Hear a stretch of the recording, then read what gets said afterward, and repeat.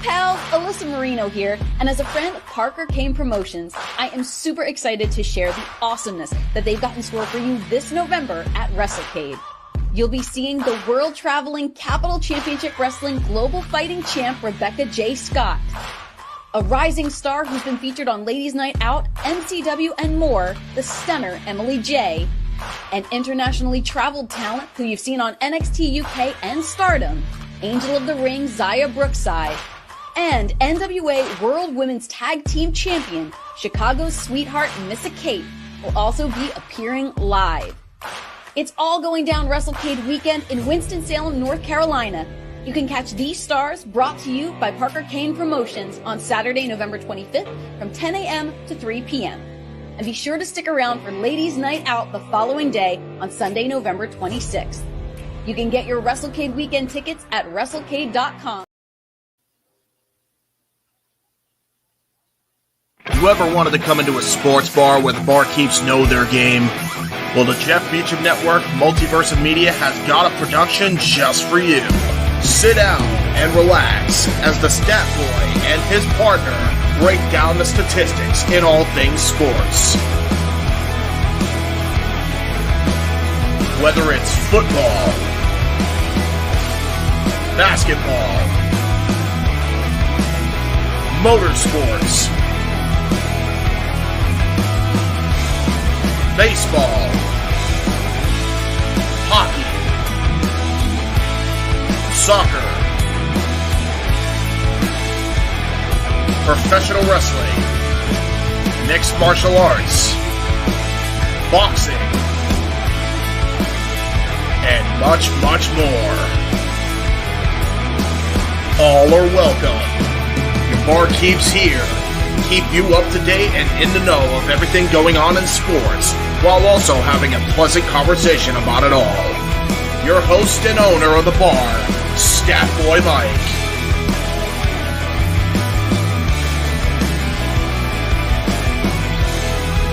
His partner in crime, Dory Lou. And a host of other guests coming in. The food's hot, the seats are warm, the drinks are ice cold, and the sports talk is plentiful. Cassidy 18 Studios presents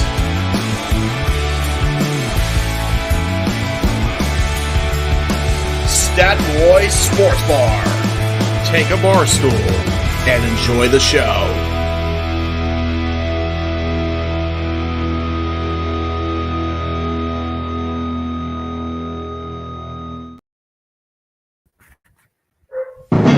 The Jeff Meacham Network's Multiverse of Media.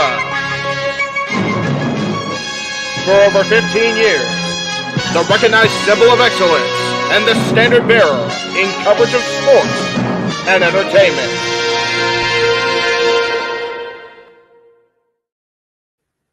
It's Sunday. You know what that means. Tonight, we honor a legend and once again pay tribute to the history and the legacy of Antonio Inoki as we end an era and bring forward a new one. Welcome, everybody, once again to another Jeff Meacham Network live watch live event, as this time AEW All Elite Wrestling presents the first ever WrestleDream.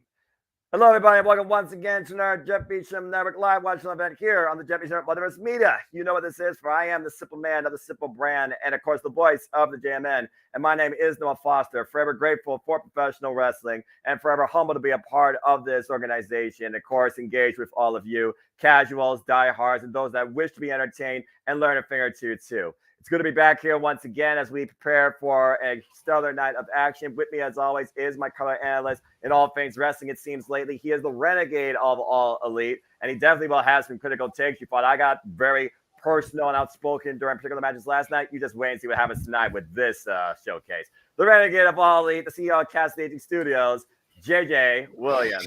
JJ, it's good to see you once again. We go from NXT that brought us No Mercy to AEW, now brings us WrestleDream, and I'm sure there will be nightmares for you tonight if you do get the results you talked about. But I do also think there's going to be a lot of fulfillment based on what we can expect from this card and the talent that's involved.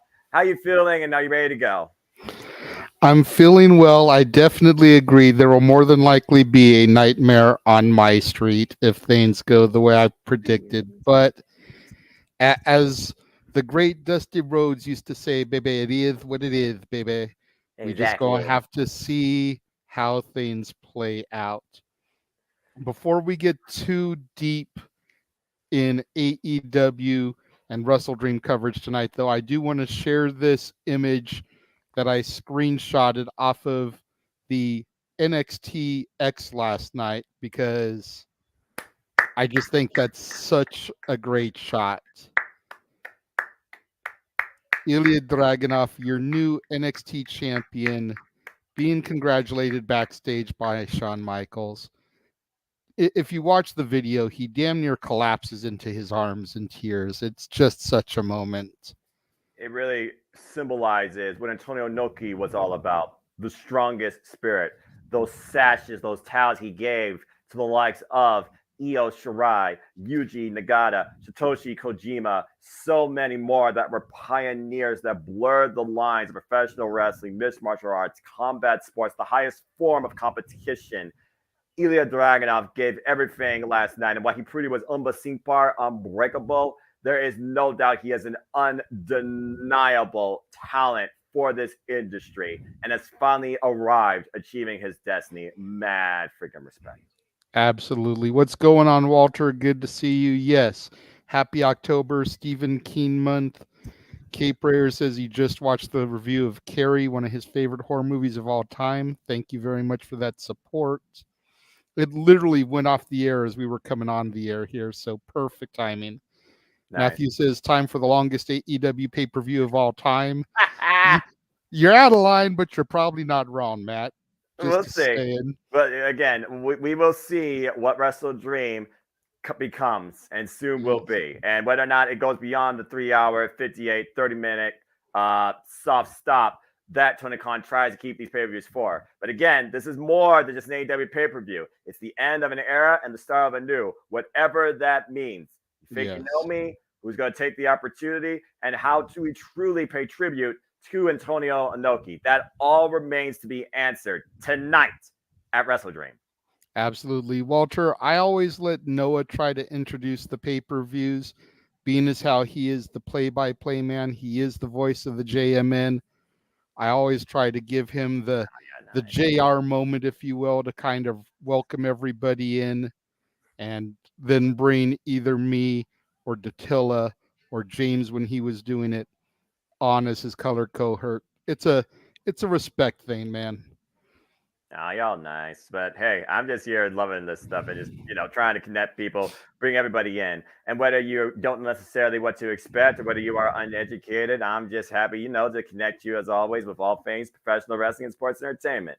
And speed up connection, if you want to dictate the conversation or try to take things off topic, the only way you can do that is if you you donate to dictate. Super chat, it's as simple as that. So super chat, support this man, if you will. He monetized at Cassidy 18 Studios, and you can also take over the stream for a few minutes. So again, hope that you all enjoy the coverage, the conversation, the reactions. I know it seems like a steep price point, so hopefully this is a great way for us to connect with you all, keep you engaged, keep you up to date with the results, and you can take a chance on AEW, WrestleDream, or something else in professional wrestling.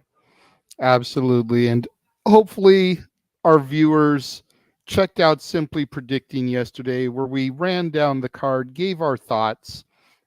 But as of Rampage, as of Collision last night, we have a 4-match 0-hour, Noah, that we did not get into on Simply Predicting. So before we go to that action here on the 0-hour, on the free-for-all, on the buy-in, on the whatever the flying fiznuck you want to call it.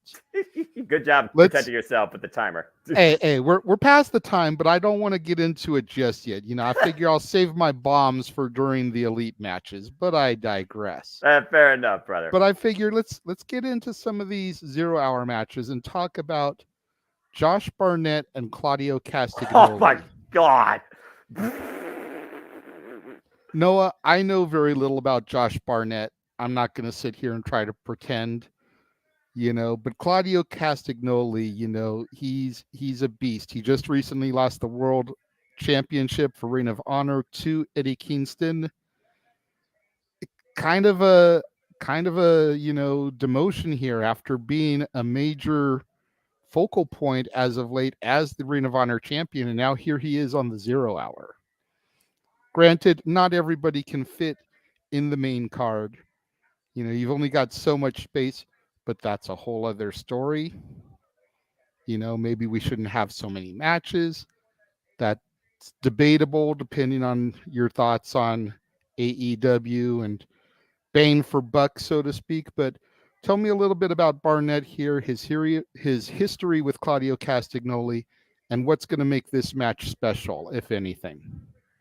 First, before I do that, I want to give a shout out to the lovely Renee Paquette, the oddball RJ City, and the always hilarious Stokely Halfway, where if you go to YouTube right now, you get a beautiful picture of this very nice set as they are currently talking about tonight's matches. That's only on YouTube, though. That's why it's not live on BR. But if you all want to just get engaged, maybe some backstage conversation, or maybe also get some more feedback, check out YouTube's 0 Hour coverage right now. But that being said, yeah, Josh Barnett, he's still one of those that is quite a fighter, but kind of is an unknown. Believe it or not, Josh Barnett is a 20-year veteran of the game, literally trained by the same guy that trained Antonio Inoki, bringing together the styles of grappling and physical combat that we now know today as Strong Spirit. Josh Barnett is a 20-year veteran trained by Carl Gotch that's been in the rings with the likes of Shibata, Suzuki, Nakamura, Yuji Nagata, and Tiger Mask. He's more heavily known lately in his work in GCW with his presentation particularly of Josh Barnett's Bloodsport. Literally an encapsulation of a mixed martial arts fight where there are no ring ropes and basically anything goes, and it truly is a mat game.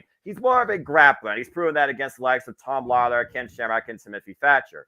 The thing about Claudio Castagnoli and the fact that he's no longer Ring of Honor World Champion, he feels that there has been a weight lifted off his shoulder, but it also still tests him even more to prove how great that he is. Now he looks to seek new challenges. For Josh Barnett, the ring is a combat, so no matter where he is always ready to go to war. This is the first time ever one-on-one encounter with two incredibly technically sound, physically heavy-hitting combatants of the game. This is going to be a sleeper clinic of a professional wrestling grapple game, and don't underestimate Josh Barnett. Oh no, absolutely not. I mean, Tony Khan wouldn't have booked him if he didn't have something to offer. But it is what Cape Rayer said here true. Did he train Ronda Rousey and Shayna Baszler for the ring? Correct. He had a hand in training some of the current MMA fighters today, particularly Shayna Baszler. He literally Lou Fez pressed one time and military pressed Shayna Baszler. Shayna Baszler has talked about on her YouTube channel verbatim. Check out Baze, folks. Hi, Shayna. So, yes, he has had a heavy influence on the world, particularly of mixed martial arts and professional wrestling. You could say that he literally carries Inokiism to a degree with his style and choice today. Okay, fair enough. You want to talk about another man who recently lost a championship and now is on the 0 Hour, the pre-show. Let's talk about the man who lost the TNT championship to the rightful holder and carrier of that belt, Captain Charisma Christian Cage. But Luchasaurus is now on the 0 Hour, taking on Nick Wayne. Will Nick Wayne's mom be there? Will Christian make a move? That's all kinds of peripheral side story Christian bullshit. But Luchasaurus, again, kind of a little bit of a demotion here, moving down to the 0 Hour ever since losing the TNT championship. Luchasaurus was a decent TNT champion, but I never really felt that the belt was his. Luchasaurus is just a transition. We got the belt to Christian, who deserved that championship, if we're being real. All right, I'll give you that. It took him a year plus to get a run with some gold after coming to AEW. WWE didn't want to sign him after his Rumble appearance. Didn't think he had it in him anymore. Thought he was too injury prone. And then here we go. We've got Christian with the TNT championship now. Officially. He's always kind of been the champion. just Luchasaurus was the one doing the dirty work. What do you think about this match and the potential implications for our main event this evening?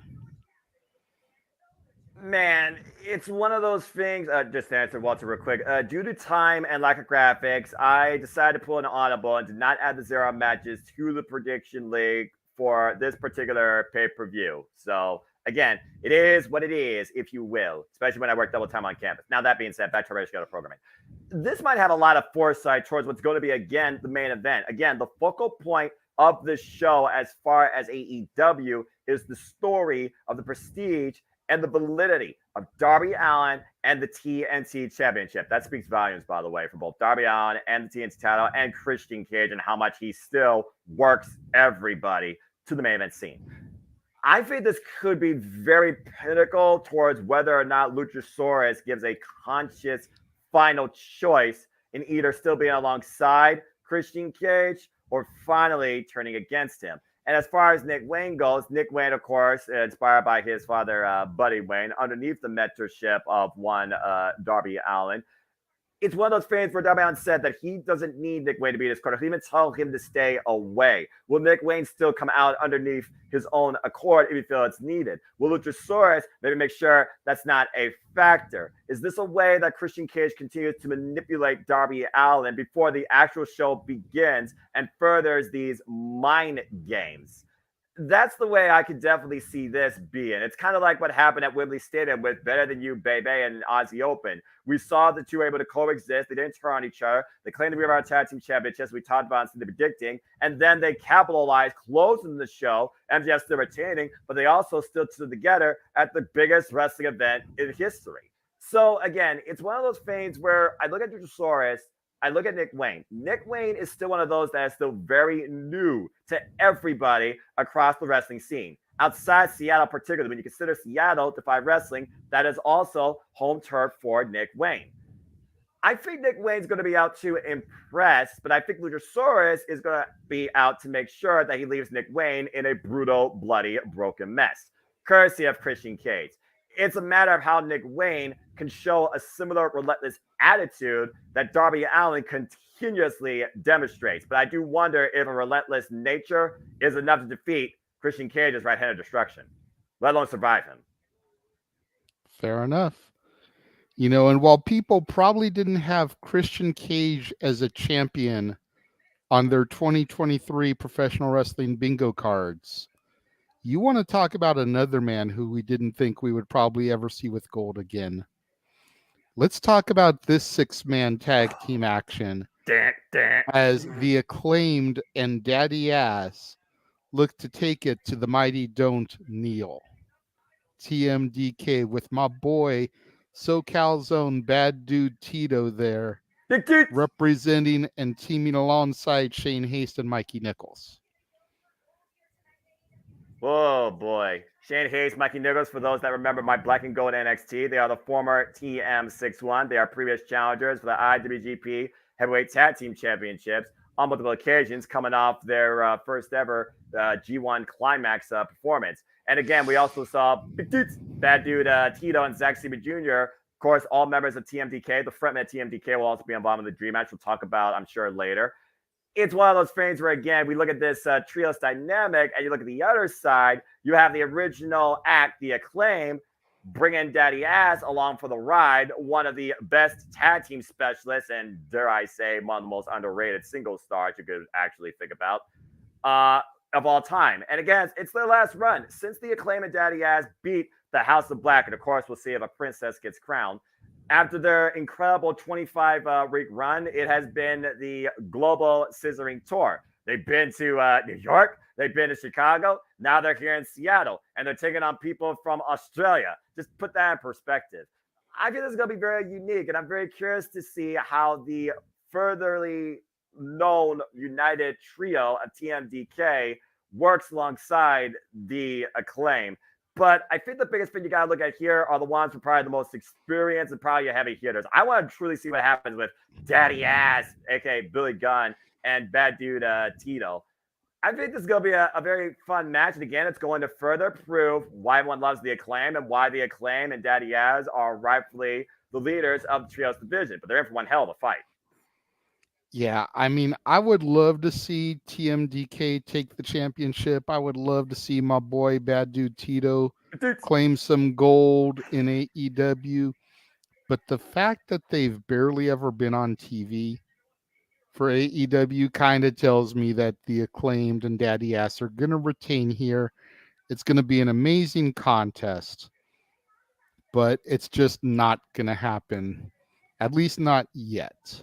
There's the word. Again, it's all about who are the ones that rightfully deserve the self-proclaimed passing of the torch. The Acclaim proved at Wembley after 25 weeks of dominance that the House of Black truly, finally did not have the strongest hand.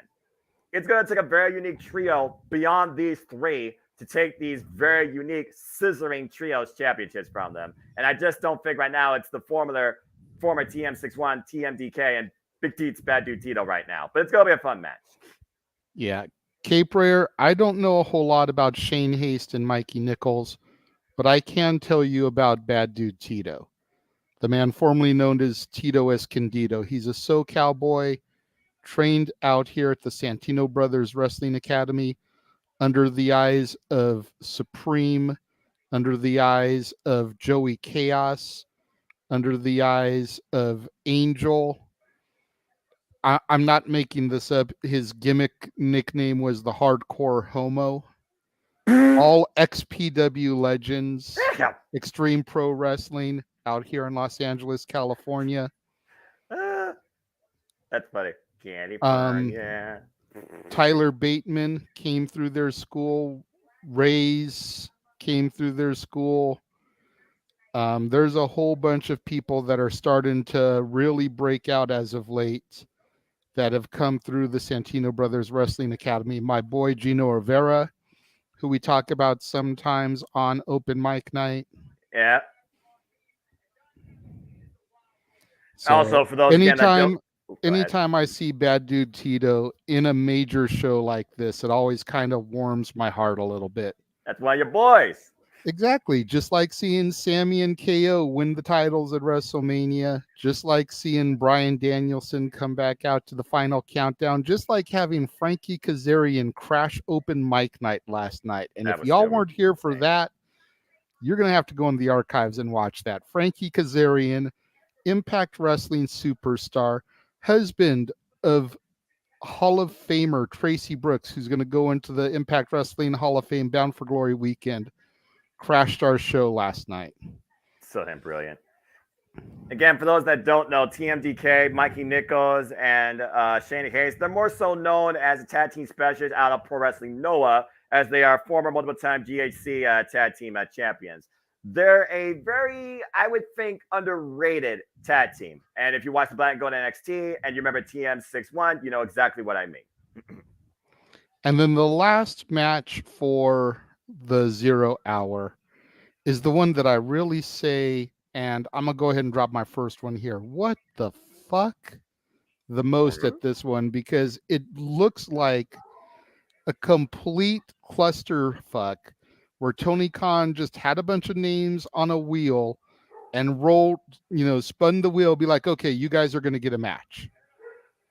We've got Shane Taylor, Lee Moriarty, Mercedes Martinez, and Diamante taking on Keith Lee, Athena, Billy Starks, and Satoshi Kojima.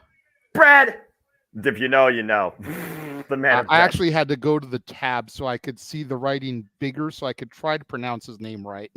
Well done, JJ. I'm very impressed. Because on the screen there, I couldn't really see it too good. That's fair. So, hey, really? Damn.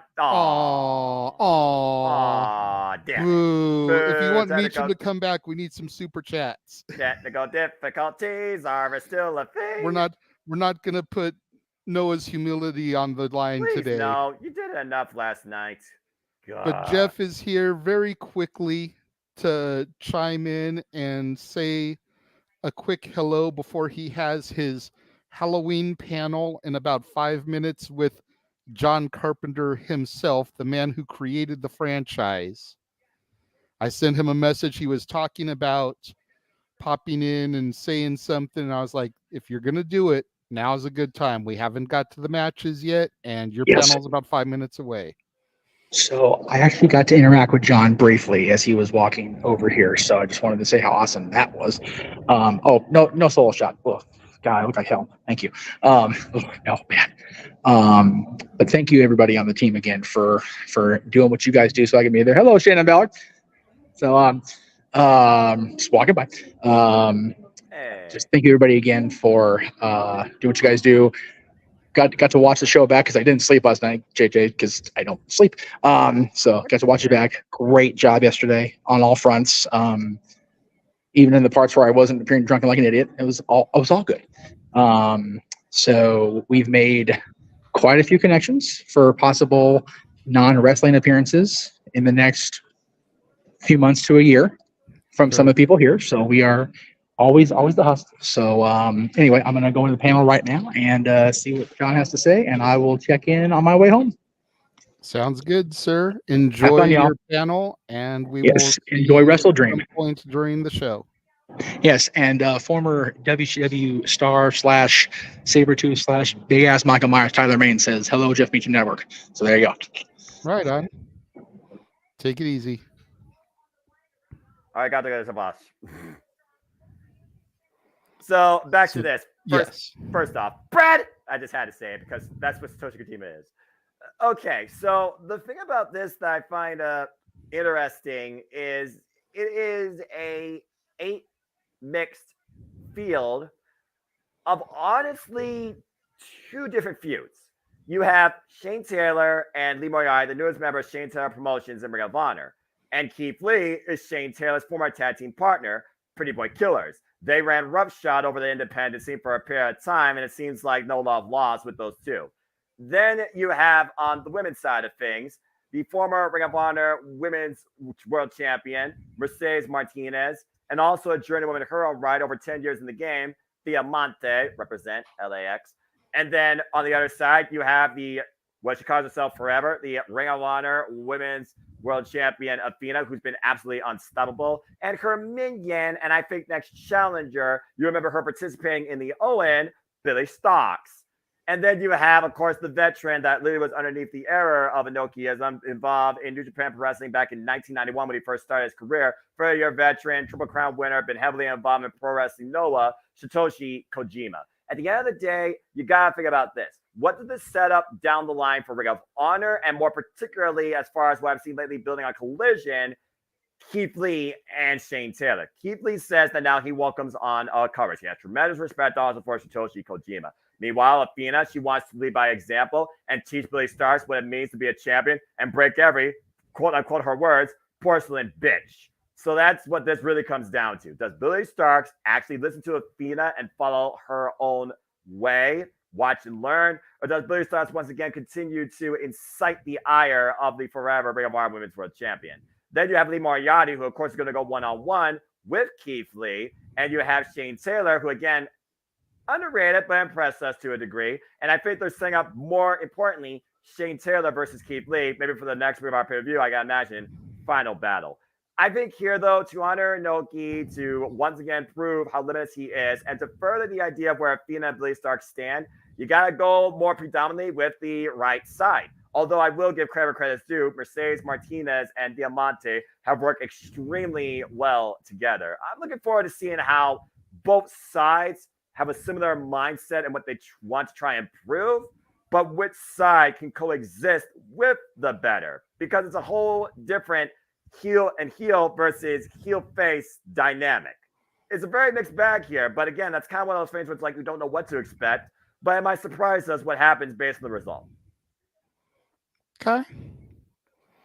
That's fair. Just a friendly reminder to everybody in the chat room, if you want to ask questions about hypotheticals and matches that we have not talked about, then you need to super chat, donate to dictate.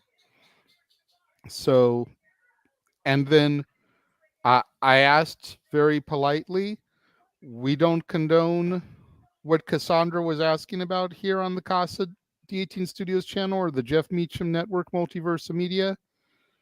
So if any of those type of questions are asked again, you will be put on timeout and banned. Plain and simple.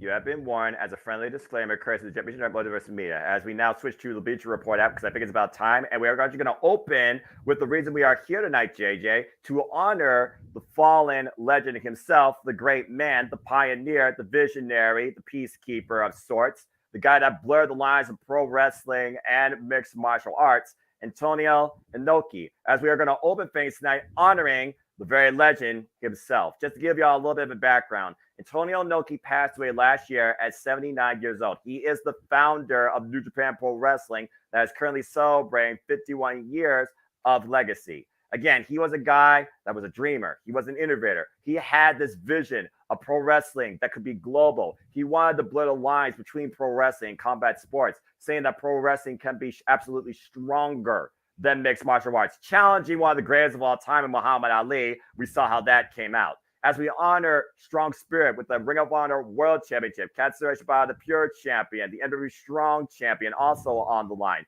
We demonstrate and test strong style, literally tutelage by Carl Gotch for Antonio Inoki. We look at tag team wrestling at its highest degree, with the former Fat Antonio Inoki was a two-time IWGP Tag Team Champion, multiple-time NWA World Tag Team Champion, four-time NWA International Tag Team Champion, alongside Giant Baba. This is going to be a very special night. This is not just a normal AEW pay-per-view. This is to honor a legacy. This is to end an era and usher in a new one too, however you want to perceive it. As of course, we're looking right now at the man himself here, being of course tributed by Chris Statlander, Bryan Danielson, Aussie Open, Rocky Romero. Again, I talked about who Antonio Inoki's been in the ring with. Some of the greatest names of all time that you even recognize.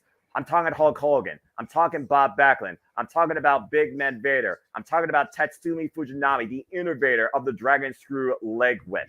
Antonio Inoki transcended this industry. As we go down inside the ring, and here we go. And the 0 hour is officially beginning, JJ. As we currently have AEW President Tony Khan alongside the President of Japan Pro Wrestling, Rocky Romero. Let's go ahead and hear from the man himself. Ladies and gentlemen, welcome to the inaugural AEW WrestleDream. Hey! I love that sash, by the way. It's great to be here tonight. Here in Seattle, Washington. Katsura Shibata, a huge, respectable student. Yep. I believe pro wrestling's greatest dreamer, the late great Antonio Inoki. Amen to that. If they could have got Kazuchika Okada, I would have marked the fuck out. Tonight are some of the great representatives from I don't doubt you, Noah. students of Antonio Inoki. Of course, Mr. Rocky Romero. Rocky Romero, another boy that you know Rocky. very well, JJ. And the man you'll see later tonight trying to become the new American Triple Crown A champion. modern Triple Crown champion, imagine that. A former student of Antonio Inoki. Damn right. I believe pro wrestling's greatest champion. The real champion of the Origin of Honor. The wrestler, quote unquote, simple as fucking that. Hey, JR.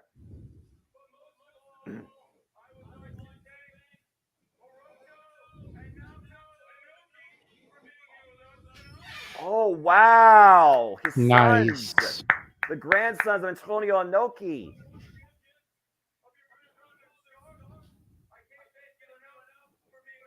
That scarf has so much freaking merit and meaning.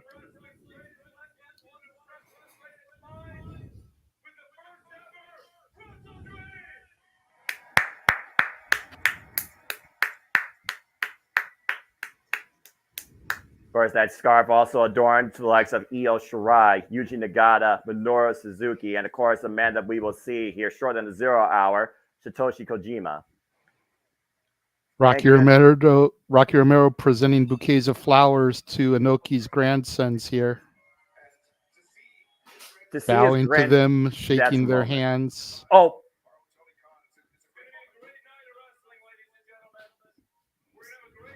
There you go. Hold it up, Rocky.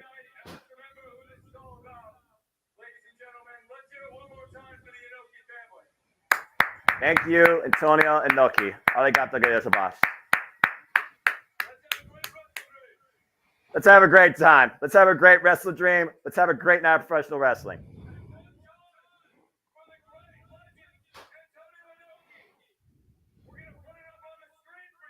What? What is it? It's Nissan.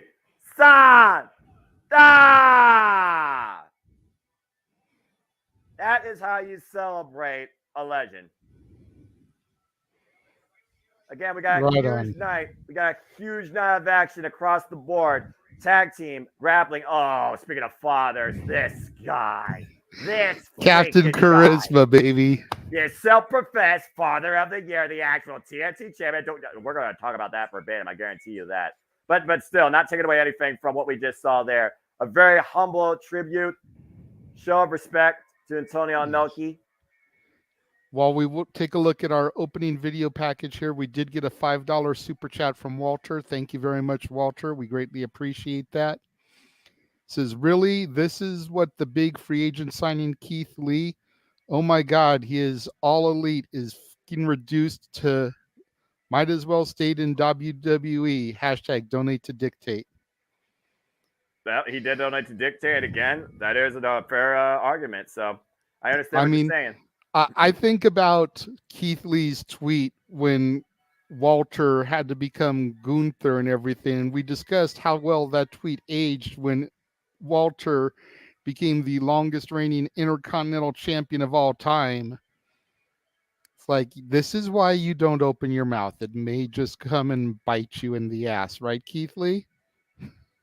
Because look at how he's been pushed, and look at you. Again, it's one of those things. You don't have anything nice to say, don't say anything at all. Absolutely.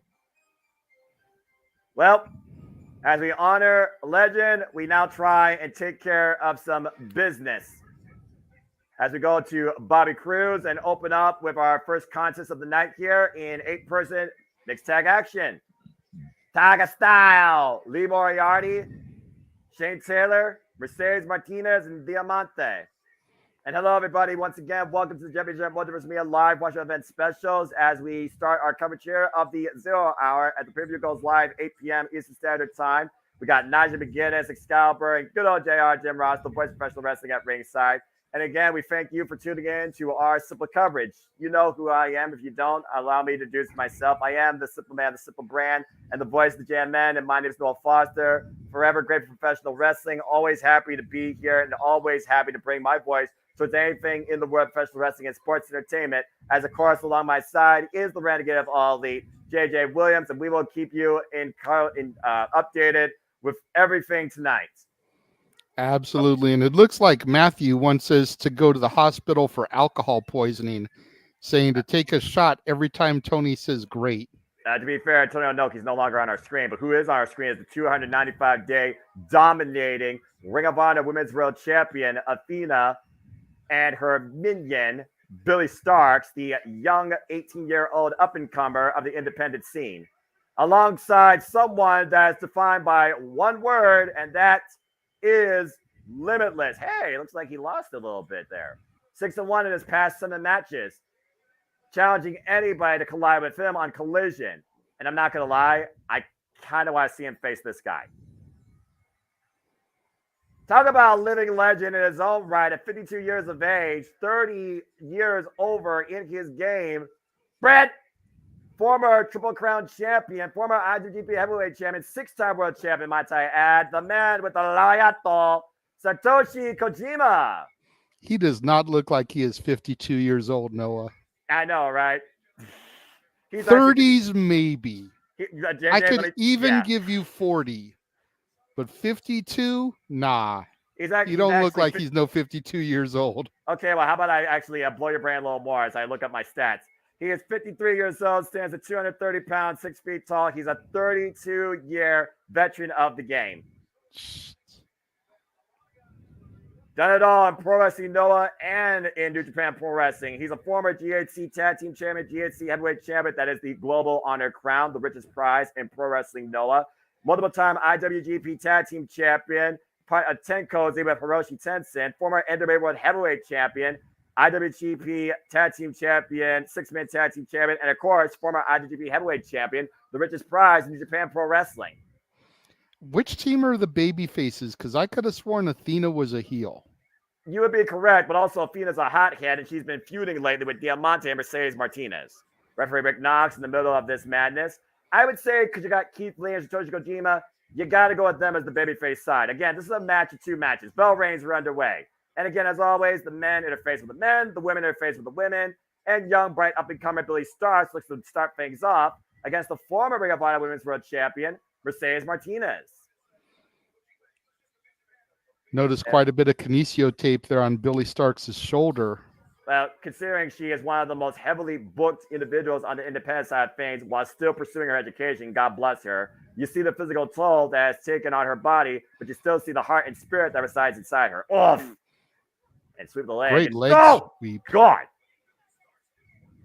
And Billy Starks getting worked over in the early going, to your point, JJ, with all that kinesio tape. And again, we talk about the wear, the tear, the danger, the beauty of this industry. Blind tag by Athena.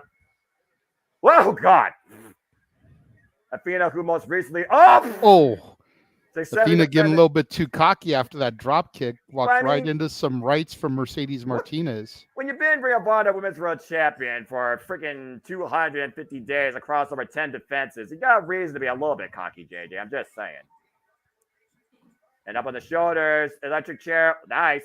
Oh, crunch wrap. Jesus. Did hold it, though, but beautiful transition to the German suplex release. Athena right now, the Fallen Goddess, looking to rise to the occasion tonight, and both women with the tope suicidas. 10 on offense right now by Billy Starks and Athena. It's one of those things also, we talked about like Kyle Castagnoli attack and Eddie Kingston. We thought that their match might go all the way to freaking Final Battle. I think they are soft building a Final Battle match with Athena and Billy Starks. And shout out to my brother King at ATW. If you've been watching Ring of Honor, you know exactly what I mean. Yes, give me this. Give me this. Business just picked up. Keith Lee's in the ring with Shane Taylor. Pretty Boy Killers on opposite sides. I've been waiting for this for a long time. A lot of bad blood here. Oh, man. I need to see this singles. And meanwhile, Shane Taylor off the ropes. And off. It's super hard to take the limitless one off his feet. You got to do more than that, Shane. Oh. Nice southpaw there. Of course, we know that Shane Taylor has a bit of a boxing background, as we saw at AEW All Out. Whoa! What in the hell? Did I mention that Keith Lee is limitless?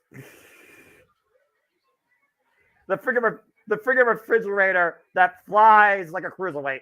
And Lee Moriarty, Papa. Oh my gosh. The Titanic. Oh! Jesus. Mama said knock you out. Shane Taylor just throwing fists right now at Keith Lee. For those that don't know, Keith Lee and Shane Taylor used to run as a tag team, dominated the independent scene. Pretty Boy Killers. It was when Keith Lee decided to go somewhere else that Shane Taylor and him kind of had a fallout, and there's been bad blood ever since.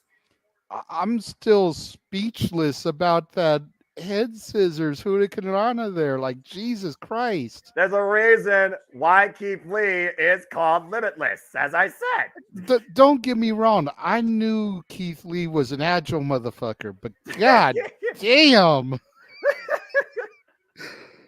I didn't know he had that in him. I'm just going to be real with you. I love that reaction. I absolutely love that reaction. Satoshi Kojima now knocking down Lee Moriarty, the King of Taga style, and the chops in the corner. Shades of Kawada, the machine gun chops. Oh my gosh. That might go on forever. Tesha Grit. Satoshi Kojima just wailing away at Lee Moriarty. I love it. Satoshi Kojima just chops the daylights out of anybody. Now an Irish whip to the other corner. And wait a minute. There's his chant going up. Oh, he was looking for the cozy elbow. And meanwhile, Lee Moriarty denying the fans of a Joshi Kojima original move. Back elbow strike. DDT! Nice reversal into that DDT. Cover, hook of the legs enough here, and Diamante saves the match. Now Diamante starts. Oh! Oh my god! What a shot! Spinning back heel kick. Mercedes Martinez now on the back. Oh! Billy Starks, look at you. Right? Billy Starks landing a finger or two from Athena here, JJ. I don't think I've ever seen Athena do that. Even Athena's surprised by that. Again, Billy Starks still not fully exploited for what she's capable of in the wrestling industry. Now seeing Tara and Keith Lee picking up hostilities again. And the pop-up. Oh, God. Oh! You're not going to take Keith Lee off his feet like that. Man, what a spine buster. Ooh.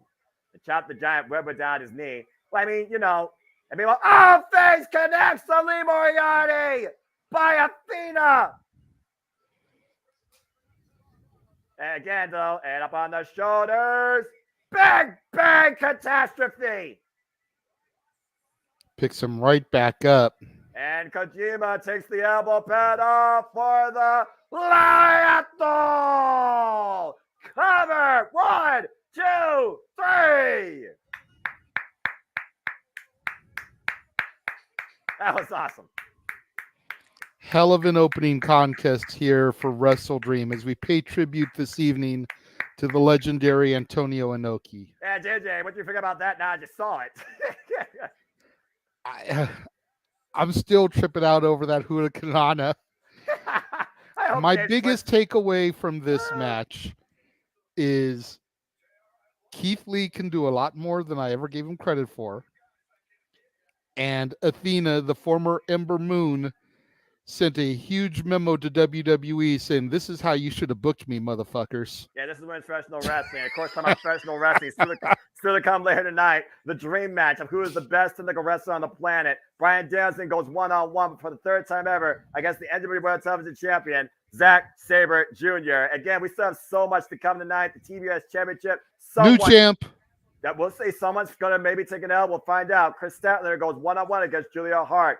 And, of course, in six-man tag team action, can they overcome the family? Chris Jericho, Kenny Omega, Kota Ibushi takes on Sammy Guevara, Will Ospreay, Konosuke Takeshita. Fatal four-way action with the winner gets an AEW tag team title shot anytime. Lucha Brothers, Orange Cassidy, and Hook the Guns, and the Young Bucks. 3 of these teams are former AEW tag team champions. Wheeler Yuta looks to make sure Ricky Starks stays down, but Ricky Starks shows once again why he is absolute tonight. One-on-one grudge match with Ricky Starks and Wheeler Yuta, the Blackpool Combat Club. And we'll see this time if Wheeler Yuta is put down and stays down. As we continue action here, as we got a singles exhibition, here comes Josh Barnett.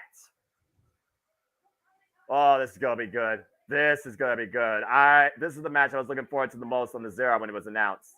Yeah, I assumed this would be the 0-hour main event. Yeah, I got kind of surprised by that, to be honest with you. But I guess there is a title match still to come. Josh Barnett, a longtime running mate of good old JR, Jim Ross, and one of the meanest motherfuckers you can see in that ring, donning a scarf of Antonio Inoki. This guy that literally is a protege, was the youngest heavyweight champion in UFC history. Put that in perspective. Wow. I'm loving his entrance theme music. The drums are giving me Metallica vibes. Yeah, you can definitely hear the double bass pedal. This guy is as physical as heavy metal is loud and powerful. Again, like I said, Josh Barnett trained by the same person that inspired Antonio Inoki, Carl Gotch, in the arts of grappling and strong style. Been in the ring with Ken Shamrock, Timmy Thatcher, Filthy Tom Lawler, Jeff Cobb. What? Wait a second. That isn't Claudio's music. Wait, what the fuck's happening? Oh my God! That's Mox. John Moxley is back. What the fuck? He's not in action, so maybe he's still not fully cleared, but it's maybe one of those things, Noah, where Moxley was like, there is no fucking way I'm missing this show. And John Moxley has formerly been in the ring with Josh Barnett. So if anyone can prepare Claudio Castagnoli for this first time ever one-on-one encounter, It is definitely the Death Rider as Blackpool Combat Club's Jon Moxley is back, baby. Hell yeah. Wow. I wasn't expecting this, man. Oh, After the match that Mox had with Ray Phoenix where he lost the international championship, I wasn't expecting to see Mox back until Full Gear at soonest. Again, Jon But Moxley. again, we talked about things last year when we did our Forbidden Door fantasy booking. Yeah. That if people were out injured, you knew that there would be somehow, some way they would try to come back for a show of that magnitude because of how important it was. And that has got to be what Mox was feeling regarding this as he puts on the headset and takes a seat next to JR, Excalibur, and Nigel McGuinness to call the action for Claudio Castagnoli and Josh Barnett. Bell rings are underway. Expect to catch his catch cam clinic. By the way, JJ, Jon Moxley has been one-on-one with Josh Barnett in Josh Barnett's Bloodsport. So not only does he have heavy respect for Josh Barnett, Jon Moxley has heavy respect for Antonio Inoki and catches catch cam style. Josh Barnett beat Jon Moxley by referee's decision, and their bout went for 11 minutes. That was back in 2021. Wow. Really quickly, Walter's got a great question here. No super chat, but being part of the team, he wants to know if Barnett wins, what the hell do you do with Claudio going forward? That's Claudio Castagnoli's choice at this point. That's Claudio Castagnoli's exhibition. Claudio said himself, now that he no longer has that on his shoulder, he has to work even harder to prove exactly what he is in this industry. If you think about it right now, the mindset of Claudio Castagnoli resembles the lifelong mindset of Josh Barnett. So I think you'll learn more about that as this exhibition continues. Hard condable tie-up here. Josh Barnett goes to pick the left leg. Try to bring him down to the mat. You hear Jon Moxley, of course, talking about how Josh Barnett takes advantage of the smaller guys. Oh! Bring him down the mat. Claudio Castagnoli is no small guy, though, as Josh hooks the leg. You see him right now trying to trap the knee and trying to trap the arm at the same time. Josh Barnett has also been a trainer for the likes of students for Katsuyori Shibata in the LA dojo in 1 ounce Copeland. Great transition by Claudio Castagnoli into the Fujiwara armbar attempt. You see the wrist lock there. I thought I was going to see the best technical wrestler during the main card. I didn't think it would be this soon. And again, look at the transition of Josh Barnett immediately into the reverse ankle lock. You see Claudio, though, trying to reverse the body pressure, staying on top of him. This is your catch cam clinic here, JJ. I can see that. Front headlock right now, transition over here. Again, we talk about mat-based technicians. We're going to see two of the greatest of all time later on in the main show. So we are 38 minutes and 17 seconds away. Again, folks, you can be part of the conversation here. Please like, subscribe, comment, tell a friend. And if you want to check out the show alongside us, check it out on Bleacher Report or your local pay-per-view provider. Coming your way at the top of the hour. In the meanwhile, Claudio Castagnoli trapping the arms, a full Nelson hold almost of sorts. Trying to ground. Claudio Castagnoli right now working the arms and the shoulders and the neck. Almost a full Nelson between his legs and his arms. And now the hammering anvil elbows. Jon Moxley, I'm not sure if he's being coach or commentator at this point, JJ. Light his ass up. You know, I'm just but you said that Mox has gone toe-to-toe with Barnett. So and lost. He's trying to fire Claudio Castagnoli up here. Yeah, that's fair, but also he wanted to Claudio Castagnoli can beat Josh Barnett. Again, beating Josh Barnett is easier said than done. I can guarantee you that. And again, picking the ankle right now. A dragon screw leg whip. Damn, that move has to suck. Uh-oh. Again, you do not want to be underneath Josh Barnett or you are at his mercy, and he will show none of it. And Jon Moxley, again, literally talked about his experience as I alluded to. Again, if you want to learn more about Josh Barnett and what he actually can do in the ring, check out GCW's Bloodsport. It's the only thing that GCW might have, the closest thing to mixed martial arts and actual wrestling clinic. People like Killer Kelly, Speedball Mike Bailey, Jeff Cobb have taken part in Josh Barnett's Bloodsport over the year. No way. No way. No way. No way. Yes way, Ted. No. He got to the ropes. Ooh. He got out of the way, though, thankfully. This is extremely interesting. I did not expect to see Jon Moxley on commentary for a Josh Barnett match, let alone Josh Barnett versus Claudio Castagnoli for the first time ever. And the fact that this 20-year veteran took a break after 2011 and didn't come back to the game for pretty much, a few years. He's been in and out of the industry. Believe it or not, Josh Barnett only has under 100 matches underneath his 20-year career. That's crazy. Formerly involved in a G1 Climax in 2003, he actually got his start in New Japan Pro Wrestling. Ooh, and again, the kick inside the hamstring, the left leg. And I'll tap your leg, JJ. You know much more about that than anybody here. Yeah, no doubt. It's one of those things you don't know what to do when your leg feels like it's dead and you can't move. Oh! And now Clio going to those mean uppercuts. Trying to knock Josh Barnett out on his feet. And Josh Barnett back to the knees. Oh, might be looking for the abdominal stretch here. Or ground cobra twist. Octopus hold, whatever you want to call it. Right now, Claudio trying to alleviate some of the pressure. Again, that is a large body to try and turn over, let alone twist a different way into a whole different cravat. Again, this is our WrestleDream 0 Hour, folks. We're at 35 minutes and 10 seconds away from going live across pay-per-view across the world for the first ever WrestleDream in this unique first ever exhibition of Claudio Castagnoli and Josh Barnett. This is not blood sport. This is not Japan Pro Wrestling. This is all elite wrestling. Oof. And right now, Josh Barnett literally demonstrating the spirit of Inokiism. Ooh, these shots. Big forearm strike. Ooh. Tested individuals of the industry here, JJ. As you know very well what Claudio Castagnoli is capable of, what he puts himself through, what he's willing to challenge himself to try and do. And now you're seeing Josh Barnett firsthand test that resolve. Yeah, no doubt. I've been following Claudio Castagnoli for the better part of the last 20 years. Oh, my. And dude is just an underrated physical specimen. There's a reason they call him the Swiss Superman. And Barnett's trying to put all of that to the test. Jesus Christ. What a leg lariat cover, too. No.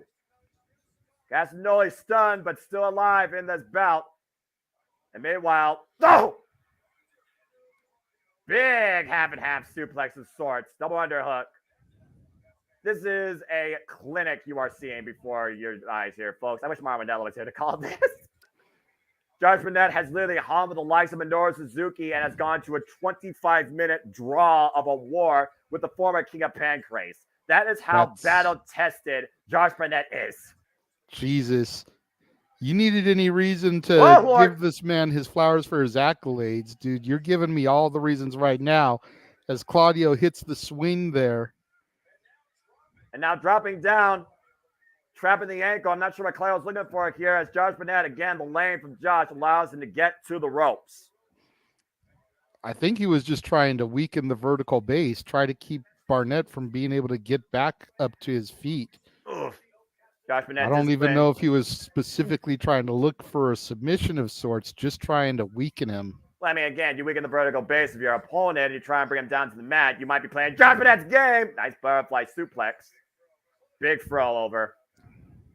Claudio Castagnoli being tested here, but also Josh Barnett's being tested as well.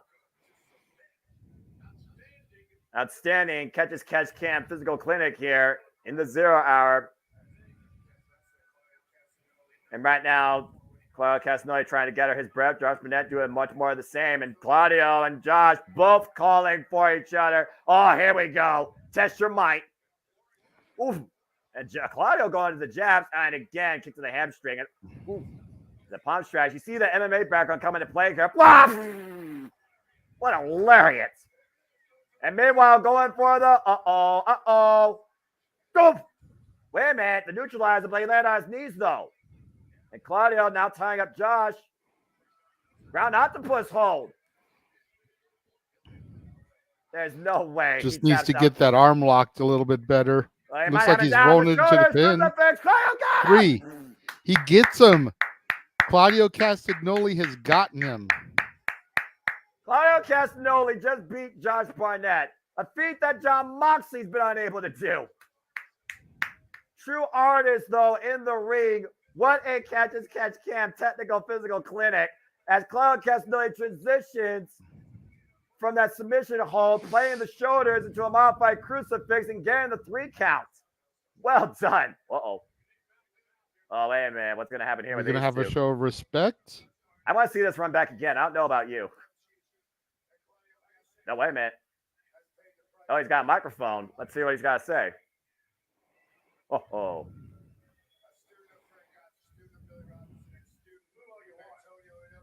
Yeah. All right. All right, go ahead. A bit of a mixed reaction, though, for Josh Barnett because of his career. Yeah.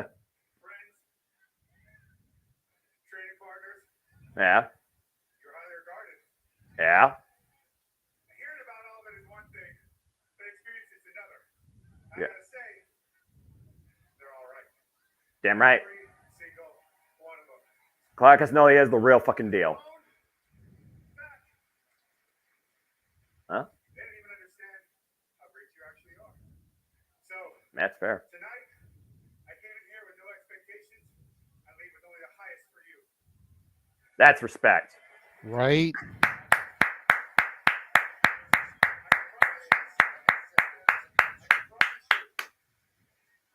Inoki-san would absolutely approve of you. Damn right he would. Be a fan of you. And I Inoki be honored. vouch for it. So you talk about not just a title belt No, that makes you want to strive and climb the highest mountains. that's right. Challenges. So tonight I gave you a challenge. And very smart you. Hey, here Yeah. from my hometown and back. Oh, that's his hometown. I didn't know that. I'm very proud of you.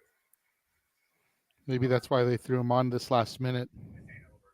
Oh. You owe me more time. Yes. And I will come someday, someplace, and I will reclaim that time. It's gonna be on you though. So keep training, keep pushing. Do not sit down after this. Damn right. You got a long way to go. But I'm proud to see where that takes you. Inoki Good be honored. shit. This is awesome.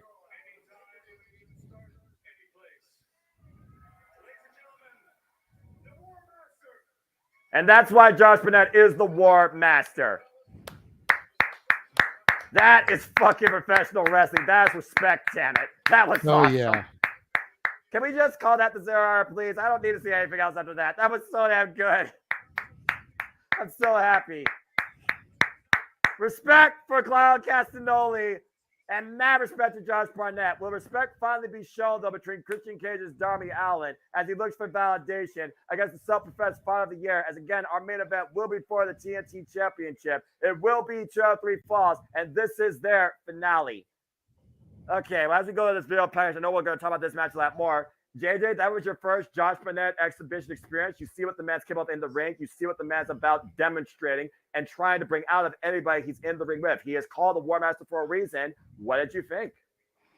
I was impressed. I'm not gonna lie. I was impressed. I knew Claudio had it in him. I didn't know about Barnett, and Barnett brought it to Claudio. He made him push. He made him prove.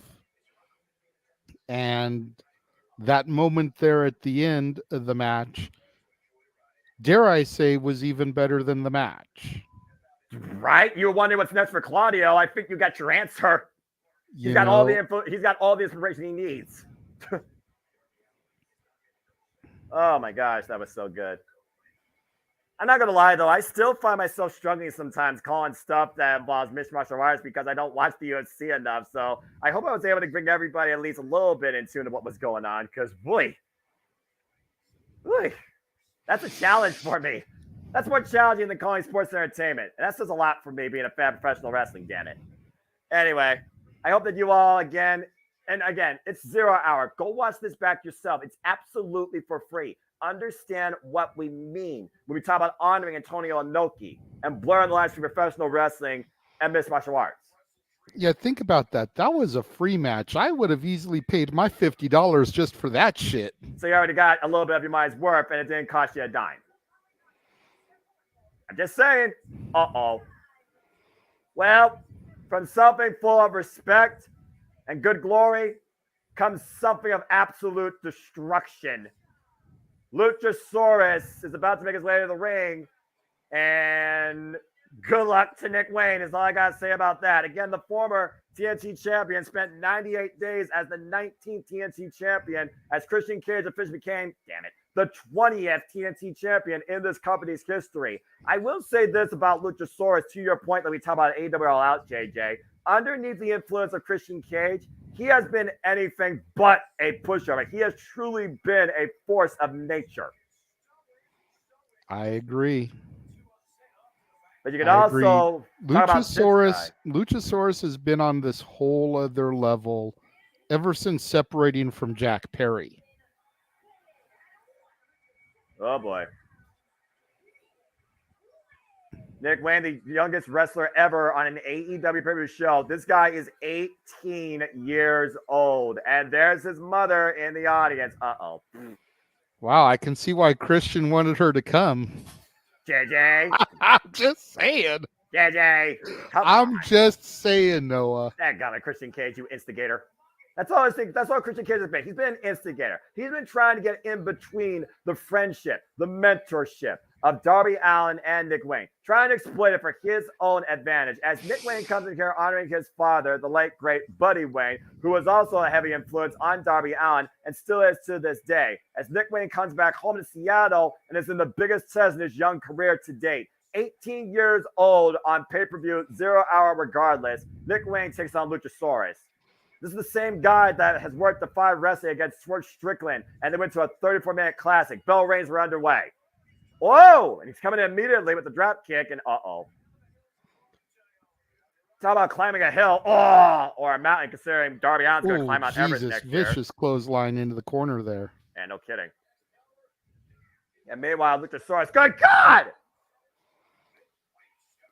Jesus. Overhead German suplex throw. He got folded up like an accordion. Take a look at the replay here. Release German, by the way, JJ. Look at this.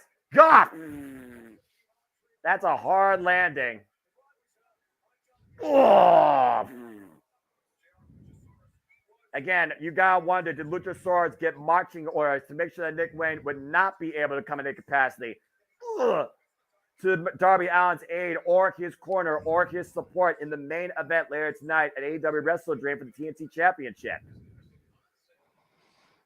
Again, the chops, open palm strikes to the chest.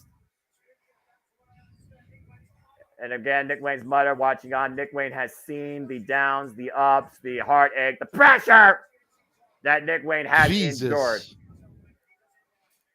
And again, Nick Wayne, mother, the strongest supporter besides Darby Allin of Nick Wayne's young wrestling career. Again, as we talked about, tonight's main event will be for the TNT Championship. That is how far Christian Cage and Darby Allin's mentality and history have raised this title's prestige this summer alone. Nick Wayne is student of the Buddy Wayne Academy. Oh, man, big strike over there. Again, you guys can still become part of the conversation here at Media. Please subscribe, comment, tell a friend. Meanwhile, Luchasaurus looking for the choke slam. Up and over. Nice super kick.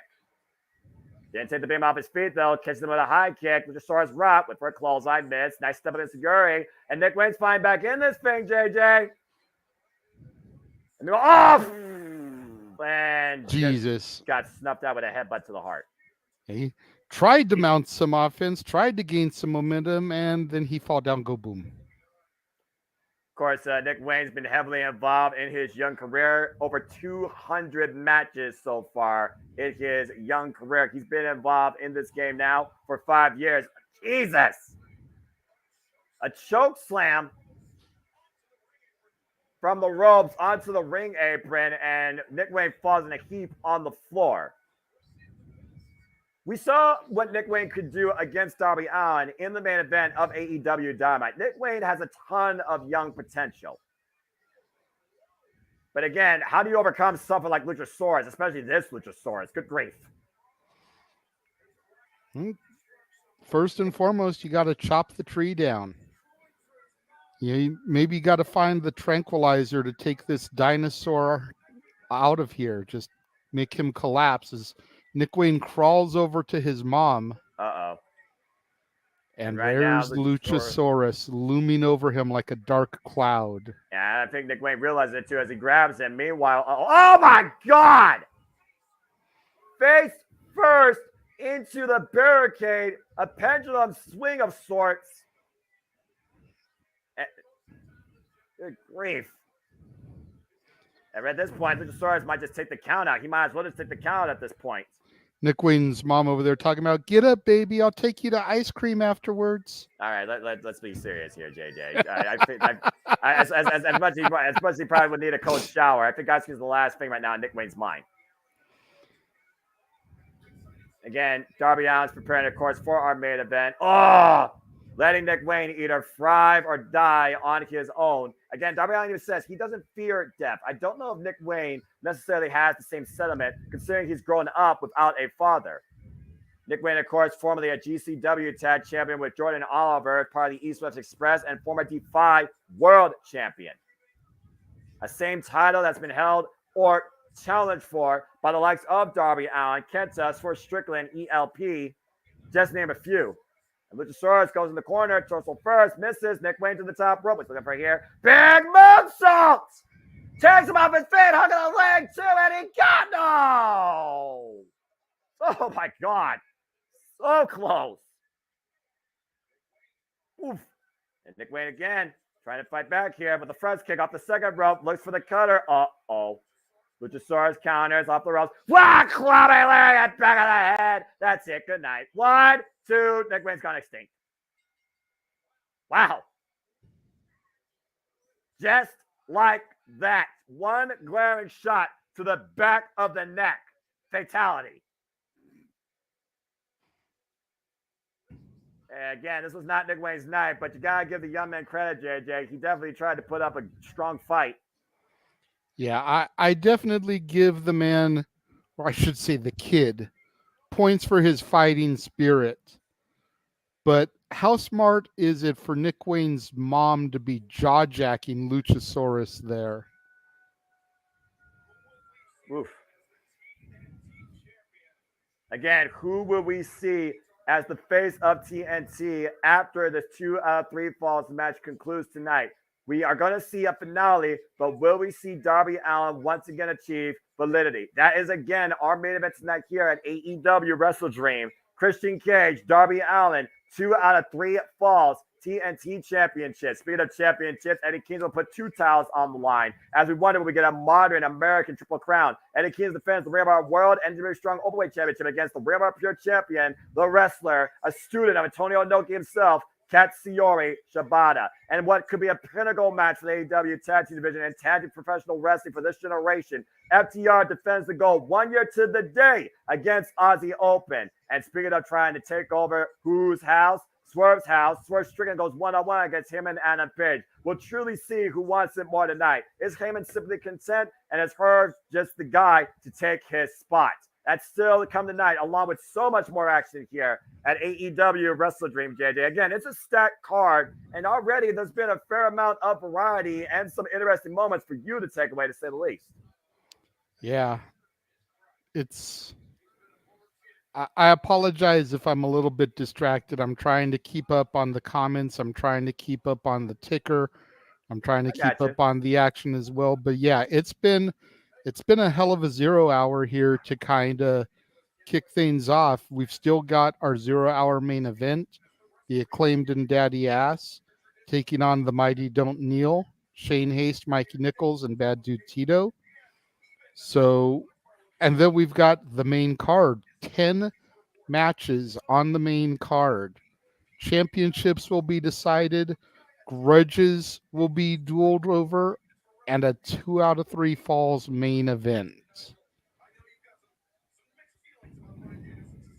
And of course, Bryan Danielson will be involved against Zack Sabre Jr. and Nigel McGuinness, no stranger to each other. I mean, he's got mixed feelings about the American Dragon, but we'll see how Nigel feels about that match. Speaking of TMDK, as the frontman will take center stage on the main card, here comes a lot of his crew. The Mighty Don't Kneel in Bad Dude Tito, Shane Hazel, Mikey Nichols. Time for our AEW Trios Championship match. We got a super chat here from Walter again. Says, I think Christian has been trying to get between Nick Wayne's mom, not his and Darby's friendship. Yeah, I went there. Hashtag donate to dictate. I'm just going to say this real quick because you've earned it. Damn it, Walter, you freaking idiot. We love you, though, Walter. Thank you for the super chat. All right. And Let's go there's Bad Dude Tito. Big Toots. Hey, Aubrey Edwards. Here we go. Boo. Oh, shit. Aubrey's there. Someone's getting screwed. How dare you? Meanwhile, yo. Listen. This is their 5th defense, by the way. The Acclaim and Daddy Ass. Let's take a listen.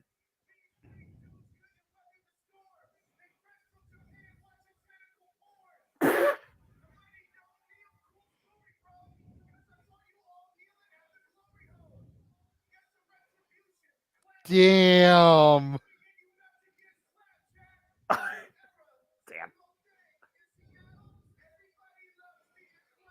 By the way, I hate saying this. Shane Hayes, the former slapjack of WWE. That's the reference. Get weird, people! Put your scissors in the chat!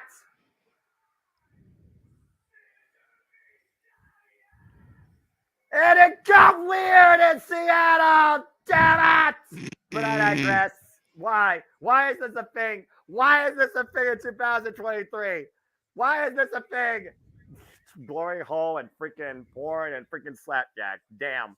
Max Caster went there once again. You motherfucker. I love Max. I love Platinum Max. Ay. Is that a mic drop, JJ? It's definitely a mic drop. Oh, God. I love the AEW. All right, as Aubrey Edwards holds the beautiful, scissoring Trios Championships, this is our 5th defense for the AEW Trios Championships. Petite, Bad Dude, Tito, and I'm broken. TMDK, Shane Hayes, the former slapjack. Oh, fuck that. And freaking retribution can go to Noah, hell. we got a question from our good buddy Report Card Radio, Mikey T. It is not. If you want to make it official, speak now, forever hold your peace. Say it now. You have 14 minutes and 7 seconds to make it official. And there you see as the bell rings, Daddy Ass and the Acclaim. As WrestleDream is going to kick off here in under 14 minutes. Just make your comment official. I'm not going to put it for you. Make your comment official. And shout out to Report Card Radio, the movie star, Mikey TV, miss you on Open Mind Night. Love you, brother. Please follow the movie star himself for all the latest reviews and interviews and all things music, particularly rap. Real Mikey T, where you been, man? Yeah, seriously, dude. What you been watching good lately? Colin Eveltai coming on here. He says, please change his pick to Darby. He had no idea it was main event. Done. All right, anyway, Max Caster squaring up against Bad Dude Tito. Again, you can talk a lot about your boy Bad Dude Tito here. We saw him, of course, last time involved at Resurgence. He's also been involved in Impact Wrestling. Bad Dude Tito's been getting around in these companies, man. Of course, one of the heavy hitters of TMDK and New Japan Pro Wrestling. And meanwhile, that's how he needs to drop down. And meanwhile, Bad Dude Tito off the ropes. And Max Caster, nice and agility with the leapfrog there. Bad Dude Tito falling it off the ropes. Oh, God, what a shoulder tackle. For real. Tag. There are 2 primary things that you can count on for the Santino's Brothers Wrestling Academy students to get taught. Number 1 is fundamentals. And number 2 is respect for the business. But you digress. Talk about respect for the business. How respected is Billy Gunn, who again looks like he's been in the fountain of youth and is a current AEW Trios champion, as he just got tagged in. Seriously, though, I need to see Billy Gunn versus Bad Dude Tito right now. I want to see that. Right? Billy Gunn, one of the most respectable veterans of the game. 59 years of age, 34-year veteran. And which one is that's in the ring right now for TMDK? Is that Shane or Mikey? That is that is Shane Hayes, the former slapjack of Retribution in WWE. That poor soul. I'm so damn glad he got out of there. Shane Hayes, who also has a victory over the current G1 Climax champion that will be involved in the main event at Wrestle Kingdom next year, Tetsuya Naito. He's had quite a year, actually. Oh, and there's the subtle suck it. Oh! Oh, God. Why? Why is that still a thing? The crotch chop and the suck it will never die, Noah. I know. It is like the what? It is like too sweet. It will never die. needable professional wrestling at this day and age, especially after what we've seen so far tonight as he looks for the hip toss. And Shane Haste, let Billy Gunn show you what power is. Up at the shoulder. Oh! Nice scoops that. Oh, no! Oh, no! Beautiful show of strength by badass Billy Gunn. Oh, Bad Dude Tito tries to get in, but cut off by Anthony Bowen. Look at that combination by Anthony Bowens, by the way, taking Bad Dude Tito off his feet. There's the quick tap of Matt Caster to Anthony Bowens. We got in. Uh-oh, JJ. I think Shane Case is about to get a little bit of... Oh, jeez. No, not Scissor Me Timbers! God. There he is. Anthony Bowens drops it. Scissor Me Timbers in Seattle. And scissors up. Hey, Aubrey, don't do it. Don't do it, Aubrey. The match is still going on. Just let him do it, Aubrey, because why not? It got weird again! The match is still going out. And seriously, one person in the ring at the freaking one time, all right? Damn it. This is too weird for me, and I'm already loving it. This show hasn't started. I'm already in a very happy mood. Oh! Ankle pick, a side drop kick by Shane Hayes, and TMDK right now taking advantage of Max Caster as Aubrey Evans is trying to get the Acclaim up in the apron in their corner. Billy Gunn, quit John jacking the official. Again, tag to Big Toots, Bad Dude Tito, up and over. Oh! Beautiful flipping senton. There's a cover, lateral press to claim the titles. 2 count only. Able to kick out, of course, Bad Dude Tito, former challenger for the Impact World Tag Team Championships. Formerly involved in NJ Resurgence. Oh! Against the CMLL duo alongside Zack Sabre Jr.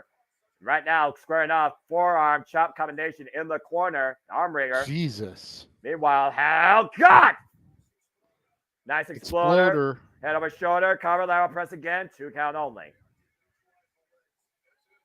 Again, he didn't hook a leg. You talk about fundamentals, JJ. We always talk about all the time. Hook a leg, grab a body part, float over, shoot the half, put your full body weight in the cover. But they are keeping the pressure right now on Anthony Bowens, and they also are isolating him on their side of the ring. Oh! My friend somersault and the elbow drop, the cover, hook by Mikey, and a kick out at 2. Billy Gunn right now, Daddy Ash trying to wheel his boy back into this bout. And we are just 9 minutes away from going across the world live on WrestleDream. Again, folks, you still have time to be part of the conversation. Please subscribe, comment, tell a friend. Super chat, super sticker at Casa D18 Studios. If you want to dictate, donate to dictate. Super chat, as simple as that. And if you want to engage the action live with us, check it out on your local pay-per-view provider, Bleacher Report, or wherever you may be, whether it's Sky, pay-per-view.com, Select Dave and Buster Feeders, etc. Oh, God, big chop again. Tag to Bad Dude Tito now. Hey, it's all good, brother. Bad Dude Tito right now putting the boots to Anthony Bowens. Tag Team Wrestling 101. What do I always say? Isolate, dominate. Yep. Right now, Bad Dude Tito exercising his will against Anthony Bowens off the ropes. Big elbow drop. Bowens is getting worked over here heavily, JJ. Again, they've got to try and make TMDK look dominant, knowing that there's a 99% chance they're going to lose this match. Well, I mean, again, is that going for their mind? Oh, what a PK. What a kick to the back. That's a spinal tap if I've ever seen it. Anthony Bowens grasping his lower spine. Heavy kinesis tape over the knees, though. Again, a lot of young AEW talent's going to be showcased here, but they've been putting the work on the independents and also in AEW. So you're going to see a lot of wear and tear tested, but that's the resolve of professional wrestling. And Bad Dude Tito is just a force of nature, just carrying Bowens like nothing. He is. And Bowens again trying to fight back. The forearm, the leap. Whoa! And TMDK immediately preventing the quick tag that almost happened. I could be wrong. The camera angles being what they were, but I thought that Billy got a piece of Anthony's arm there to get a tag. Apparently not enough. Nice spine buster, though, as he hooks the leg. Aubrey in the cover. 2. No. Aubrey late as normal. Hey, Aubrey was making sure that the Acclaim didn't get involved. Did you not see the cheap attack by TMDK? All right. You know Billy Gunn's a hothead. You should know that more than anybody else. Fair. Tag. If we're going to call out integrity, let's be actually accurate. And meanwhile, whoop, up and over. I mean, when her initial referee gimmick was a Hebner, That's all you need to say about her integrity right there, Noah. I'm just saying. Fair enough. She is connected to her Hebner, to be fair. There's a reason why she was once called Gerald Hebner. And meanwhile, the Hall of Famer, the legend, oh man, Billy Gunn, Daddy Ass, taking control. Uh-oh, your dude, Baptiste right now, stuck in the wrong place. Might be looking for the fit. Nope, counter. Yep, meanwhile, going for the Famouser. No, Ooh, missed it. Bad that's it. Tito with a nice flurry of kicks there. And a nice German suplex. This is what I wanted to see. One that floats over, hooks the leg too, and Max Caster saves the titles. Strong-armed him with that German. Jesus, there was no jump from Billy, whatever. That was just raw, brute strength from Bad Dude Tito. Again, we talked about the fountain of youth. We talked about the unexploited power of your boy Big Teats. And right now, TMDK taking control again of the champions. 2-for-1 special against Max Caster, Stephanie Bowens. Up on the shoulders. Now Haste with the power slam. Meanwhile, oh my God! That was impressive. Cannonball. Yeah, step over cannonball. Bowens, black hole slam, cover two. No! Your boy Big Dude Seats almost pinned the champions. Bringing a mean fight here as Daddy Ass sends, I think that was Mikey Nichols, yep, into the barricade. Shane Case sent face first into the ring post. Famouser connects. Is that going to do it, though? Oh, this will. There's the arrival by Bowens. And once again, there's the tag. You hit a Famouser, you hit a arrival, and all that leaves Time for the one mic drop. Yep, Max Caster. Mic drop the Bad Dude Tito. Cover two. The Acclaim has retained. Fun match. Game 5 brought by TMDK as the Global Scissoring Tour continues tonight in Seattle with the Acclaim still holding now 5th successful defense, the AEW Trios titles. That was fun.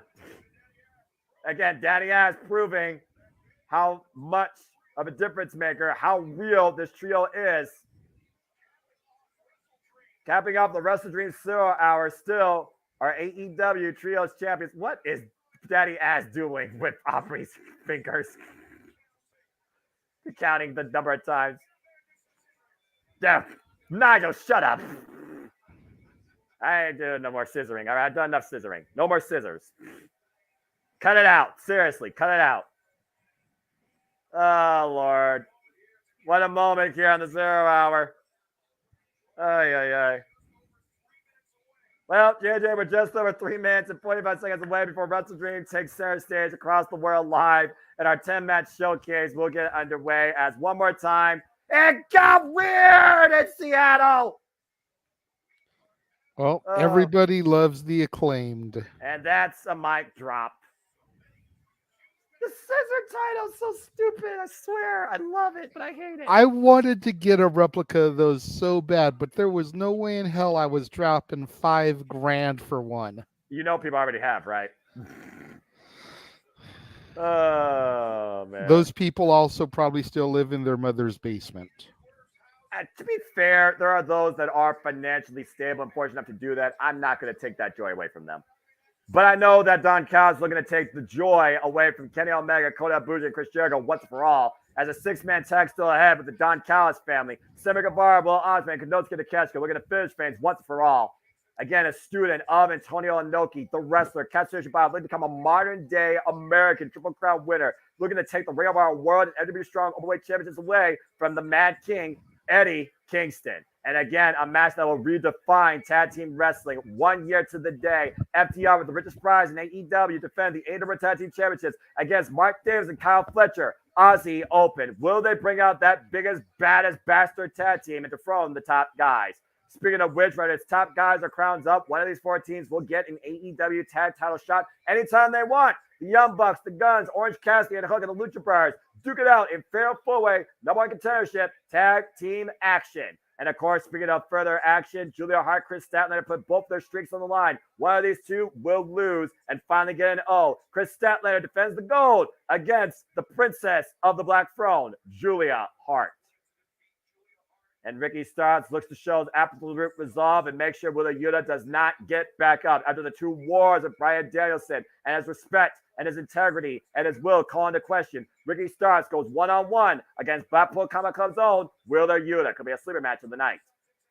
And of course, we talked about TMDK. The frontman of TMDK will take center stage tonight in the Dream Match. 1 year in waiting. The Underworld World Title Champion, Zack Jr. goes one-on-one against the Mega Dragon, Bryan Danielson. I don't know if you got a call for divine intervention, but MJF might very well need it. MJF defends the Ring of Honor World Tag Team Championships. 2-on-1 match against the Righteous. Dig what they're saying, man? Walter just had an old moment. Needs to go get his Ovaltine and cookie. Says Billy Gunn's been on his TV since middle school. He's 40 years old and he's still on TV. You figure the Smoking Guns made their WWF debut in what, 1993, 94? 93, I believe. Correct. Yeah. Yes. So this is his 30th anniversary in pro wrestling this year. And then you think about all the teams he's been a tag team champion with. You know, the Smoking Guns, the New Age Outlaws, Billy and Chuck, the VKM and TNA. Again, the Outlaws, but under a different name and a different company. Yeah, you know. He's now got the Trios Gold in AEW. All right. Well, JJ, it's been a lot of fun. We had a lot of free-form conversation, but now it's time to get serious and it's time to get down to business. As my screen went black and as 8 p.m. Eastern Standard Time, it is October 1st. It is the 1-year death anniversary honoring Antonio Inoki. It is Sunday night as the FBI warning is on my screen. This is another preview courtesy of All Elite Wrestling. And that being said, folks, welcome to the show. Let's freaking go.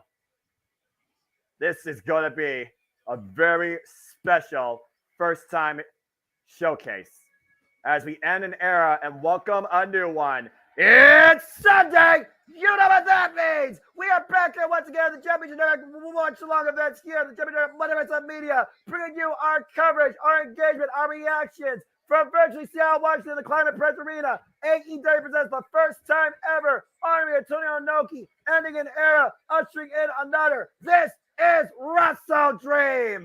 Hello, everybody, and welcome once again to the Championship Multiverse Media live watch event specials. You know what this is, for I am the Simmer Brand, the voice of the JMN, and my name is Noah Foster. With me, as always, is the Renegade of All Elite, JJ Williams, as we go down to the WW Justin Roberts to give us our opening contest in the ring. All right. Oh, boy. Ladies and gentlemen, our opening contests are for the Ring of Honor World Tag Team Championships. JJ, are you ready to go tonight? You dig what I'm saying, man? I am very much ready to see the Wish versions of Bray Wyatt and Joe Gacy become the Ring of Honor Tag Team Champions. Speaking of moments, what about that moment last week, Wednesday? 4 mystery assailants attacked Switchblade Jay White after confronting the AEW World Champion, MJF. There's been speculation about, was it Adam Cole? Was it the Kingdom? Was it Roos? Was it Andrade El Idolo? Who is the devil that we don't know versus the devil that we do know? And will he show his face again here tonight? Time will tell, Noah. As time will I tell. don't know if I would pull the trigger and do a reveal just yet, if I'm being brutally honest. We only saw that attack on Dynamite. I think we build it up a little bit longer. Get a slow burn going for it. Maybe do the reveal at either Full Gear or Winter is Coming, personally speaking. Fair enough. Ladies and gentlemen, the devil has arrived in Seattle. Cut his music. Maxwell Jacob Friedman, MJF. Currently my favorite world champion in the industry. All right, let's hear what he's got to say. Oh, boy. Yes, he has. Still bearing the AEW World Title, the Triple B. Huh. Accurate. What? MJF attacked Jay White. Who would think that? Tofu, flavorless. Blah.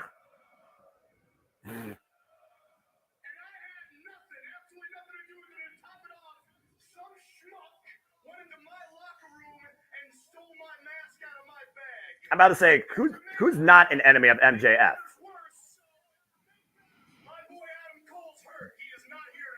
Boo! I love that he's donning the Adam Cole Better You Baby jacket. Well, we did get a super chat from Walter here. Go ahead. Saying Billy has wrestled through 5 presidents: Clinton, George W., Obama, Trump, and Biden. Do you feel old yet? Think about that for real. That's a fair point. Yeah. That's a fair point. It's weird. You don't think about that type of thing until it's just like held under your nose. Like, look at this, acknowledge it. But you're absolutely right. That's crazy to think about.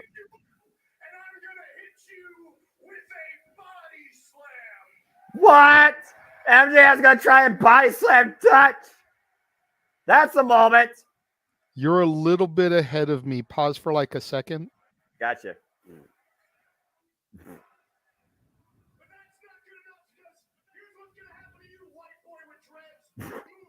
White boy with dreads, damn. I'm gonna grab you by your dirty hipsty and hipster hair. I'm gonna tie it into a neat little bow. And then I'm gonna shove it straight up his fat ass. Damn, MJF with all the sorts of insults and promises tonight.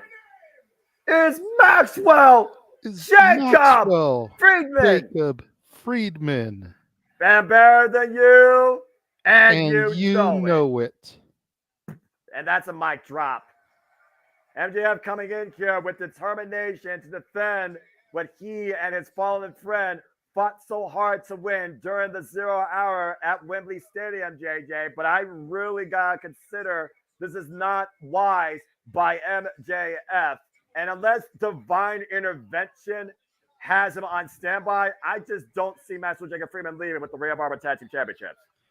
Nor do I, but I think this makes Max sympathetic in anything that happens with this other devil, if you will. And I think it's great storytelling in that fact. The Righteous have been on fire for the last month or so since hitting AEW television. There's no way they can job out in this match. You have to put them over. You've put way too much stock in them. We'll find out here in a moment. Bell Reigns and we're underway as hashtag Aew WrestleDream takes the world by storm on the Twitter, known as the X. And MJF is literally up against Vincent and Dutch 2-on-1 handicap match. Looks like it's going to be the Wish version of Joe Gacy starting things off against MJF. The most cynical colonel I've ever seen in my life. No, there's no way. And let's consider this. How much is that compromised neck still intact? How much wear and tear is there on MJF's back? Having the female fan at ringside give him a little bit of a rub down there. Hey, you know what? Maybe she has a license in massage therapy. Who knows? Anyway,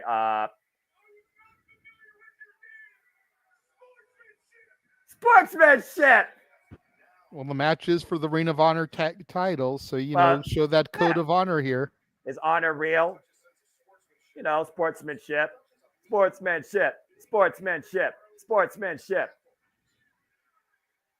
There, you see, we got a handshake. Referee Bryce Rensburg. And then Max with a paintbrush to the face there. JJ, remember, he's our scumbag. That's His right. Side headlock right now. Whoa. The release off the ropes. Ducks underneath and off the ropes again. Ducks underneath the clothesline again. And Dutch, the drop down. And MJF. Oh, the Fargo strut, baby. And the Rick Rude hip swivel. Ain't he great? Whoa. Drop toe hold. Nice. MJF right now. And meanwhile, Slingshot. Brings Vince inside the ring the hard way. Just shove his hand right up his ass. Oh, no. Now I know what he means. Oh, no. What? Counter. Oh, God. Brutal clothesline there. Both members of the Righteous just lay it into MJF now. Well, let's keep in mind, it might be a handicap, but they still got to make tags in and out, JJ, and Dutch is still the legal man. Dig what I'm saying, man? Again, you can say what you want about the Righteous, but they've proven that they are a force member, to your point. Beating the Hardys in their AEW debut, a world-renowned brother duo of tag team champions across any company you can think of, and winning a fair four-way number contendership for this title match here. Record lariat. No! Slides in with the DDT, hook of the leg, two, no! I mean, if MJF wins this, you might as well put your stock in Maxwell Jacob Freeman that he can overcome anything, as Vincent mocks Adam Cole. Baby.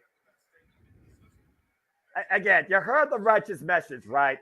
They're going to take away what bonds MJF and Adam Cole falsely, and that is material possessions. In this case, the Ring of Honor World Tag Team Champions. And they feel like they've been through enough pain and misery in their life. They're untouchable. They're here to try and absolve the impurity in all elite wrestling. Take that for what you will. As long as they don't start preaching about inclusivity and everything. Thank Christ they haven't two done roots, one tree. They're not like that, thankfully. These guys, though, are two yahoos from a freaking Garden of Eden from the abnormal purgatory. The elbows right now to the midsection. Clubbing shot to the back by Dutch.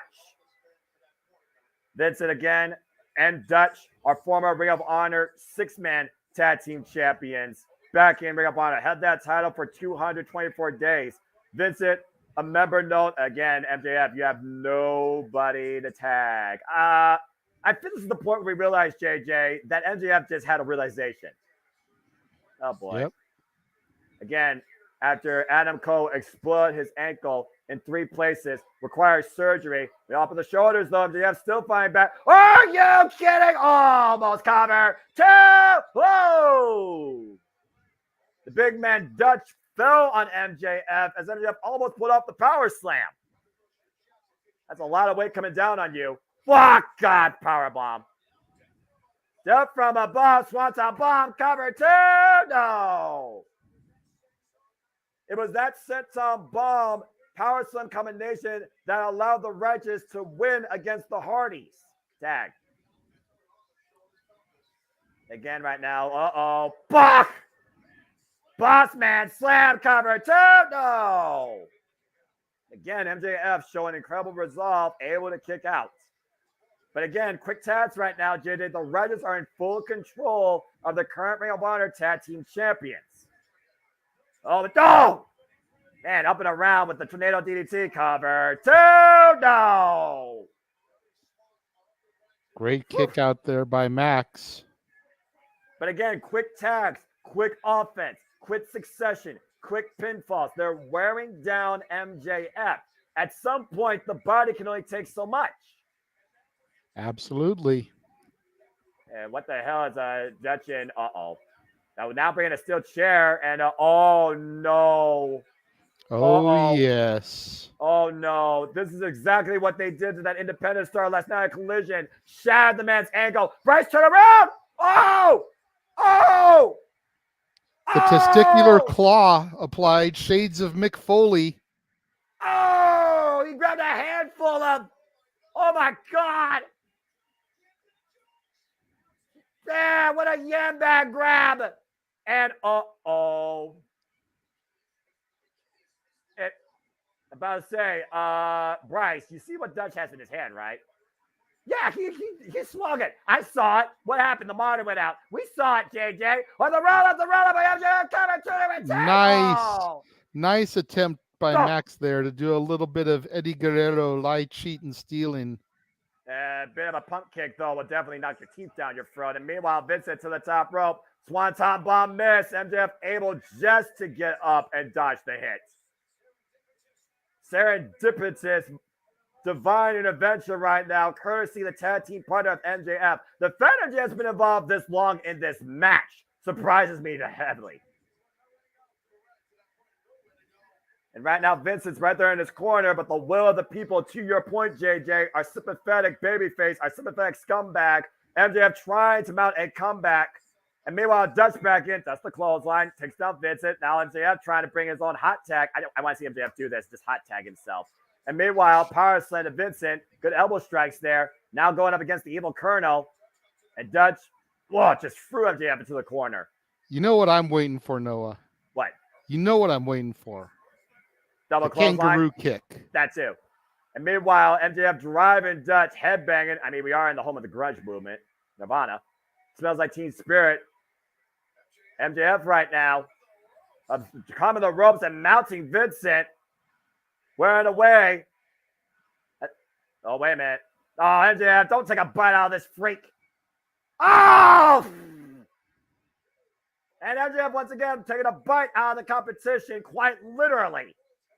Meanwhile, Dutch falls in, crashes into his partner, and Dutch is still the legal man. Oh, no. No. He's calling for the body slam, JJ. Are we going to get that moment? Is MJF capable of doing it? He drops him. MJF did it! MJF did it! My God! But MJF collapsed afterwards, Noah. He took all of that out of him. The power slam heard around the world. But Max can't capitalize. Yeah, I mean, he shook Seattle. An earthquake on the Richter scale, but to your point, completely exhausted himself. Again, was that just a shot of adrenaline? Was that the last shot that MJF had? But MJF right now needs to realize he has a chance. And MJF, oh, wait a minute. JJ, he's got that look in his eyes. Now, usually we know what that means. And Vincent rammed straight up Dutch's ass. He has delivered. He's calling for it, Noah. What? He's feeling it. We're not in Australia. We're in Seattle. You gotta be kidding me. This could actually happen. It's gonna happen. Oh boy. And they're calling for it. The kangaroo kick. How confident, how much in control do you believe in Maxwell Jacob Freeman? Retain the Ring of Honor tag gold. Heat sinker. Just spike Dutch. Cover. 2. MJF did it. MJF did it. MJF did it. Holy shit. Win if you can, lose if you must, but always cheat.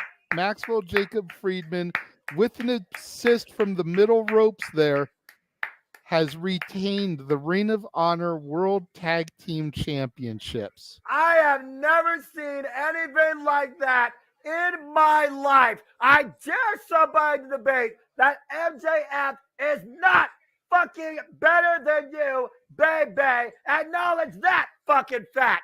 MJF successfully defends the Ring of Honor World Tag Team Championships. Wow. I cannot believe that. We are just getting started. I'm already flabbergasted beyond belief. This pay was already delivered beyond my expectations. But speaking of championship expectations, we now keep moving forward as AEW always does. And we will see if Eddie Kingston once again delivers and rises in the moment as the Ring of Honor World Championship and the very strong Open Championship is on the line. It is Eddie Kingston versus Katsuyori Shibata. Will we see an American Triple Crown winner tonight at WrestleDream? JJ, I'm shocked. I'm flabbergasted. I can't fucking believe it. Oh my gosh. Wow. He promised, he delivered, he succeeded. MJF is truly better than you, baby. I am so damn happy. That was fucking awesome. Oh. All right. We'll get ready for a real fight. Kings Road, Big Strong style, as the wrestler Katsuyori Shibata looks to honor the legacy of Antonio Inoki and become an American Triple Crown winner. Our Ring of Honor Pure Champion arrives in Seattle to take on Eddie Kingston. This is going to be good. I fucking love professional wrestling. Katsuyori Shibata on a 184-day reign as the Ring of Honor Pure Champion since taking it off of Yuta, putting that young boy through a master clinic and R-rated social defenses against the likes of Rocky Romero, Christopher Daniels, and of course, Lee Moriarty and Daniel Garcia. This match so meaningful on so many levels. A true student of Antonio Inoki in front of us tonight in the wrestler Katsuyori Shibata, 43 years of age, 20 years in the game. And now we welcome in the Mad King himself. This match truly defines respect, JJ. Eddie Kingston has arrived. I still cannot believe I see Eddie Kingston as Ring of Honor World Heavyweight Strongboy Champion. How far this man has arrived. Eddie Kingston, who literally said professional wrestling saved his life. Corrigan Hall was his sanctuary during a short New Japan Pro Wrestling exhibition this year. Not only winning the NWA Strongboy Champion from Kenta at Independence Day, July 4th, but participating in his own first time ever G1 climax, meeting his hero Kawada, using the normalized bomb and the power bomb, runs the Kings Road style. That way, that is a New Japan official. Two rival companies, two rival styles. This is two different styles clashing, and the name of Inoki is Strong Style, Kings Road. It's Pro Wrestling Nova, it's New Japan Pro Wrestling. It's the streets versus LA. Code of Honor here too in the early going as the handshake's on the way and the bell rings, and here we go. This is going to be a very interesting clash right here. I wonder though if they're going to focus more on the match style, which is Katsuyori Shibata's strength, or are they going to focus on the striking style, which might help Eddie Kingston. Of course, Eddie Kingston has overcome the likes of Shingo Takagi, Hanare, Tomohiro Ishii. Caught another tab in the early going here. And recently, Claudio Castagnoli to become the world champion. And think about this, JJ. That rivalry was 18 years without a settlement and without respect. And Eddie Kingston found that, and Claudio Castagnoli accepted that. Literally, we called it at Arthur Ashe Stadium Grand Slam this year. Uh-oh. And the former multiple-time never openweight champion is calling Eddie Kingston to deliver his best shot. This man literally turns into a machine. He thrives on pain. And the ref, oh, gets the midsection. The snapmare and a PK kick to the spine. Oh, and I remember seeing a few of those matches early on in the rivalry, specifically the Kings of Wrestling versus Eddie Kingston and his partner du jour. And of course, Eddie Kingston holds the Ring of Honor World Championship up to the likes of Loki Hernandez and RIP Xavier. Covered by Shibata. Up the PK, gets a 2 count. Meanwhile, trying to transition the Fujiwara armbar and trying to maintain wrist control. Eddie Kingston, though, might be losing it, though. That arm gets hyperextended. Eddie Kingston might be in a world of trouble. But watch the shoulders. I think Eddie Kingston trying to get a pinfall here, but we all know how much that back has been compromised over the years. The short arm scissors right now, and Eddie Kingston again trying to reverse the pressure while Katsuyori Shibata once again holds him in place, but Eddie Kingston able to get his foot on the rope. Woof.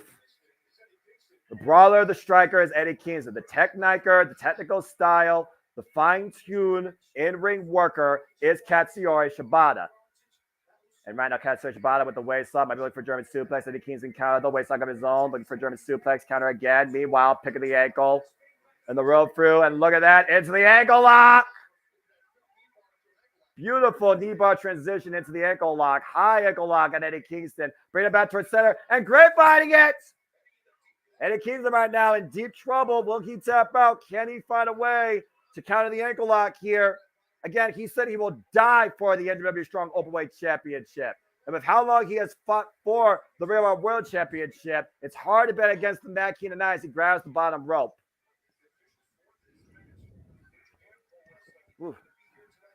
Eddie was seriously struggling there to get to that bottom rope. Shibata had him locked in deep. And now he's got him locked in a figure 4 leg lock, but you see Eddie Kingston try to beat the pressure. By the way, JJ, that official is a New Japan Pro Wrestling official, and he wanted to be here tonight on a night that honors Antonio Inoki, tests his strong style, showcases King's Row, and really demonstrates what grappling wrestling can be when it takes control. Awesome. And right now you see Eddie Kingston. That just adds to the honor and prestige in the name of Inoki. Yep. And right now, look at Shibata. Look at the way he perfectly cover. Oh, the pressure. Look at the way Eddie Kingston right now is trapped in this hold. Again, the figure 4 leg lock, your own knee is working against you. Your own body is your own worst enemy. That's why when people reverse it, it automatically reverses the pressure to the opponent. And again, Eddie Kingston finds his way to the ropes. Well, Eddie's definitely got the height and the strength advantage over Shibata. Not to sell Shibata short, but you look at Eddie Kingston, he's got that raw upper core strength to be able to pull himself to the bottom rope like he just did. You see right now, again, how fine-tuned, how tested is Katsuyori Shibata with this gator hold. Oh, man, and wrenching back with the legs crossed while still applying pressure to the ankle. Ah, God. Again, think about how much that affects the ligaments in your knee, the ligaments in your lower leg. And meanwhile, the modified bow and arrow now. Shibata right now. Again, all this type of stuff is literally what Antonio Inoki practiced, demonstrated, fine-tuned with the touch of strong style handed down to him by Karl Gotch. He's thinking backdrop there. Meanwhile, off the ropes, and again, maintaining the side headlock. And it came to oh! Big Saito. And so far right now, the Kingston has finally removed the wrestler away from him for the moment. Talk about Lou Fez, of course, and the Lou Fez press. We're going to see all the grades demonstrated tonight. And meanwhile, Eddie Kingston follows him with the clothesline. To your point, JJ, Eddie Kingston is more so the brawler type. Remember the work he had with Tomohiro Ishii during the 0 hour of AEW All Out last year? Oh, Shibata taken down hard with that last chop. Again, Fighting Spirit Unleashed. You can catch that show, folks, in Las Vegas. Aew WrestleDream trending worldwide on the X. I'm just going to give it to you. And hashtag Twitter. And of course, we are happy to bring our coverage here for you tonight for this incredible wrestling exhibition here at WrestleDream on the WWE Live Watch Along events on the WWE Multiverse of Media. Now, Shibata with those ridiculous, vicious forearm strikes. Look at the combination here and might be looking to strike him. Uh-oh. This is a Kenta innovation. Hesitation drop kick. On target. Whew. Shibata has just clearly dominated this match this evening. Eddie Kingston hasn't even been able to get out of first gear.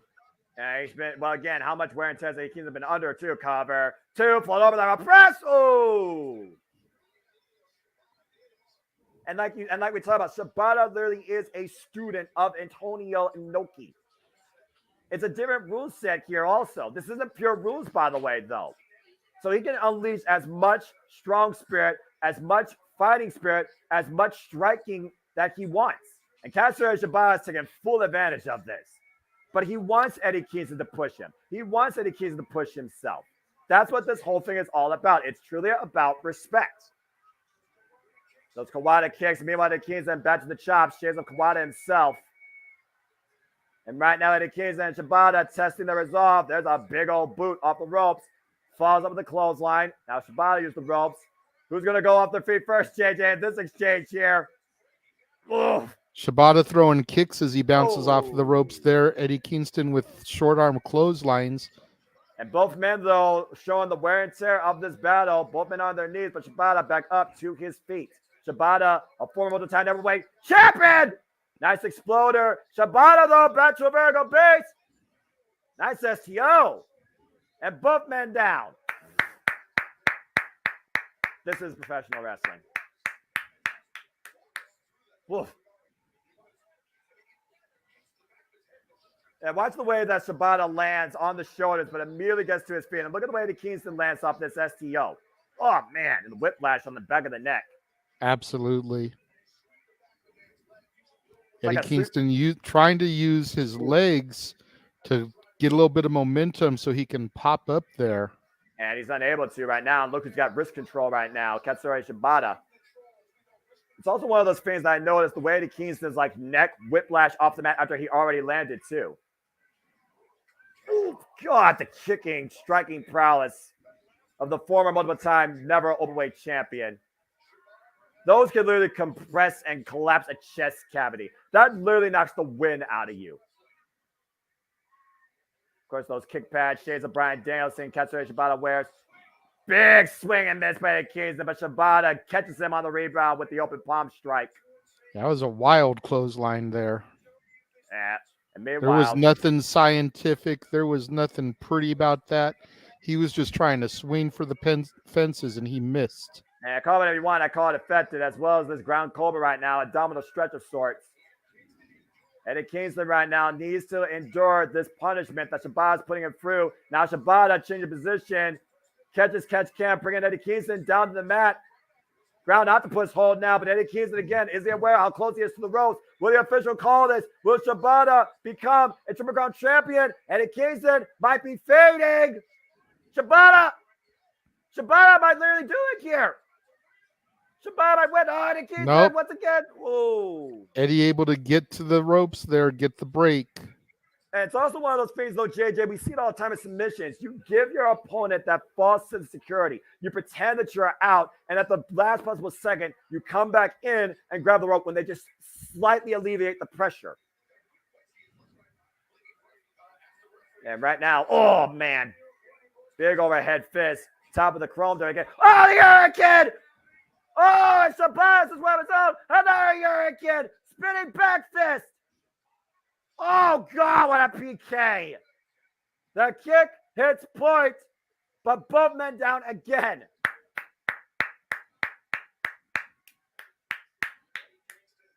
Whoa. Eddie Kingston finally to maintain his hold on the Ring of Honor World Championship and the MJF Strong Openweight Championship. Katsuyori Shibata honoring a legacy, trying to become an American Triple Crown winner tonight and further a legacy. Both men back up to the vertical base, and both men with the forearm strikes here. Big chop again. We're going back to the striking game. Kings Row versus New Japan. Ugh, Pro Wrestling Noah style versus New Japan Pro Wrestling. This means everything to both these competitors. This is professional wrestling. Again, Shibata with the forearm. Oh, the Hurricane again. Collapse Shibata. And it kicks and cover. Shibata kicks out at one. What the fuck?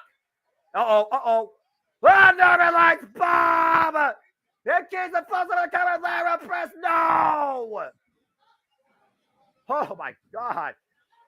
And Shibata again, the fire spirit will not die. Oh, the Hurricane again. And now, Shades of Kawada. Power bomb. High stack. Cover two. And Eddie Kingston has retained. Not a surprise there. But a hell of a respectful bout with two incredible wrestlers. Inoki be proud. That was awesome. What a match. What a war. What a brawl. What a battle. What a show of endurance, will, and fortitude tested by both Katsuyori Shibata and Eddie Kingston. For a first time ever one-on-one encounter, JJ, both these men delivered. Without question. Whoa. Eddie Kingston, Katsuyori Shibata, honoring Antonio Inoki through the disciplines of Japanese professional wrestling and strong style. And look at this face-off here. Code of honor adhered to. Both men know how important this was, not for each other only, but for all of those that are fans of professional wrestling. Give it up for Katsuyori Shibata and still your Ring of Honor World WWE Strongweight Champion, Eddie Kingston, as Eddie Kingston leaves the ring to the wrestler. Say what you will about the past, but the past be dashed. This is the present, and Katsuyori Shibata and Eddie Kingston delivered. And thank you once again, Katsuyori Shibata. I could not be happier to see the wrestler back on my screen delivering his craft inside the middle of that fucking professional wrestling ring.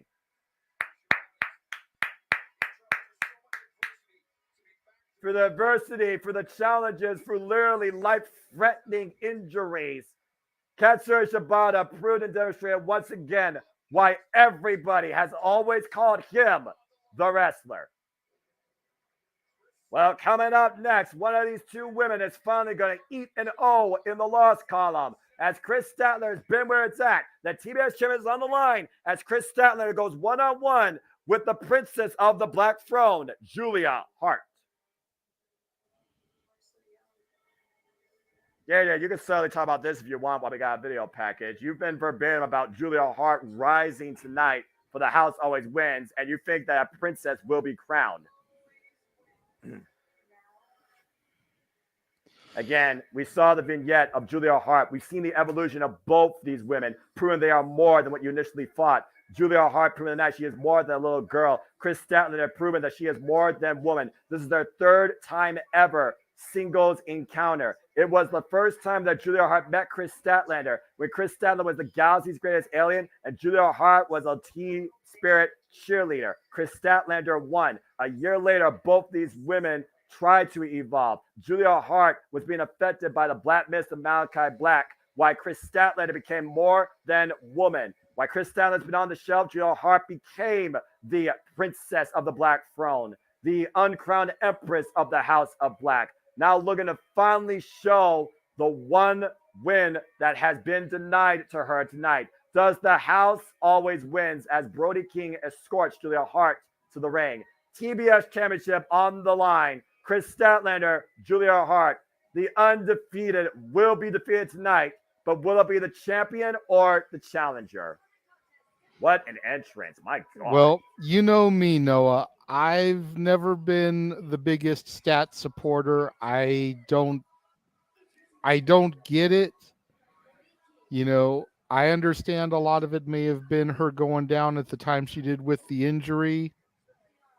But ever since her return, ever since she dethroned that bitch Jade Cargill for the TBS Championship, I wonder if it was a mistake. I understand Tony Khan wanting to put the strap on her. I understand Tony Khan having faith in her. But the TBS Championship just hasn't been what it was when it was on the waist of Jade Cargill. Well, I think that Julia Hart, with everything that she's gone through in the last year and a half, taking the mist, becoming the Black Princess, if you will, I think that she has really shown a lot. And the fact that she is 27-0 walking into this match just goes to prove that she is not the same little girl that was around when AEW first began. But again, Chris Statlander, to counter your point on an 18-match winning streak, proved how much it means to her to hold this price, to spearhead this division, to dethrone that bitch, and beat her when she was 100%. Chris Statlander has been, to your point, underbooked, underregarded, and I do think underappreciated. Again, 18-match winning streak. She has been undefeated now for 5 months straight with a record of 14-0. Stat's been where it's at while giving all comers on Rampage, on pay-per-view, on Collision, on Dynamite, beating Mercedes Martinez, Taya Valkyrie, Nyla Rose, Emi Sakura, Ruby Soho, Jade Cargill, and Dynamite DMD, just to name a few. But again, to your point with Julia Hart's growth, she's overcome Anna Jay, Sky Blue, Caballero Holy, and Will Nightingale, and the bias have been stacked up in the longest singles win streak in the women's division long time at 24-0. Tonight, we're going to finally see who truly has grown more and deserves the title of the TBS Championship. But the one thing that we have to consider, if nothing else, Julia Hart has not ever beaten Chris Statlander. There's a first time for everything, Noah. Most certainly. Deep arm drag right now by Chris Statlander, the early going as Julia Hart right now. Getting pushed over in the corner, and Chris Statlander exercising her will against the challenger. Shoulder blocks in the corner. Chris Statlander, 6 years of experience. Julia Hart, 3 years of professional wrestling experience in her career. And we're going to see truly if she rises to her self-called full potential and exposes the proverbial mask of the weakness that is Chris Statlander and all beneath her. Oh, so they could see how much more Julia Hart is. Nice shoulder block there by Chris Statlander. I'm gonna say this right now, but can I get Julia Hart and this new dark version of Thea Hale as a tag team, please? Cover. Thank you. JJ, are you trying to open a forbidden door? Because for once, I agree with you. And meanwhile, Julia Hart trying to. And just for the record, let me get Chris Statlander and Shayna Baszler as a team. Thank you again.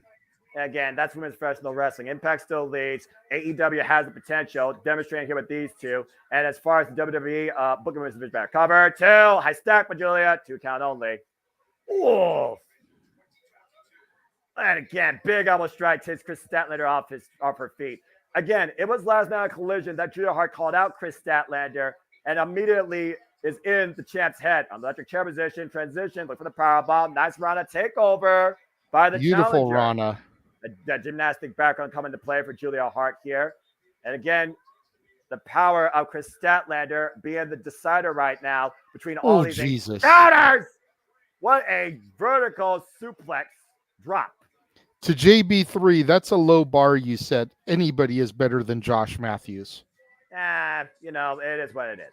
And right now, Julia Hart being Chris Statlander to the outside again. TBS Championship can only change hands via pinfall or submission inside the ring.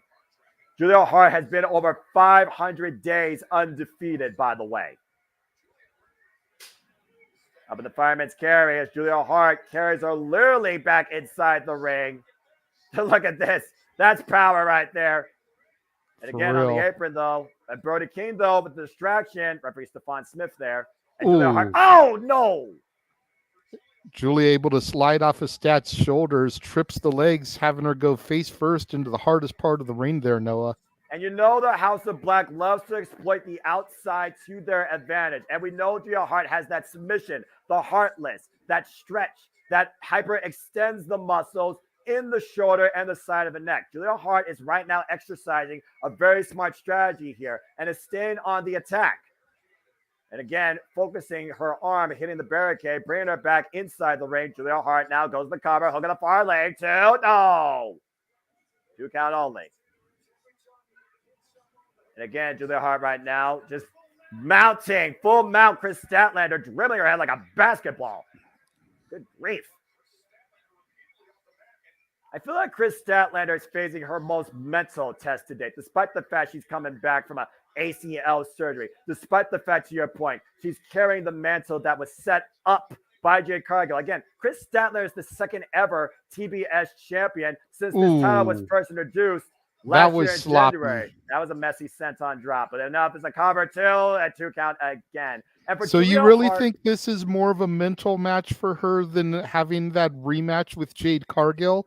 It's one thing to come out after a match, surprise somebody and win a match, but going in one-on-one when they've actually had time to prepare for you, you don't think that rematch against Jade in Jade's final match wasn't more of a mental match to her? That's a fair point. That might literally have been her biggest mental challenge to overcome. Because again, you're right. The first time she had the surprise factor. The second time, both women brought at 100%. And I dare anybody to go back and watch that Rampage main event. Respect women's wrestling, damn it. But it's real, arguably both of their best matches in AEW history. Oh, I agree. And again, I will say this though, when it comes to counter that point though, or basically coincide that point with Julia Hart. Again, this is the first time that this Julia Hart is facing Chris Statlander, but it's not the first time that Julia Hart in general has faced this Chris Statlander. Fair. Off the ropes, and meanwhile, big power slam by the champ. But Julia Hart has kind of leveled up since their last meeting. Well, again, Chris Statlander's been on the injury reserve since last year after blowing out her ACL. Julia Hart has been around the entire haul, to your point. Again, undefeated over 500 days, running knee strike to the side of the head.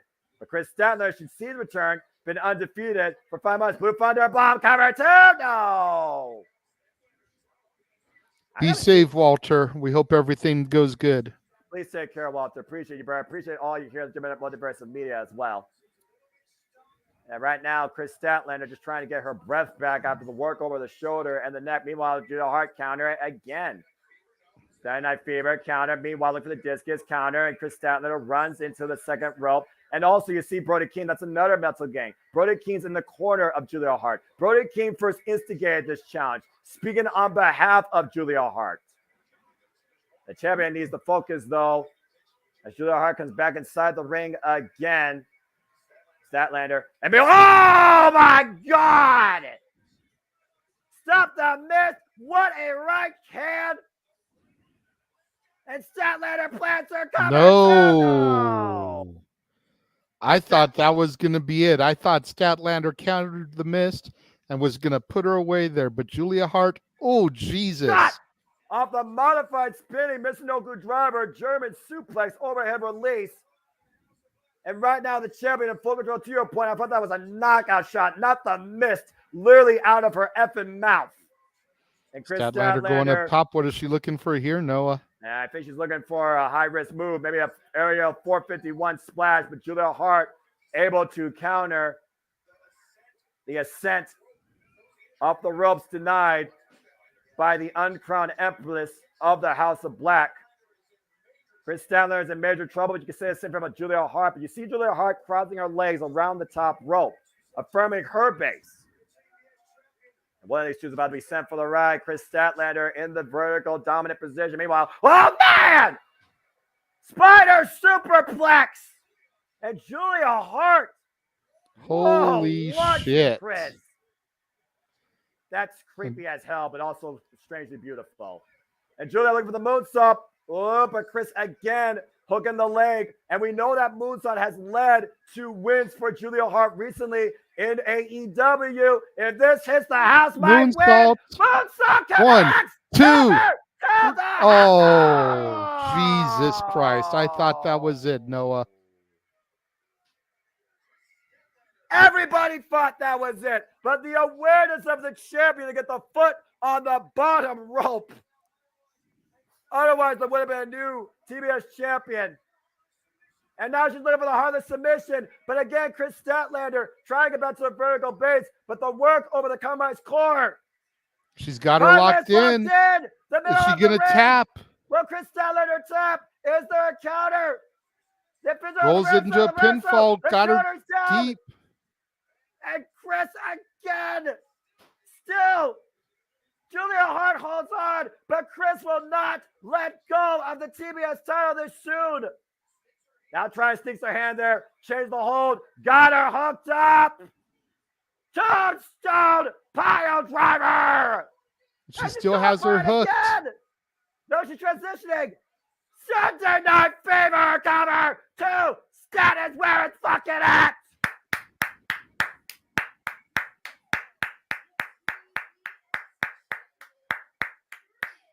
Boo.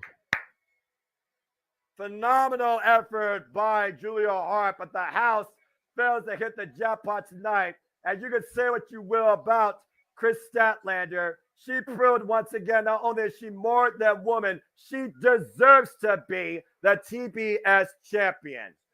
Chris Statlander right now, checking on Julia Hart. Let's take a look at the replay here. Again, JJ, you thought that moonsault was it.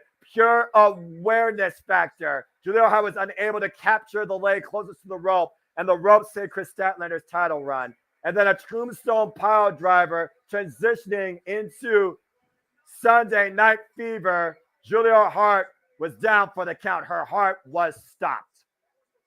That was one of the toughest tests, if not the toughest test, for Chris Statlander since achieving her return to AEW. But that was also the greatest test in showing the potential of how far Julia Hart has come. Well done by both women. Chris Statlander still the TBS champion, and Chris Statlander proves once again stats where it's at, and she truly is more than woman. Well done. That's women's professional wrestling. But as we keep moving forward, we will now see who will be the next challengers for the AEW World Tag Team Championships as the Young Bucks, the Guns, Orange Cassidy, and Hook of the Lucha Brothers fatal four-way number one contendership. And that is up next here on WrestleDream. Here we go. This match brought to you not by Doritos, but I encourage you all to get your Doritos and get your Mountain Dew. And welcome, everybody, not to AEW Unrestricted, but the Renegade release, as I'm going to let the Renegade spearhead a lot of this match. Yeah. I think we're lucky that I just got brought a plate of food. I do have to wait a few minutes because it is tomato sauce, and tomato sauce gives me heartburn, so I had to take a pill, let that kick in so I don't get heartburn. But once that kicks in, I'm going to be going to the off-screen image so that I can eat my dinner. But I think that's the only thing that's going to save the Young Bucks from my rage tonight. Walter calls himself the Rage of Wrestling, but when it comes to the Young Bucks here, it's going to be the Renegade's rage. Fair enough. Bullet Club. Guns up, folks! The 310 Yuma just left the station and arrived tonight at WrestleDream as the fully cocked and loaded golden guns of the Bang Bang Gang, Bullet Club Gold, Austin and Colton Gunn look to once again get back in AEW World Tag Team title contention. I'm not gonna lie, I love this freaking entrance. I'm not gonna lie, they made this entrance brilliant. Damn it, King, you sold me. They are 15-3 in their past 18 tag team matches, JJ. Former AEW World Tag Team Champions of 56 days, taking them off of the Acclaimed at the time before losing them to FTR. But we've seen how much the Guns have improved to a stronger form of an arsenal since joining Switchblade Jay White, Rock Hard Juice Robinson, and being a part of Bullet Club Gold, too. They have all the momentum and all the potential, and they definitely are not in their father's shadow. I also can say the same thing about this brother duo. That's on another level with zero fear. The Lucha Brothers. Rey Phoenix, Penta, El Ciro Miero, the Lucha Brothers. And our good buddy, the man whose name is on the marquee, Jeff motherfucking Meacham, is actually not that far from their store in Pasadena, California, as we speak. And of course, Rey Phoenix, as we saw at Grand Slam, is the new fourth ever AEW International Champion and has a defense coming up on AEW Dynamite anniversary. The Lucha Brothers are former AEW World Tag Team Champions at 122 days, taking it off the Young Bucks inside a steel cage back in AEW All Out 2021 until they lost those titles to the Jurassic Express the following year in January. Yeah, you beat me to the question there, Noah. I was going to ask you, how long is Rey Fenix going to hold that championship? That championship that he was never supposed to win in the first place. Going toe-to-toe against one of the Young Bucks on the 4th anniversary episode of Dynamite this week could spell his demise as champion. As now it is time to send Hook. The two-time FTW champion, the cold-hearted, handsome devil, 39 matches in his career with only one loss. Put that in perspective, with a combined reign with the FTW title of 393 days. But speaking of champions, I gotta say, dude, I loved the way this tag team came together. Yeah. So nonchalant, so Orange Cassidy. Whatever. Our freshly squeezed, badly bruised, former AEW International Champion, the longest reigning AEW National Champion in this company's history, with an incredible 31 successful defenses over 326 days since winning it last year, October 12th from Pac. Orange Cassidy, the anomaly of professional wrestling that always got to give the people what they want. This is certainly a unique clash of styles, but respect shown between one former champion to a current unrecognized AEW champion. We see it all the time in this industry, JJ. Strange bedfellows have surprised us and rise to the occasion out the gates. Orange Cassidy and Hook have a very real chance of winning this, coming in as the only team to never been AEW or Tag Team Champions. And I think they got the most momentum. They may have the most momentum, but you know who's got the pen in their favor? The EVPs, the Young Bucks. The Young Bucks looking to bring a super kick party, 2/3 of the new Ring of Honor 6-man World Tag Team Champions, former 2-time AEW World Tag Team Champions. 302 days was their longest reign, beating FTR at Full Gear 2020 for their first run. Spent 330 days total as AEW Tag Team Champions. Matt and Nick Jackson, the Young Bucks. And might I add, Nick Jackson has a match this Wednesday on AEW Dynamite's 4-year anniversary against Rey Fenix for the AEW International Championship. This is one of those matches that literally could steal the show when you consider the amount of quality in the talent and tag team expertise, but also the resourcefulness and the untapped potential of Hook and the innovative nature of Orange Cassidy. Again, Orange Cassidy and Hook are the only team in this Fair 4-Way that have no prior tag title resume experience in AEW. You got the Guns, of course, that have had their fight with the Bucks, haven't really feud with the Lucha Brothers, and of course the Lucha Brothers, the Young Bucks, have fought forever. Bell Rays are underway. Forever. Yeah, literally. And we got senior official Paul Turner. Man, Paul Turner's been in this industry a long damn time. Ring of Honor senior official, now AEW senior official. Kind of a tie-up right now between Rey Fenix and Nick Jackson. Appeal this upcoming Wednesday's AEW International Championship match. The standing switch and reversal right now. Again, Nick Jackson, he's been in more singles action than his brother Matt Jackson, and we've really seen him rise to that potential. I was very surprised to see him win that triple threat against Castagnoli and Brian Cage. And the way he won it too, with the takeover Rana and then stole the cover on Brian Cage, counting the Ricola bomb. Oh, jeez. I'm not surprised that he won the match. And much like Walter, I'm rooting for just about any other team in this match, but I bet on the Bucks. Again, it's hard to bet against the Bucks. I understand your point when it comes to the resume. You see the heavy kineso tape on the upper left and tag to Orange Cassidy. Again, folks, the opinions of certain individuals, the championship, Multiverse media, does not affect everybody in the chat nor on screen. We respect your opinion. We hope that you respect everyone else's opinions too. Thank you. And Orange Cassidy, wait. Oh. Look how heavily bandaged that hand is, by the way. That right hand's got to be close to broken. Oh, big forearm. And again, we saw Orange Cassidy's last successful defense against Penta Samillero, Rey Fenix's brother. Whoa, went for the orange punch. Rey Fenix stops the knee. Big super kick. And up in the shoulder, fireman's carry. Oh, dear. Oh. Rey Fenix collapsed there. Attack. Again, you see the heavy kineso tape on the upper left side of his back. Now the Guns taking advantage, wearing down the Lucha Brothers and ripping the kineso tape against Rey Fenix. Oh, damn hard. That's smart.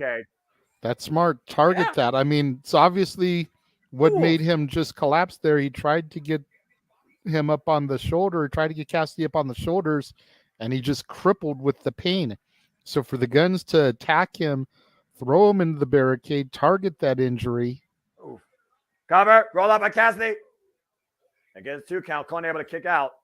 Again, if you eliminate a team, that's one less factor towards you not winning this match. Orange Cassidy driven into the corner. Big drop kick. Nice vertical by Colton Gunn. And you've also got to wonder how that's going to affect Fenix come Wednesday for the 4th anniversary of Dynamite. Exactly. The wear and tear on that work. Wait, what? You can't do that. Come on. Why? You cannot pin your own partner. I've never heard such. JJ, that is not. If both men are legal, why? You can't. That doesn't. I understand it doesn't, but I want a logistical reason. If both men are legal, why can't you pin your partner and become champion? I just don't think that's ever been a freaking. So it's something original.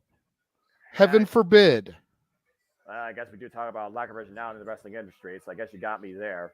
What's not original is the Young Bucks standing tall in an AEW match as EVPs. That's not original. I'm just going to sit back and let JJ take over as the Bucks is legal. And Matt and Nick launched over by Colton Gunn. There's the tag now by Matt.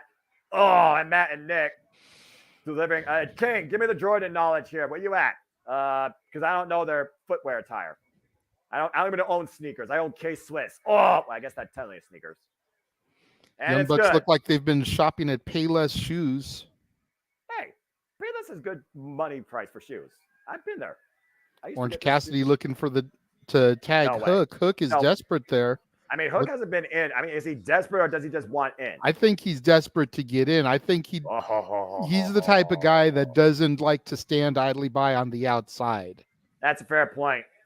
The cold, hearted, handsome, nearly undefeated Devil Hook. And you can get Hook part of the new Hookhausen DLC for the AEW video game Fight Forever. Now get it now. Army Curse by Danhausen. And look at the body shots. Good grief. But Matt Jackson, no selling, just like always. Oh! Big forearm smash exchange there, though, by Matt and Nick. Matt, that still works that compromise bat to this day. Looking to send Hook for the ride. Locomotion, suplex, Northern Lights. Wait, Hook counter! Hook counter! No, wait. Uh-oh. Whoa! Building Northern Lights with a bridge and the float over by Hook. This guy has so much fucking potential. Matt with another one. Now they're right now able to get the better of the suplex exchange. Both men playing a game of anything you can do, I can do better. Again, got a 1 count there, though, as he bridges over. And once again, looking to maintain a hold with a side headlock. And now Matt and Nick both caught by Orange Cassidy. Oh! And one buck was sent for the ride while Hook sent the other one for a ride. Hook and Matt are legal, by the way. Uh-oh. And Hook. Whoa, God! Hook sending, literally, Matt Jackson for the ride. A T-bone suplex. It's a tag, though, to Austin Gunn, the propaganda machine of the Bullet Club Gold faction. I said what I said. And the loudest member, might I add. Now, both Guns right now trying to work against Hook. And Orange Cassidy coming in. Uh-oh, I see where this is going. And Hook and Orange Cassidy taking both Guns up and over. Oof. Wait, where's Ray Phoenix? I don't see Ray Phoenix anywhere here. Whoa, he's still down on the outside after being thrown in the barricade by the Guns there earlier on. Is he over by the timekeeper, or was he taken to the back? Because I don't see him anywhere here. Looking for the T-bone again, but you see Austin coming to the aid of his brother Colton. And Penta ducking underneath. Oh! But a kick to the face to Colton. Stepping into Guri to Austin. And staggers the Gun. Nice flop there. That was kind of funny. And Penta right now looking for the Cyril. Oh! A clubbing shot by Colton takes Penta off his feet. Penta, by the way, still not the legal man. And we got Hook and I believe Colton that are the two legal men in this four-way dance. Austin back in the corner there. Yeah. You talk about the lineage, though, of course, of Hook, the son of the suplex submission machine, Taz. The Guns, of course, the sons of the current reigning and defending AEW Trios champion, Badass Billy Gunn. And, of course, they are still called as boys, as they should be. And Penta and Phoenix have family history, do they not? Yeah, absolutely.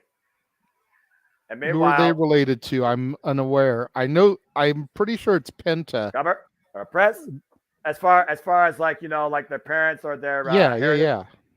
So Penta and Ray Phoenix, they've basically been brother cohesive team since AAA for the longest time that I can remember. The first time I saw them actually was Triple Mania, but as far as the roots, I would have to actually look up that history because I never really looked further beyond their tag team cohesion, but they are a pair of brothers, but it's not like it's one El Nino or El Hijo, but I'll definitely look that up here.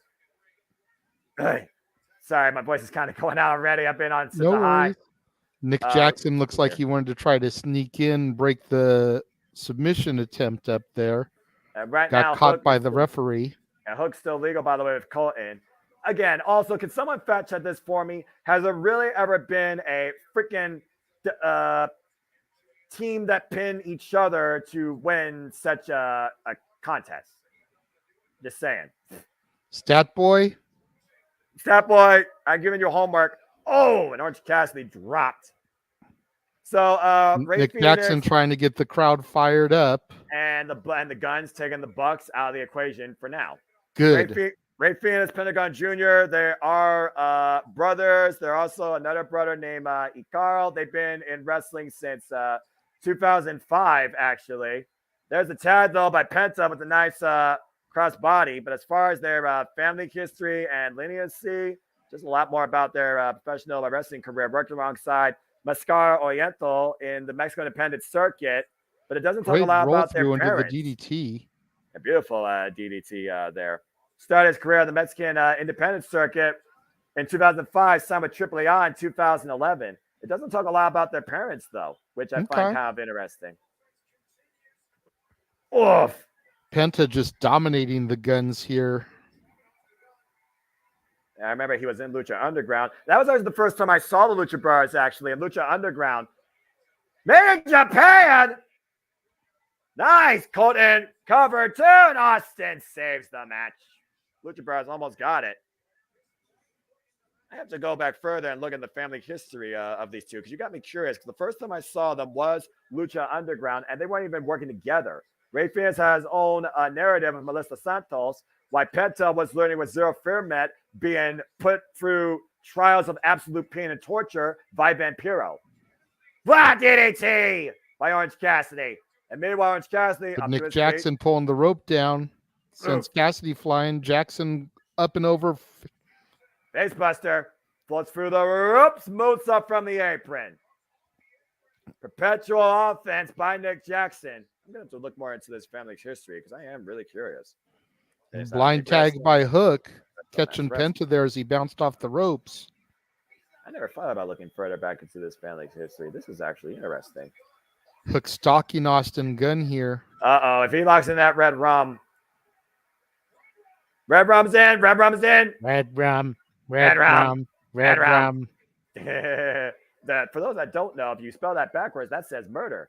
Orange Punch connects! And right back into the red rum. Catches Austin in the red rum. Austin gets the tag to Nick Jackson, it looks like. It might be divine intervention. Again, he's not legal now. But Matt Jackson is the 450, or excuse me, the 360 splash. Cover a bump and 2. And Orange Cassidy saves the match. Thank you, Orange Cassidy. And Penta gets the tag in now. Take a look at this, by the way, JJ. Watch Nick Jackson with the 360 splash. Sorry, I was distracted by looking at family history. I'll talk more about that maybe later when I actually look it up. I'll get back to calling the match now. And meanwhile, Penta and Orange, no strangers to each other. Oof! Kicks in the face. Man, maybe to slow down finally. And Hook right now. Hooked by Penta. Gory special. What the hell? Tag to Nick by Hook. And meanwhile, what Nick the Jackson, hell is this going to be? that is a gory bomb fear factor pile driver combination. Super kick party catches Hook. On the Hook And right another now. one for Colton Gunn. The Bucks taking control, and Penta dropped on his head. Oh, no. Super kick by Penta after Nick super kicked his brother. Meanwhile, Nick off the ropes could not pull the Tiger feint and got caught with a clothesline, kicking the back of the head. And now the Bucks isolating Penta. BT and 1, Trigger 2, cover. 3. What a And the Bucks surprise. have done The it. fucking Bucks win the match and get to call their match whenever the fuck they want it. Damn it. Go ahead, JJ. You can go ahead and talk right now. I'm just going to let you get your thing out. You're all good. So fucking predictable. The Young Bucks with another chance at the richest prize in the AEW Tag Team Division as the Young Bucks once again stick it to the Lucha Brothers, getting the better of Penta. But I also got to put this in perspective. Rey Fénix was taken out of this match in the early going. And I got to wonder what that is going to mean for Wednesday on Dynamite, where Rey Fénix is supposed to defend that title against Nick Jackson. What it's going to mean, Noah, is we're going to have a new international champion and fucking Nick Jackson's going to end up with 3 goddamn belts. Because he's a fucking EVP and he can book himself to do that. Piece of shit. All right. Well, we'll see soon enough if that is to be the case. And we'll also see soon enough who will be on the opposite side of that ring. Will it be Aussie Open or will it be FTR? That is still yet to be determined here tonight at WrestleDream. Oof. As we take a moment to breathe here as the Young Bucks once again delivered a super kick party. And we'll see also if Heyman Page brings all the cowboy shit possible to Seattle. Looks like Jim Ross is tagged out. Tony Schiavone's taken over. Yeah. And Tony Schiavone, a legend of the industry. I swear, it doesn't look like his voice has changed in freaking 30 years. Ugh.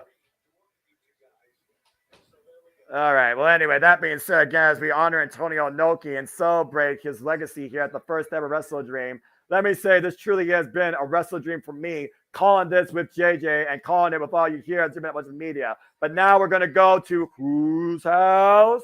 Run's house.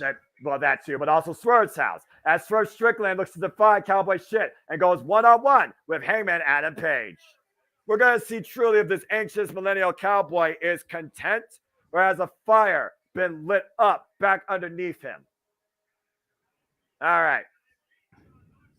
Oh, man. Enjoy Perez. Don't blame you. It's a good night to get pizza.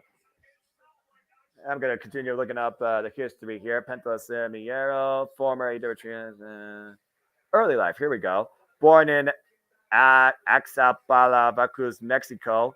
It's unclear also exactly how many brothers and sisters he has become. It doesn't even talk about their parents, which I find rather interesting. A man behind the Penta Jr. mask has never been unmasked in the ring. Not much is known about his previous history beyond what has been revealed by the man himself, which is tradition in Lucha Libre.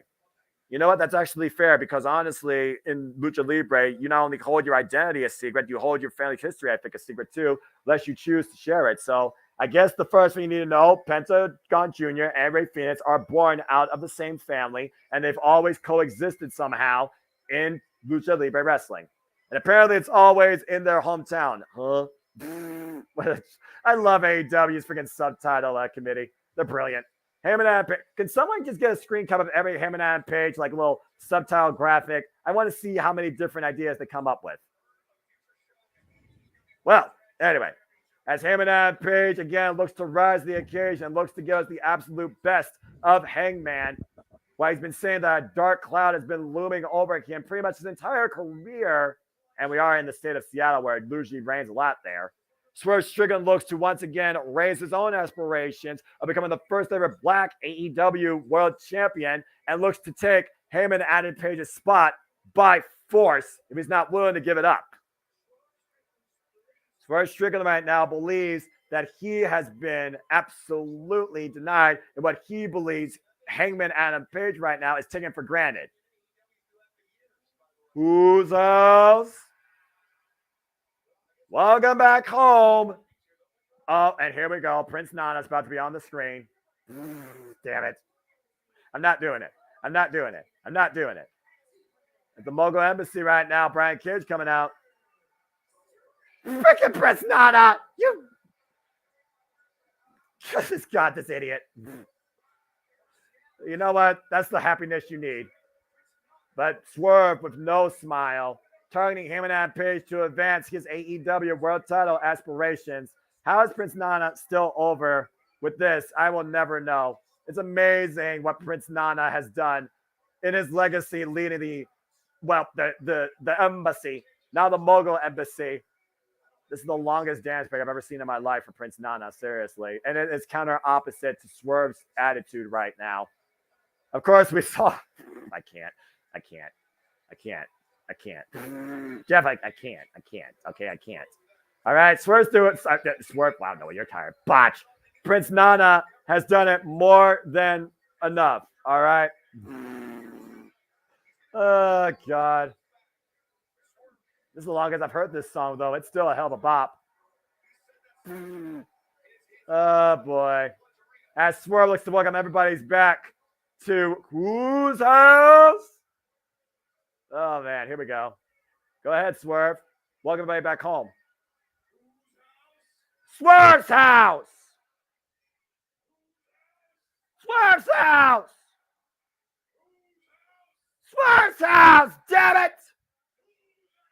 It's Swerve's house! Damn it! Man, that evil, sinister smile, spooky season has arrived, and so has the Mogul Embassy's entrepreneur and leader with AEW World Championship aspirations at the expense of Hangman Adam Page, senior official Paul Turner, the official for this contest. First time ever matchup. Bell rings, we're underway. And we saw what happened in the contract signing. Literally, Hangman Adam Page driving that pen into Swerve's hand, making sure that Swerve signed that name in blood. Heyman and Page right now. The man. I'm here, Noah. Yeah, I'm just off camera because I'm going to start eating. So if you need me You're to good. interject, just throw it to me. Otherwise, I want to stay muted while I chew and everything. Oh, you're fine. I'm just making sure that you got all the coverage that you need, my friend, brother. You're fine, brother. I got you. As we got one-on-one singles account here with Heyman and Page and Shane Swerve Strickland. Those that know, people have always said that Heyman was better in the chase than holding the gold. We saw the 3-year journey Heyman and Page took to not only reunite with his family in the Elite, but become the AEW World Champion. Why Swerve has had ups and downs and swerves all around in pursuits of the AEW International Championship, the AEW Tag Team Championships, and of course the recent hold of the Ring of our 6-man tag team gold. Nice shoulder block there, taking the Heyman off his feet. Cowboy Shiznak, indeed, Dre Santi. Again, folks, thank you for tuning in. We appreciate all of you. This WrestleDream has truly been a dream for me to call for you. Please like, subscribe, comment, tell a friend. Oh, big cowboy boot to the face by Hangman. And again, if you want to dictate the conversation, donate to Dictate at Castagnoli Studios. Support my friend JJ Williams. Show him some love. Give him a super sticker. Give him a super chat. Super chat. It's truly as simple as that. And right now, again, Climate Pledge Arena here in Seattle. Big knife edge chop by the Heyman to Swerve Strickland. And right now, Swerve, of course, with the home advantage, looking to defy the Elite, looking to defy Heyman tonight, former Defy heavyweight champion, if you know what I mean. Whoa, big knife edge chop there. And again. Oh, and again. And Walter, I try. And again, the chop exchange right now in the corner as the Cowboy puts the boots to Swerve, stomping a mud hole in him. And up the second rope right now, trying to say this is the Heyman's house, and I'm pretty sure everyone wants to give the Heyman a pink slip as he's in hostile territory tonight. Swerve said himself, Heyman, you are in the Lion's Den. You are in Swerve's house. You are in Seattle. And if you had a looming black cloud over you, it rains a lot in Seattle, and you literally might have a flood rain upon you. I got to consider if Swerve wins this, he would have to be in AEW Championship contention. And Swerve off the corner again. The waist lock, the turnover. Waist lock release up and around, catching Hangman. And that hybrid style with the takeover T. Harris taking Heyman off his feet. And now Swerve up inside. Oh, God. Single leg boot to the face. And right now, Heyman checking for blood. Maybe checking his teeth. And Swerve in the cover. Paul Turner gets a 2 count only. It's one of those things that I think people have kind of wondered, what is Swerve's MO? And Swerve said himself, everybody he's ever worked with, he's turned into an enemy. He's literally made it his prerogative to be public enemy number 1. Oh. He's also sacrificed everything for this industry. He's sacrificed family. He's sacrificed his fiance. He says that he knows what Heyman chooses to go through, the mental toll. Yet Heyman, of course, has a family of his own. And right now, Swerve off the second rope. Oh! Beautiful spinning back elbow strike to the back. And what the hell is that? All right, I guess that's some sort of dance I don't know. I don't understand you millennials and your dance crazes, but I digress. King, I seriously need you to bring up the speed here in this generation's form of entertainment viral. Thank you. Nice net breaker there by Swerve, taking Heyman down and once again maintaining and swinging the hips. This is not Three Amigos. I'm not sure what Swerve is going for here. And once again, working the neck of the Heyman. Oh, Heyman, they'll counter the waist slap. I'm looking for a German suplex. Heyman again, though, countered again by Swerve. Reversal, standing exchange. Suplex release. Heyman lands on his feet. Might treat the angle there. Another cowboy boot. Sends Swerve up the rope. Swerve falls in with the elbow strike, a forearm. And catches the Heyman up and around for the scoop slam. Heyman, though, counter. And there's the power. Far away through by that wide cowboy. And the booze rain out of Seattle. Woof. And Heyman and Page right now trying to will himself quite literally back in this match. Big old kip up by the anxious millennial cowboy here. Looking to bring the best of Heyman, which might be the worst thing for Seattle tonight. And Heyman looking to follow up off the corner. Triangle clothesline. And Swerve goes down, lands on his feet. Again, you got to bring him back inside the ring, though, to win this match. Heyman over the top with the plunge up loose. Swerve gets out of the way. And Swerve pop up. Oh, God, apron bomb. And still got him. Oh, God, against the barricade. Hard to the spine. Heyman and Page, who overcame the likes of Jon Moxley earlier this year at AEW Revolution, Texas Death Match. And, of course, the Elite One, Blood and Guts earlier this year, as if the outside moonsault and connects fully with it on the floor to Swerve Strickland. And now bringing it back inside the ring, pushing the pressure on Swerve. Taking his move, the pop-up power bomb, sit out cover, 2, no! Not quite enough there. Trying to get both legs over the shoulders, wasn't able to fully get the full body weight on them. Again, that Asai moonsault, such an effective maneuver that the Heyman hits. Really doesn't ever miss that. And Swerve planted, but somehow able to survive that sit-out powerbomb. And right now, Swerve just trying to recompose himself. Prince Nana trying to scout maybe a game plan here. Brian Cage also not at ringside, nor is anybody else from the local embassy. Him and that Page are going to follow up. I'll be looking for that. Tope Suicida catches all of it, sends Swerve up all the way to the entranceway. And shout out to the Orange Cassidy guy front row. I approve. Again, what's a buckshot to a kill shot? What's a farmer to a mogul? The words of Swerve himself. Heyman right now with wrist control. Irish whip again into the barricade. And Heyman having his way right now with the Mogul Embassies, Swerve Strickland. And again, right now, trying to damage the wrist. And you see that heavily bandaged right hand after Heyman stabbed it with a pen Wednesday night on Dynamite during that contract signing. Oof, and a kick to the midsection. Of course, we've seen Swerve Strickland, of course, the former AEW World Tag Team Champion alongside Keith Lee, former challenger for the AEW International Championship, twice against Orange Cassidy. And right now, Heyman and Page just further instigating the home faithful of Seattle to Swerve, just angering everybody. At this point, they're just inciting the rage of Heyman and Adam Page. The fact that Heyman and Adam Page even came out and said, I haven't even bought wrestling gear in over a year. There's a certain pride, though, that comes into question when called out by a wrestler that you should never be content. You should always want more. Big flying clothesline off the top. Here's the cover, hook of the leg, and a 2 count only. Man, you got a lot of distance and a lot of flight off that counter. Look at this move here. Oh, God.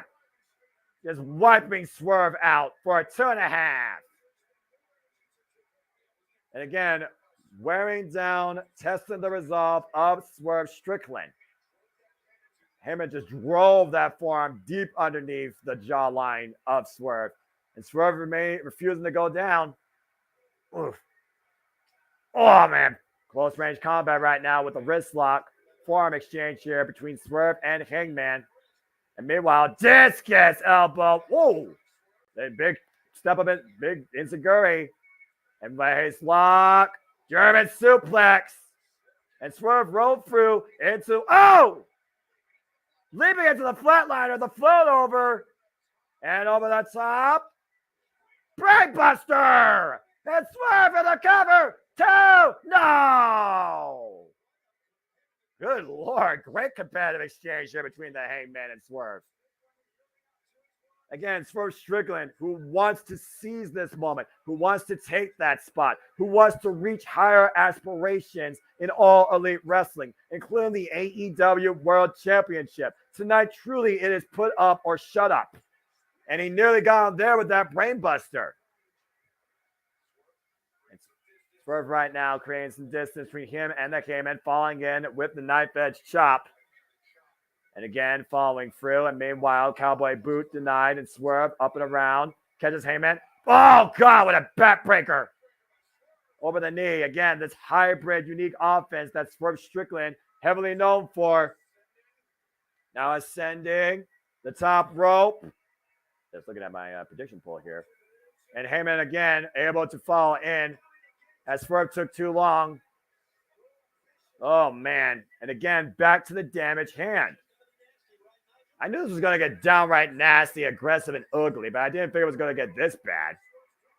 And right now, Heyman might be looking to send Swerve for the right, Swerve for the leg, folks. A former 3-time Defy World Champion, home promotion in Seattle. Had wars against the likes of Nick Wayne and Darby Allin. And right now, the shots underneath the jaw by Swerve. Heyman holding on by both his hands on the second top rope. Might be looking for the Swerve. Swerve, stop! Heyman saw it coming, but could not avoid it.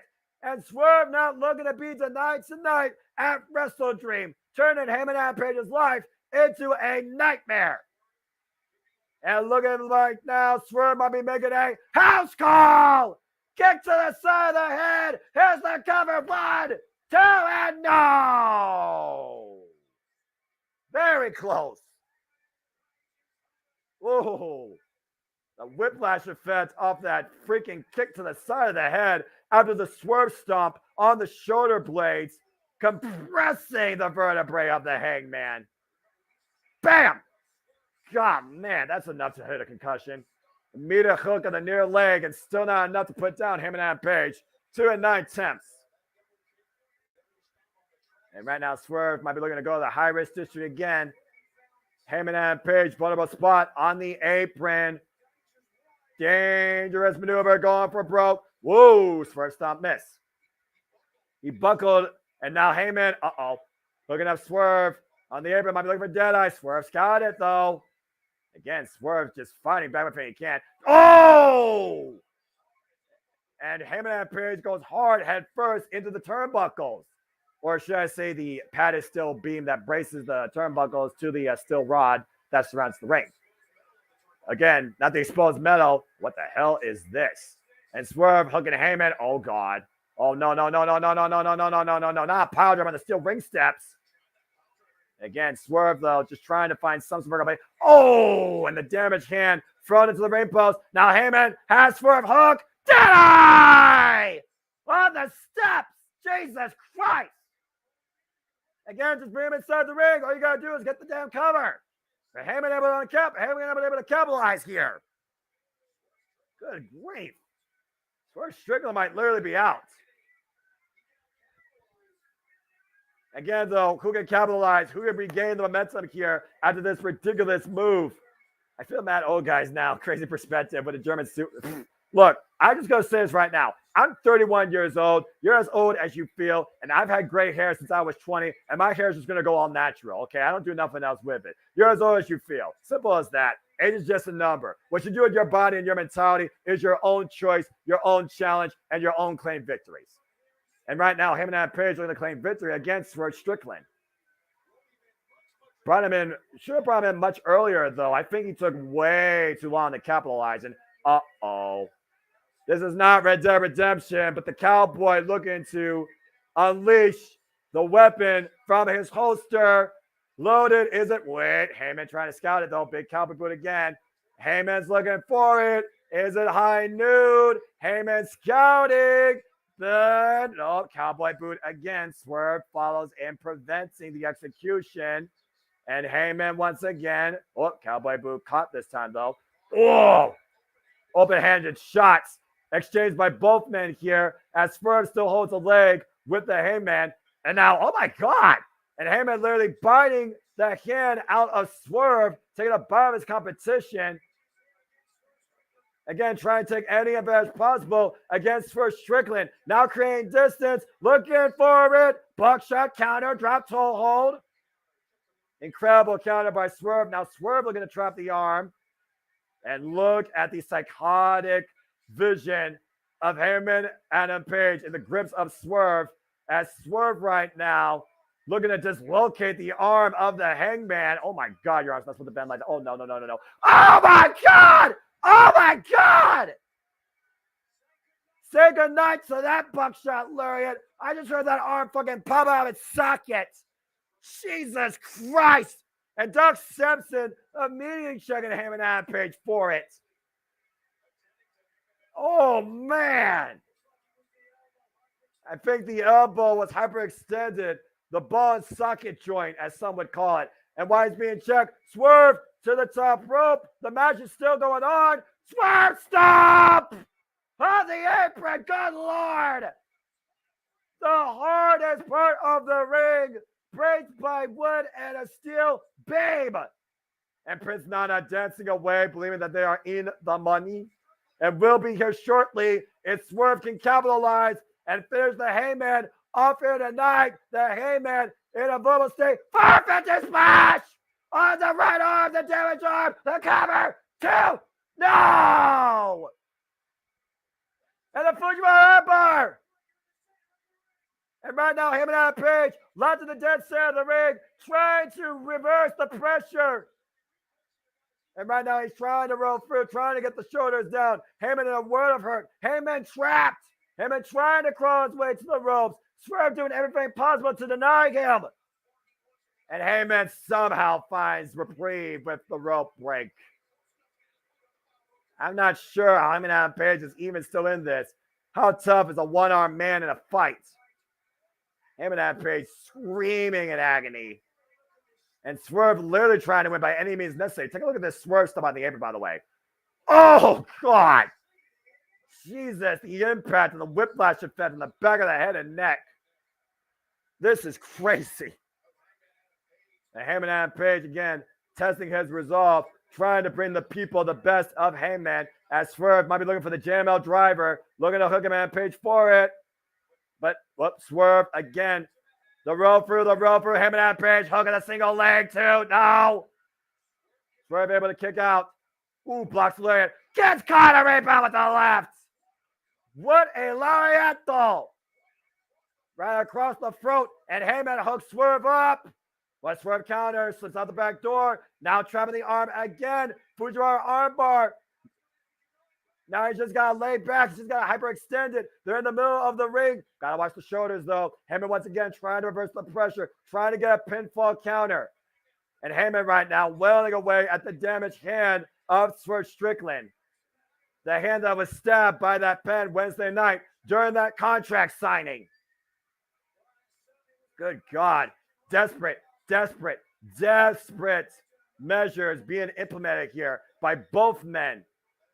A battle of survival for one, a battle of arrival for the other. Who's going to win this freaking war of attrition? This is a classic that Inoki will be proud of, as only the strongest spirit will be victorious here tonight at WrestleDream in this match. And once again, Swerve counter, rebound, suplex release. Nice German suplex. And Swerve once again looks to go to the high-risk stick as high as the Seattle Sky Needle here tonight. Swerve is feeling it. Swerve says he will not be denied. Swerve stomp counter, missed the roll through. Heyman and Page on the apron though. Crane distance, Swerve, buck, shot, lariat, bang! He can't fucking cover. He used the damage arm to execute the maneuver.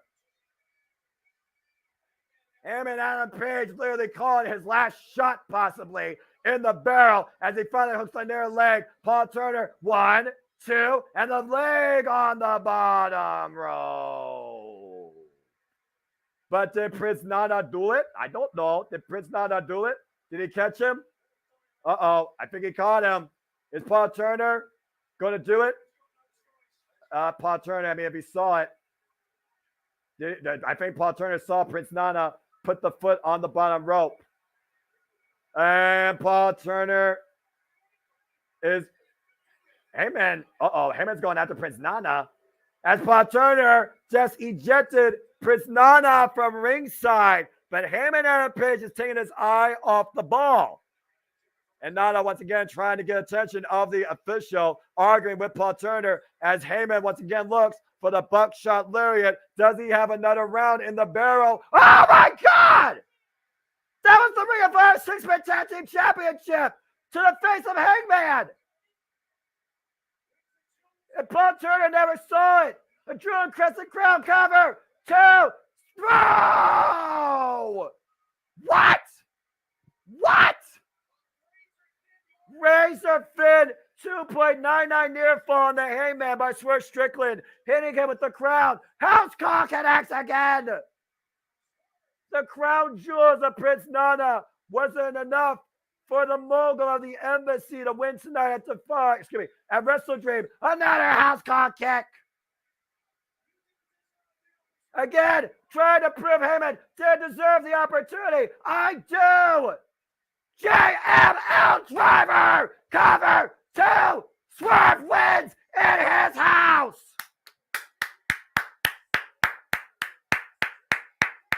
Holy hell. What a freaking match. What a freaking match. And the entire Climate Pledge Arena is in the money. And everyone's Prince Nana-ing as the victory goes to the owner of whose house? Swerve's house. What a freaking match. My God. And I think it's safe to say Swerve deserves that fucking spot. Man, the crown jewels of Prince Nana wasn't enough with the cheaper type behind the official's back, but 2 house calls later, as Swerve went psycho and the JML driver Swerve victorious in his house. Mogul Embassy back in the money. They're in the money. That's the only time I'll ever do that. Wow, what a match. Good grief. Hellman and Page just lost one hell of a spot. I swear that JJ's doing it. I saw you. Man, great stuff demonstrated by both, but Swerve backing up a hell of a strong case. Noah, do you know whose house Jeff is in right now? The House of Here's Horror? a little hint. It's not Michael Myers' house. Nay. It is in the Lucha Brothers' house. He is at the Republic of Lucha in Pasadena, California. Nice. Oh, look, Seattle Supersonics and NBA legend Sean Kemp. Swerve be balling here tonight. Man, what a huge win for Swerve over former AEW World Champion. Oh, my gosh. And the action continues to unfold as we see who rises to the occasion. Swerve won in his house, but will Ricky Starks absolutely put Wheeler Yuta down and keep him down? It's a grudge match. Ricky Starks versus Wheeler Yuta is next. As I can now take a breather. God, I fucking love AEW. Lord have mercy. Jeff, you're muted. Botch. Amazing job carrying the match, as always, my brother. Thank you for covering for me while I ate my din-din. Y'all are nice. Oh, all right. Jeff knows he's on mute. He tried to signal that it was way too loud there to really hear us. So, gotcha. Because the Republic of Lucha always has the pay-per-views and the TV shows running when the Lucha Brothers are performing to kind of make it like a watch-along type of party vibe. So gotcha. They've probably got the show cranked up on the PA system and everything, representing the Lucha Brothers. Fair enough. Can you all hear me right now? Yes, sir. Okay, cool. Yeah, I'm just going to hang here until time to go get the party shot I was telling JJ about, but I'm going to watch the show as much as I can. Shit, why not? Exactly. I mean, we've been in there before when me, Jeff, and Cece went down there. We went in there a little bit, looked around. They've got masks on display. They've got rain-worn outfits on display. Maybe Jeff can try to walk around, show some of that. We've got Mox back on commentary for this match. The good old JR. Wheeler Yuta goes up against Ricky Starks. Oh. It's definitely a place to go. If you ever are in the Pasadena area, whether you are visiting or if you're a SoCal native, you need to go to Republic of Lucha just for the history. I mean, they do parking lot movies. They show El Santo movies over the summertime, like out in the parking lot and everything. They definitely display and represent the history of Lucha Libre in their store there. I guess that's an absolute fact you're demonstrating right now as someone who truly demonstrates why he is absolute takes center stage. The revolution will be televised. because Ricky Starks is on our screen. He's won 51 of his 65 AEW singles matches in his career. That's crazy. It's a hell of a record after coming off 2 wars against the American Dragon, Bryan Danielson, as Wheeler Yuta, according to Jon Moxley, is on his first ever solo excursion, no longer being scouted or fine-tuned in the corner by Blackpool Combat Club. We're going to see if Wheeler Yuta rises to the occasion tonight, or does Ricky Starks absolutely put him down at WrestleDream? Well, he says that, but Moxley is right there at ringside on commentary. He can always come and do a run-in if necessary. I don't think Jon Moxley's going to do that, though, at this point. Plus, we don't know necessarily Jon Moxley's clear to compete. We know he's conscious enough to speak. That's a whole other thing, JJ, like you talked about. Oy. Bell rings, and here we go with this matchup. Referee Stefan Smith here. Perhaps Rebecca Starks versus Wheeler Yuta. All right, you guys have fun. I'm going to go grab me some grub now. I finally have a place to grab grub. Hey, there you go. Sounds good, sir. We'll see you later. Thank you, brother. Appreciate you. Now that I'm here, I'll be checking in periodically more often. Nice. Sounds good. All right. And right now we got Wheeler Yuta here with this. Excuse me. Sorry, I'm worn out from that last match. That last match was fucking insane. Yeah, it seemed like it was a really good match. I was able to keep up with it, eat my dinner, put food away so that the kids can do the dishes. Man, look at this. Wheeler Yuta just showing that technical prowess of him, but Starks, to his credit, man, going move for move with Yuta.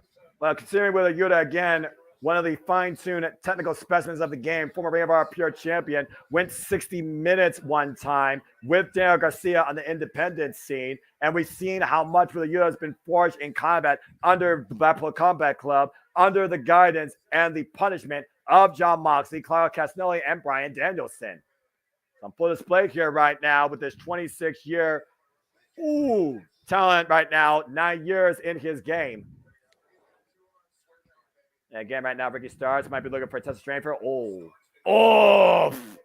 And again, there you go. The forearm strike, the forearm exchanges, and the chops at hand here. Now Ricky Starks squaring off against Wheeler Yuta. And again, Ricky Starks says he is at war now with AEW, JJ. But you notice Big Bill is not out here in his corner. Ooh, jeez. I've missed a few episodes of Collision here and there, so I haven't been able to keep up with Ricky Starks as much as I would like to. That's fair. Unfortunately, there's usually watch-alongs or something going on Saturdays, so. That's fair enough. I mean, yeah, that's the for the weekend, right? The Saturday nights are all right professional wrestling, damn it. And meanwhile, Ricky Starks, Wheeler Yuta out to dry across the top rope. And funny enough, it was Ricky Starks that got the win last night in the 8-man all-star tag. And right now, Ricky Starks just well on the way. Again. And right now, you see the grimace on Wheeler Yuta's face. It's the first time ever one-on-one encounter. And right now, Wheeler Yuta just checking his teeth. Again, that might be a close fist strike here, but Stefan Smith won't count that out. And meanwhile, up and around, and again. And just a stomp to the side of the head. Ricky Starks, who's been in wars against Maxwell Jacob Freeman, Bryan Danielson, Chris Jericho. And you just see the moxie. You see the charisma. You see the confidence right now in somebody that claims he has one thing, and that is absolute. And again, right now, Ricky Starks squaring off against Wheeler Yuta in the corner. What I know about Collision takes me back to the old ways of wrestling. 2 hours, attitude, great wrestling focus showcase, good pace, balance of promos into action, and a lot gets demonstrated. I think Collision has really become my show of the week lately. Yeah, the way they come on the air with those backstage promos to kind of hype the show up, I think is so cool. It definitely sets them apart from all the rest of the competition. And it gives you a little bit of a cliff notes to what's to come that week. You got to try and educate the audience and educate the first-time viewers. And right now, Ricky Starks looking to go new school in front of Jon Moxley, walking the ropes as only he can with Wheeler Yuta right now in his hands. And, dropping the hammer on top of his head. And both these gentlemen right here are truly the future of AEW as long as they can avoid injury. Yeah, that's a fact, Jack. Very disrespectful right there. Again, Ricky Starks right now. being instigated by Jon Moxley. Jon Moxley trying to root his boy on. Ricky Starks, 33 years of age, 11 years in the game. Stroke Daddy, some would call him. And my friend on Discord, that is her future husband, but I digress. Cover the roll up by Wheeler Yuta too. No. Maybe Zach. it's just the beard on Wheeler Yuta, but Wheeler Cover. Yuta looks older than 26, and Ricky Starks does not look 32. I know, right? Whoa, man! Like, it looks like their ages should be reversed, and Yuta should be 32, and Starks is 26. You would think that, right? Just looking at him, you would. And Ricky Starks right now, again, proving exactly why he is absolute. Damn, he's that. That's what he's saying. That's why he exalts confidence. Former FTW champion for 378 days before losing it to Hook, a guy he personally trained. And off the second rope. And meanwhile, Manhattan drop. Nice enziguri. Rocks Ricky Starks to the corner. Ricky Starks right now on the back burner. With Yuta following in, though, with the clothesline. Floats in between the top, bottom rope. Or middle rope, excuse me. Up to the top rope. Whoa! Yuta comes flying in. Hooks up both legs, too. And not quite enough here. And in fact, Wheeler Yuta was brought in under Orange Cassidy. Originally trained by him. But after seeing Blackpool Combat Club and William Regal tested by combat against Bryan Danielson and Jon Moxley, we have seen a whole new Wheeler Yuta since. Woof! Nice solid shot by Ricky Starks. Meanwhile, with a Yuta countering, though. Nice slam there. And again, floats over. Hook the leg, too. No! Starks able to kick out once again. Wheeler Yuta right now working the arm. A double wrist lock here. From the back and literally trying to trap the arm. Almost shades of a key lock here. Again, former Ring of Honor Pure Champion, by the way, who won that title against Derek Garcia. Only to lose it to Katsuyori Shibata. Oh, boy. Oh, well, look who just made a big presence at WrestleDream. Big Bill. And you can't teach that. How you doing? And Wheeler Yuta right now with the roll of the rubber. Ricky Starks to cover too. No.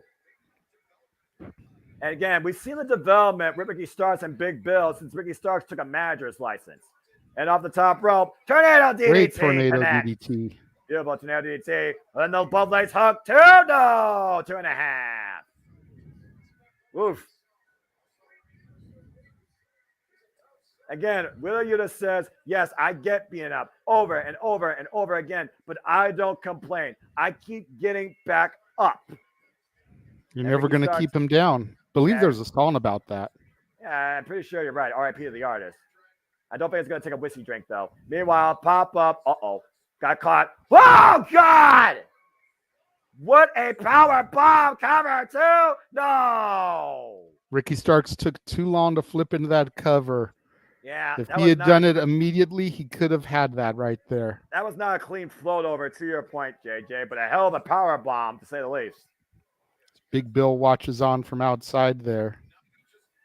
And right now, as if, Starks taking the elbow pad off. This is a message to Bryan Danielson, the Blackpool Combat Club. The hammering anvil elbows, and Wheeler Yuta is having none of it, it looks like. Uh-oh. You just caught the arm there. What's he going to do? He's going to try and transition into something here. And we'll see what happens when you instigate Wheeler Yuta and the Blackpool Combat Club here. Ricky Starks being tested, but so is Wheeler Yuta for that factor here in this grudge match with these two bright up-and-comers, not only AEW, but the industry, to your point. Call it a clothesline. Whoa, that put him down, at least for now. And right now, Big Bill trying to hype his man up there. Yeah, motivate his manager to get back into this fight. But you notice Big Bill keeping enough distance away so that he doesn't get involved. Doesn't get called for interference. I mean, that was inadvertent, right? Big Bill just caught Ricky Starks from the apron. And well, yeah, I mean, Ricky Starks got knocked into his arms, but you notice he would come up, smack the rope, the apron, and then back off there. And to your point, whoa! And Big Bill driven into the steel ring post.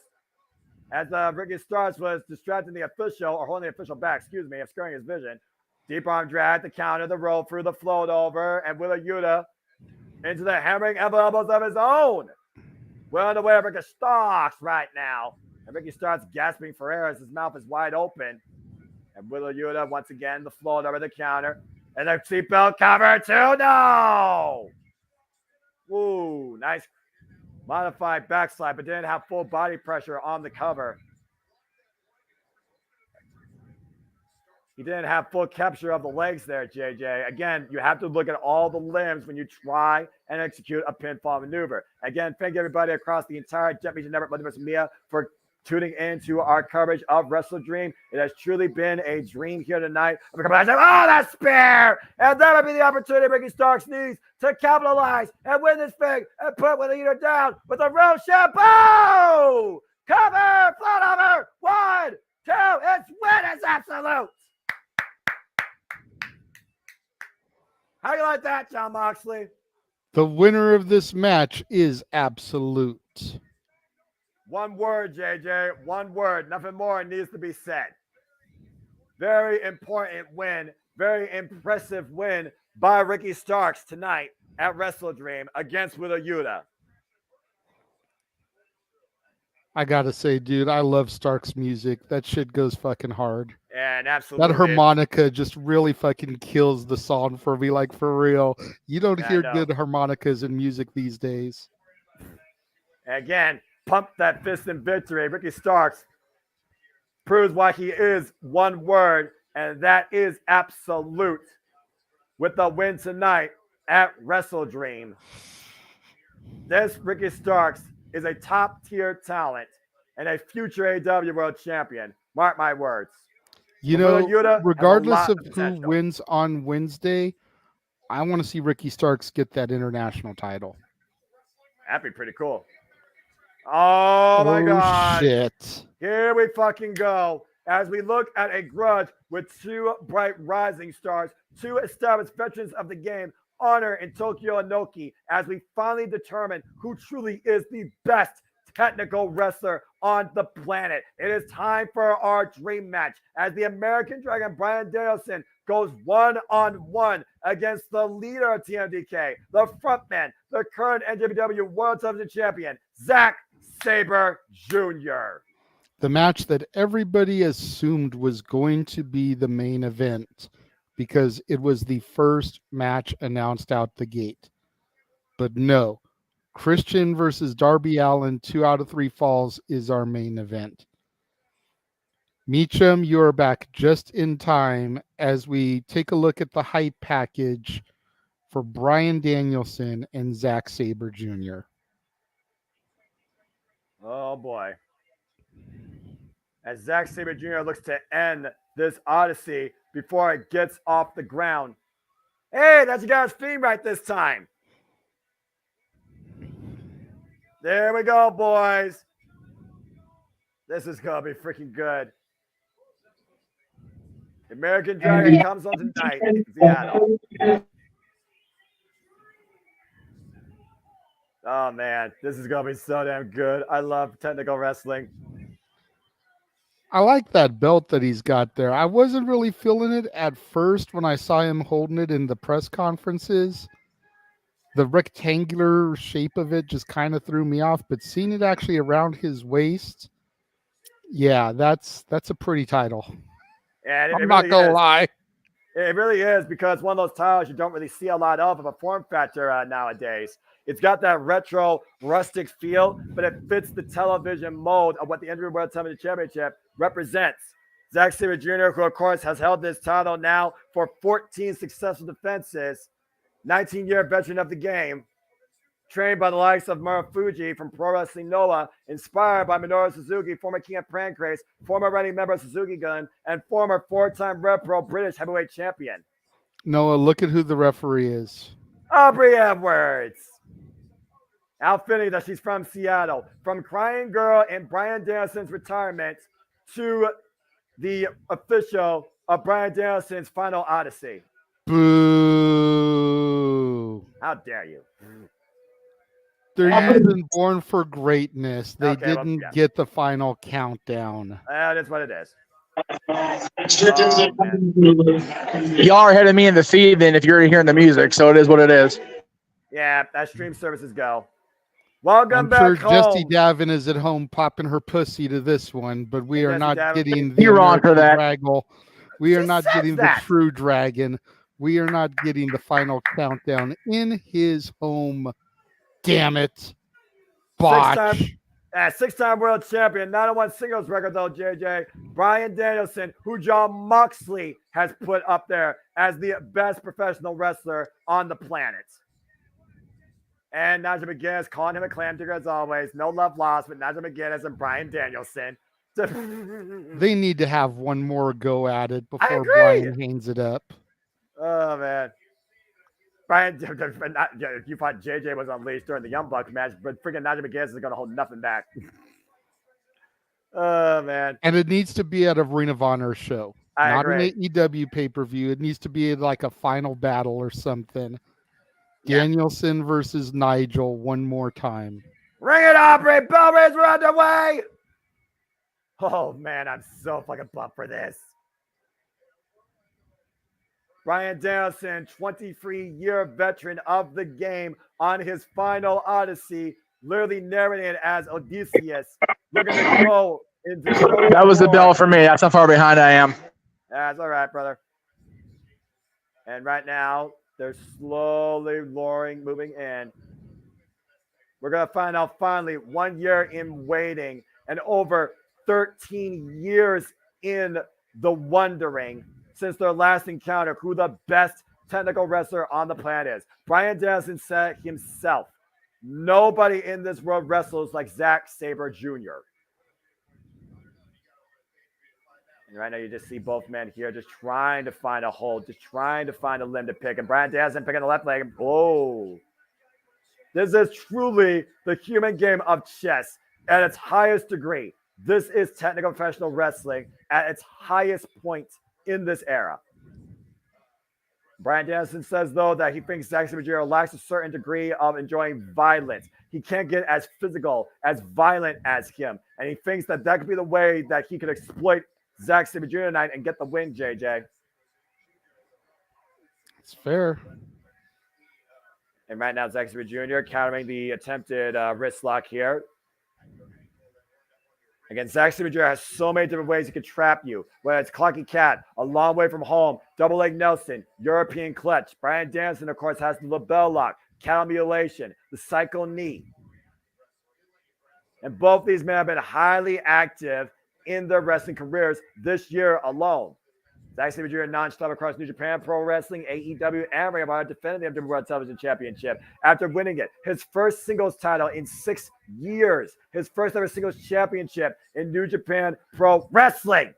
Won this year at Wrestle Kingdom against Randa Rita in front of Katsuyori Shibata. And right now, Bryan Danielson getting the better of that subtle exchange here. The last time these two met was back in 2009. Zack Sabre Jr. won during a match at WXW. And that was just in front of maybe 300 people, if that. And they were still both very young in their technical mastery. And right now, once again, trying to drop into this relation and drops the arm. Bryan Danielson with the drop down, looking for the hip toss. And Zack Sabre Jr. counters. Might be looking for a ground cobra or domino stretch. But Bryan Danielson preventing the execution of the hold. Now, Bryan Danielson countering into one of his own. And Zack Sabre Jr. again. Some call him the vegan Hydra, or freaking udon noodle, with the fact that Zack Sabre Jr. has a mental clock. And meanwhile, the road through, caught up the cover, 2 count by Aubrey. This is just a gorgeous display of technical wrestling, Noah. Yeah, I know. If I knew we could just stay silent for this, I would. This is why I love this. They talk about technicians, Dean Malenko, Eddie Guerrero, Chris Jericho, Owen Hart, Bret Hart, Kurt Angle, Minoru Suzuki, Antonio Inoki, Chris Benoit, Josh Barnett, as you saw earlier today. In one fluid motion, Zack Sabre Jr. has taken control. And you see the cravat right now, and also still trapping the leg. I want you to look at the way Zack Sabre Jr. changes his body, changes the hold. Now Bryan Danielson might be looking for an Indian death lock. Zack Sabre Jr. has been taught where if you can't try and get somebody submitted in 6 seconds, you change the hold up. So watch how much Zack Sabre Jr. transitions the way he manipulates his body in trying to control Bryan Danielson. And right now you see the cravat. Well, again, Sabre definitely aware of those submissions that Danielson was putting Whoa, in. whoa. Great escape by Zack Sabre Jr. there. To your point, the bridge by Bryan Danielson. Might have been looking for a figure eight of sorts. Greco, and right now, got a knuckle hold here. Reversal again. What the hell? Both legs are trapped, and both men bridging. Are you fucking kidding me? Whoa. And now Zack's got the better of Bryan Danielson. Let's not forget that right arm might not be 100% healed. Bryan Danielson countered the Fujiwara armbar. Zack Sabre Jr. float over through and stalemate.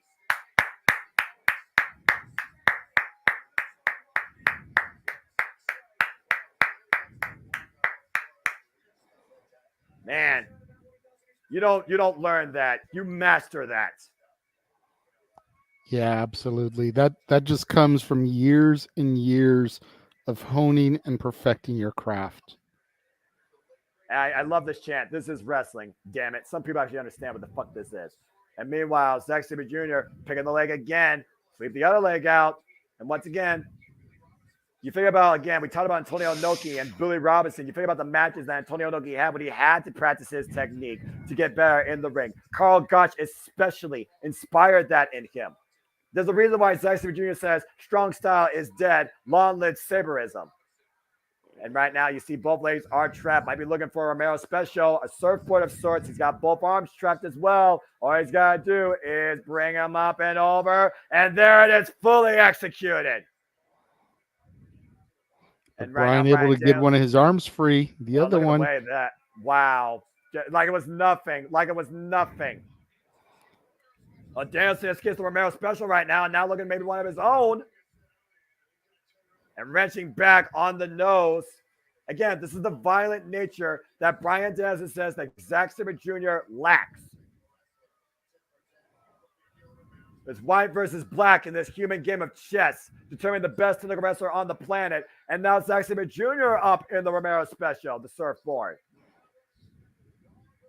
The balance, the strength, the execution, and the counterpoint to this. And now, the right hand, the right arm, the one surgically repaired. Now Zack Sabre Jr. trapping it. Now trapping both legs, looking for a bow and arrow of sorts. Bryan Danielson escapes the floor with the cover. Now even a one count. Stalemate again. Jesus. This is freaking amazing. This is fucking professional wrestling, damn it. Woof. Every time you think somebody has a sense of control, there is a counter measure, not a counter punch, a counter measure by the other. Neither man has been able to get advantage. Again, at the fact of the matter, these two have not met since 2009. Put that in perspective. 14 years ago. They have no idea how far each other has grown. But that's what they're out to prove tonight. Who is the best technical wrestler on the planet? Their arms trapped right now between the top rope. And Zack Sabre Jr. again composed. Oh, big uppercut. And the first actual physical strike of this match, JJ. I think Bryan Danielson liked it. All right, now we're going to see how these two can handle a bit of a physical game. Oh, big uppercut there again by Bryan Danielson now. And we'll see if he has the same fortitude to come back from this. Another big uppercut exchange. Trying to take advantage here. You see Bryan Danielson, by the way, sporting the colors of his Seattle Seahawks, of course, tonight, the blue and the green. While Zack Sabre Jr. sports the black and orange of TMDK. Look at the way that Bryan Danielson is using his left arm, by the way, for the uppercuts, not his right. He is more dominant with his right. But again, the right is still recovering from injury. And now Bryan Danielson is trying to use the right hand. And you see the stinger effect. And Zack Sabre Jr. immediately capitalized with a picture-perfect shot to the right forearm. Oh, and right now, trapping the arm. Uh-oh. Oh, God! This is stop. God. Oh, that looked like it was horrible. Ooh, and that is the turning point of this match, JJ. God. Uh-oh. Let's go ahead and look at the stop again. Ah! We have to? I mean, this is professional wrestling. You got to see the turning points of this match. And now Zack Sabre Jr. trapping the arm in his leg, hammerlocking it. Uh-oh. Oh, no. Oh! Jesus. From a That's neck one way to snap his arm again. Yeah, he usually does that around the neck. He cranked his right arm. He's twisted in every way possible that doctors didn't even consider. And again, that is the arm he broke against Kazuchika Okada and still wrestled beyond 10 minutes. And right now, Zack Sabre Jr. once again exploiting the right arm. A little bit of joint manipulation from Minoru Suzuki. Be proud of this. Oh, God. Watch the way the digits bent. Oh, no. Ah! God! Jesus! That's one way to make a wish and not get it granted. Damn. Bryan Danielson again. He said he's going to go down. He is going to go down fighting on the most epic odyssey you ever seen. But Zack Sabre Jr. has threatened to end this odyssey before it even begins tonight. Watch the way that he bends back the fingers. Look at that. Look at the angle.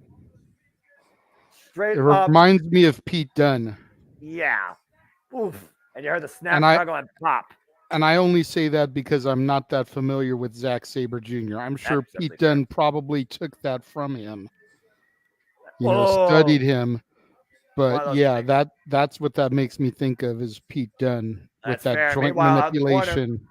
Yep, out of the corner. Meanwhile, drop toe hold, able to counter into a single leg crab.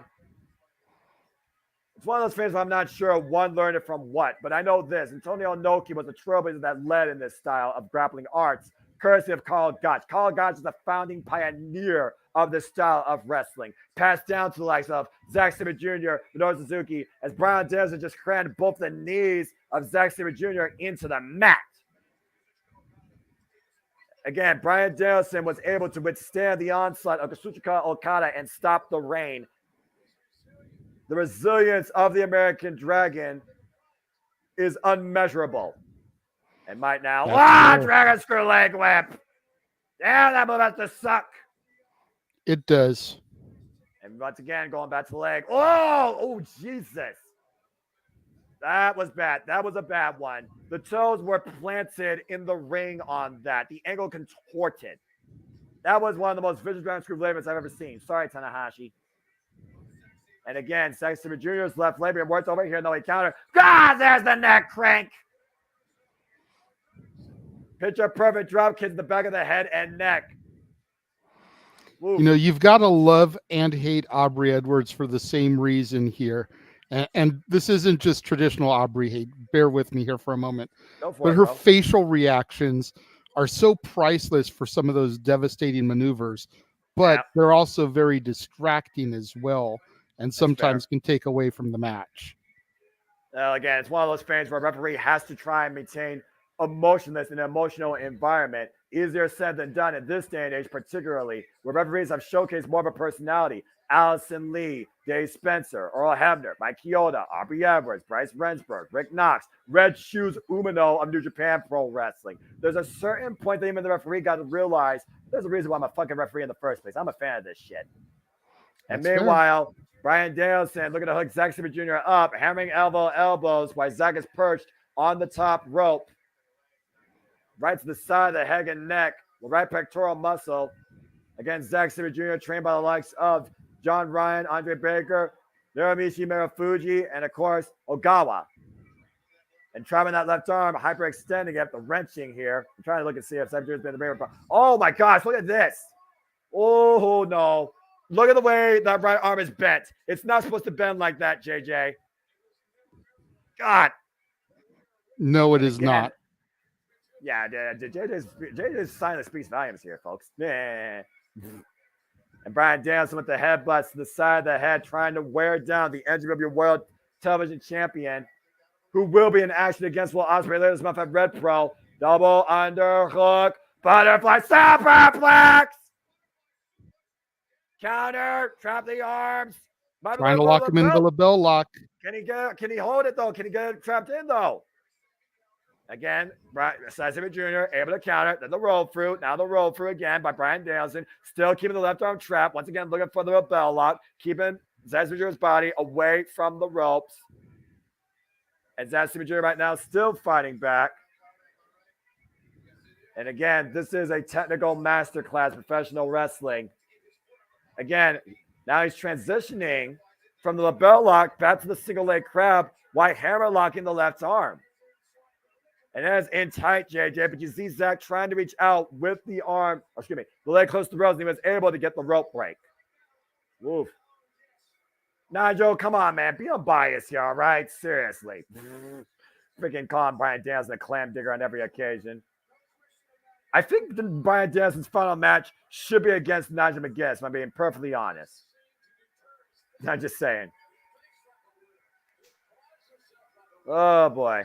And meanwhile, Zack Sabre Jr. set up for those kicks.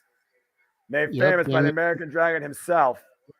And to your point there, Jay, Zack Sabre Jr. has been in the ring before against Pete Dunne and has defeated him, but also shared a loss with him. Oh! Back in 2016 in Progress Wrestling. Good grief. And now Bryan's going to call to kick his fucking head in.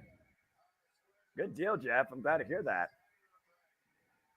Of course, Pete Dunne, Zack Sabre Jr. have been across Progress, Over the Top Wrestling, Amp Wrestling, Attack Wrestling, and just raining down stomps to the side of the head and neck of the MJF World Television Champion, the King of Techers. I love the violence being demonstrated here, but it's calculated violence by Bryan Danielson. And now Bryan Danielson looking to set him up. Is he going to hit the noop? Right, Zack Sabre Jr. counter, though, the roll through. The double leg Nelson. European clutch bridge. Two! Oh, man. Now Bryan Danielson counters his own. Double leg Nelson. 2 count only. And now roll over. The float over again. Bryan Danielson able to count. Now looking for a sleeper. Zack Sabre Jr. rolls through again. Traps the legs. Euro clutch. The cover. 2! Oh, God. Not yet.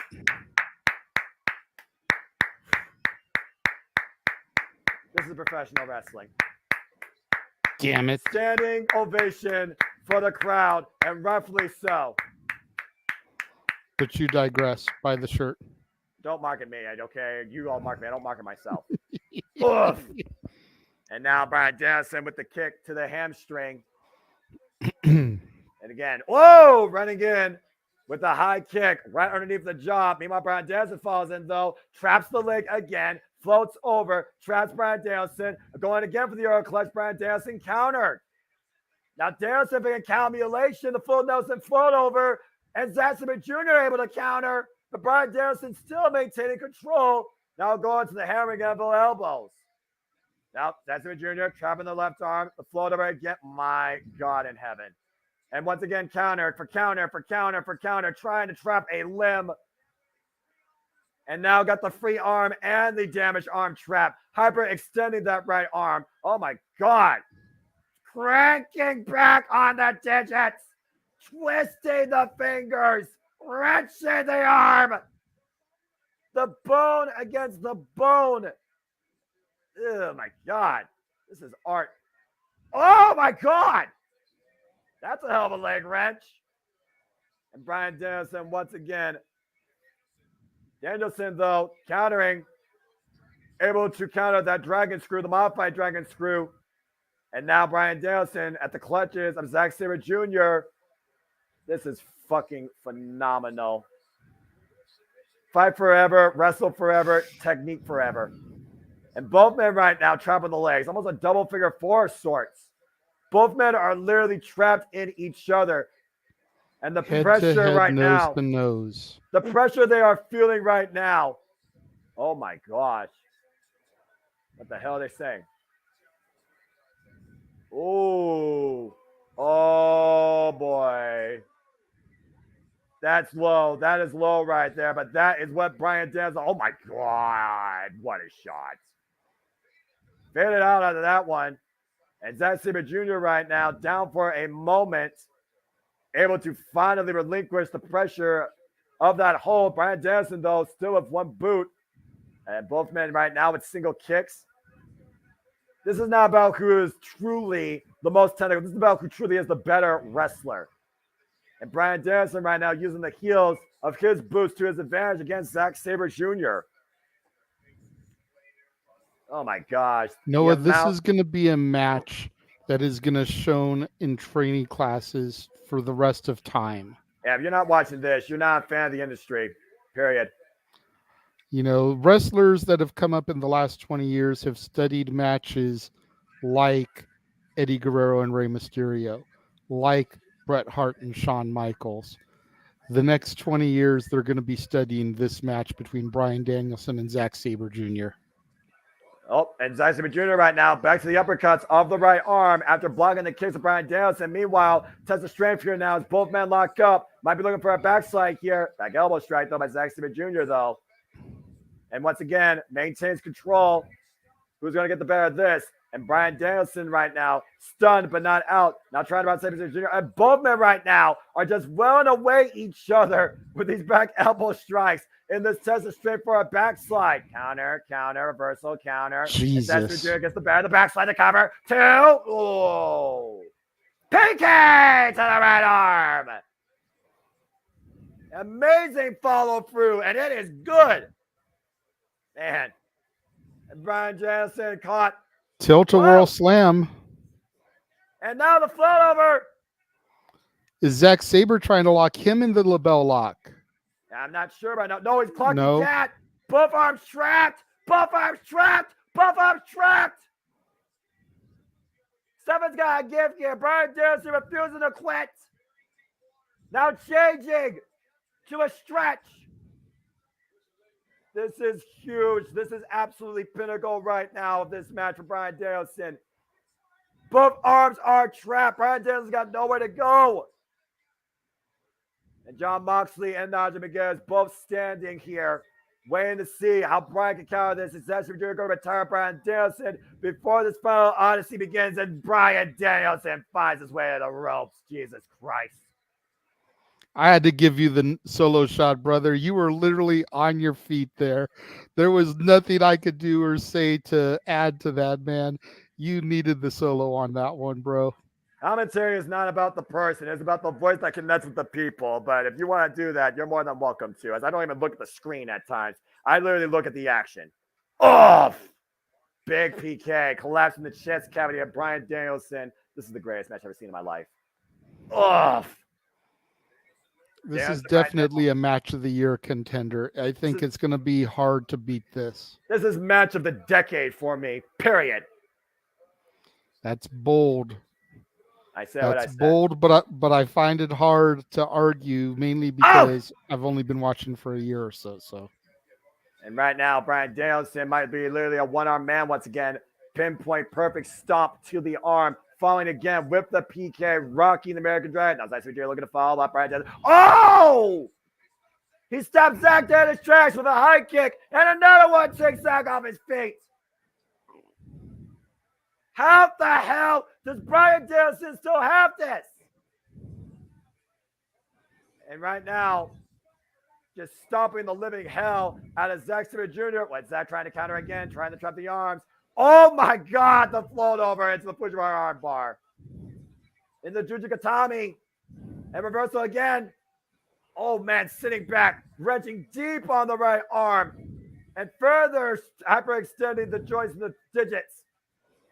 And again, the way Sabre changes every 6 seconds, trying to maintain hold, trying to maintain control, trying to get a submission. But Bryan Danielson catching him though, fisherman capture. Jesus, indeed, with the fisherman suplex. But Zack Sabre Jr. still back to his feet. Oh, Bryan Danielson, the Psycho Knee! Cover! 1, 2, Nope. No! Noah, this is not going to end with a pinfall. Two submission masters like this, having this much of a technical masterpiece, this is going to end in a submission. And the crowd's on their feet. I don't blame them. This is fucking phenomenal. My God, this is one of the greatest matches I've seen. Bryan Danielson again. Another Psycho Knee! Falls on Zack Sabre Jr. now. Deep under the legs. I guess I'm Bryan wrong. Danielson wins! What a war!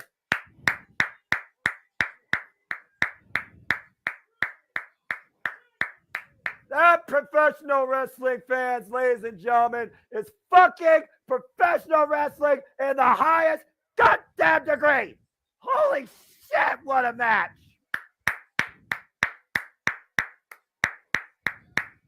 Oh my gosh. It may have literally not been the first ever time, but boy, did this match deliver on every expectation above the word high. Bryan Danielson returns home in triumphant against Zack Sabre Jr. And Bryan Danielson can now say he truly is the best technical professional wrestler on the planet.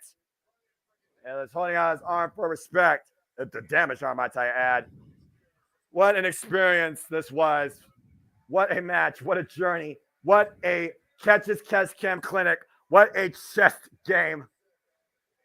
Oh, man. Zack Sabre Jr., though. Oh, come on, Zach. Come on, man. Ooh. Well, it's one of those things, though. Zack Sabre Jr. is a very prideful man. He also likes to focus on the fact that he is the most technical wrestler. And to your point, JJ, you thought it was going to end via submission. It didn't. It ended in a pinfall. And you wonder if Zack Sabre Jr. is satisfied with that result. Either way, Bryan Danielson wins against Zack Sabre Jr. And, hey! Oh, what an embrace. What a moment. That's beautiful. That's professional wrestling love right there. Hell of a job. Oof. And there is one of the flyweight world champions in the audience, Demetrius Johnson, taking in the activities of AEW WrestleDream. WrestleDream Antonio Inoki bringing together the worlds of mixed martial arts and professional wrestling. That match firsthand right there definitely proves all that. And you also will find Kenny Omega versus Demetrius Johnson on Pit Crew on Twitch if you're a gamer. So get your game on and join in that fun if you want to. Congratulations to Bryan Danielson as his last Odyssey begins, and we wonder when the final countdown will finally hit 0. What a match!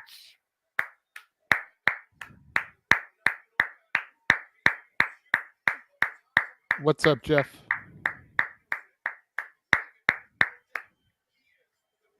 Oh my God, I love it.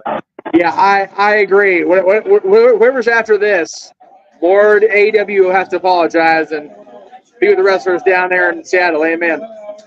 Well, speaking of which, as you talk about what's next after this, we go from technical wrestling to a battle of the families.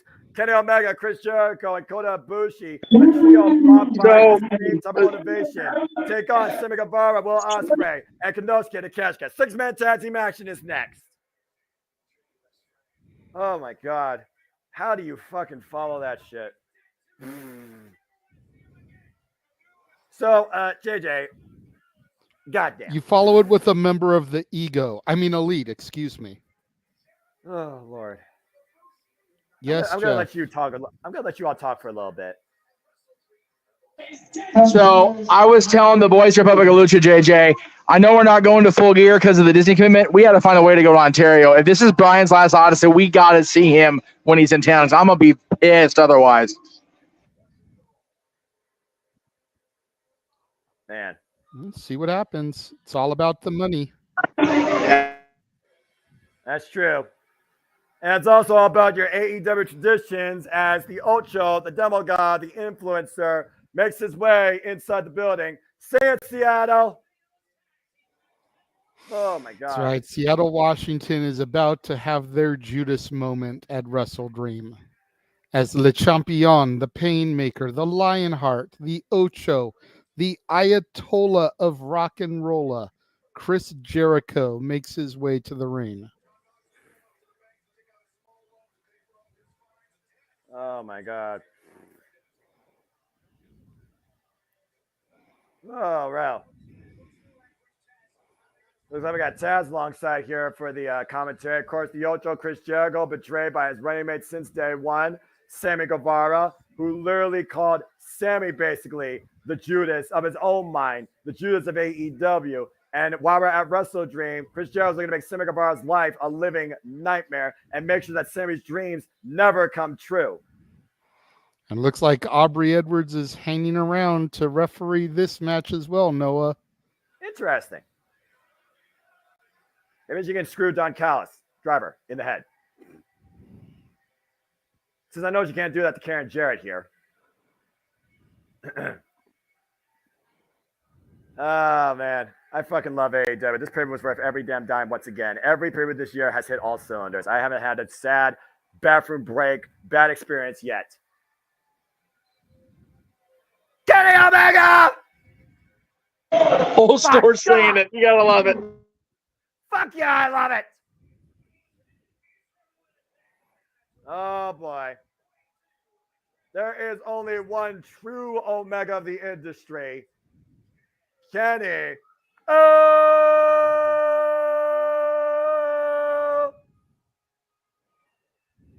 Nega! Kenneth by Goddeth Omegeth. Damn it! Again, after being betrayed by Don Callis, and literally has been 0-4 against all of Don Callis' plans, after being screwdrivered in the head and betrayed by somebody he looked at as a father figure, by God, and being knocked out by Kenosuke Takeshita at AEW All Out, break his body, now trying to break his heart, attacking his fellow Go-To lover, Kota Ibushi, who I talked verbatim about their history here. Kenny Omega is finally trying to shut Don Callis up. And I never thought I would ever see in my life Alpha and Omega, Chris Jericho and Kenny Omega working together. This is professional wrestling. These two men have been at odds ends since Wrestle Kingdom 12. And here they stand united with a common enemy. It's flabbergasting to me. Again, these two defined who would be the first AEW World Champion. And there's one more person to add to this equation. You want to talk about a guy that definitely demonstrates strong spirit and Inoki principles? The man that some people say has no neck, that has his own ideology of professional wrestling. The guy that has been alongside Kenny Omega since 2010 in DDT Pro. One half of the Golden Lovers, former IWGP World Heavyweight Champion, G1 Climax winner multiple times, IWGP Intercontinental, never Openweight Champion, DDT Pro Tag Team Champion, KOD Openweight Champion, and one of the most lethal strikers you will ever see, Kota Ibushi. This is going to be something. I've been waiting to see Kota Ibushi versus Konosuke Takeshita one-on-one, especially after Konosuke Takeshita knocked Kota Ibushi the fuck out at Wembley Stadium. Phenomenal athlete here. Kenny Omega and Kota Ibushi, again, have this unique bond with their ideology of professional wrestling now for over 13 years. A ride or die duo for life in this industry, if you will. I always talk about how Kenny Omega has one of the most complicated mentalities in the game. Kota Ibushi's right up there with him. Oh, fuck me. Boo this man! What the hell is that painting? It's the Last Supper. Oh, you freaking Lucifer of blasphemous proportions. The Don Callis family coming out to this Dark Aura front theme. Will Ospreay, the current IWGP United Kingdom Heavyweight Champion at 98 days, after the 7th defense against Yota Tsuji, and will defend that against Zack Sabre Jr. at Rev Pro this month. Konosuke Takeshita with 2 wins now over Kenny Omega after knocking him out at AEW All Out. And not Tony Montana, but this guy trying to go to war. Okay, Sammy Guevara after betraying Chris Jericho after losing to Chris Jericho at Grand Slam. Noah? Yes.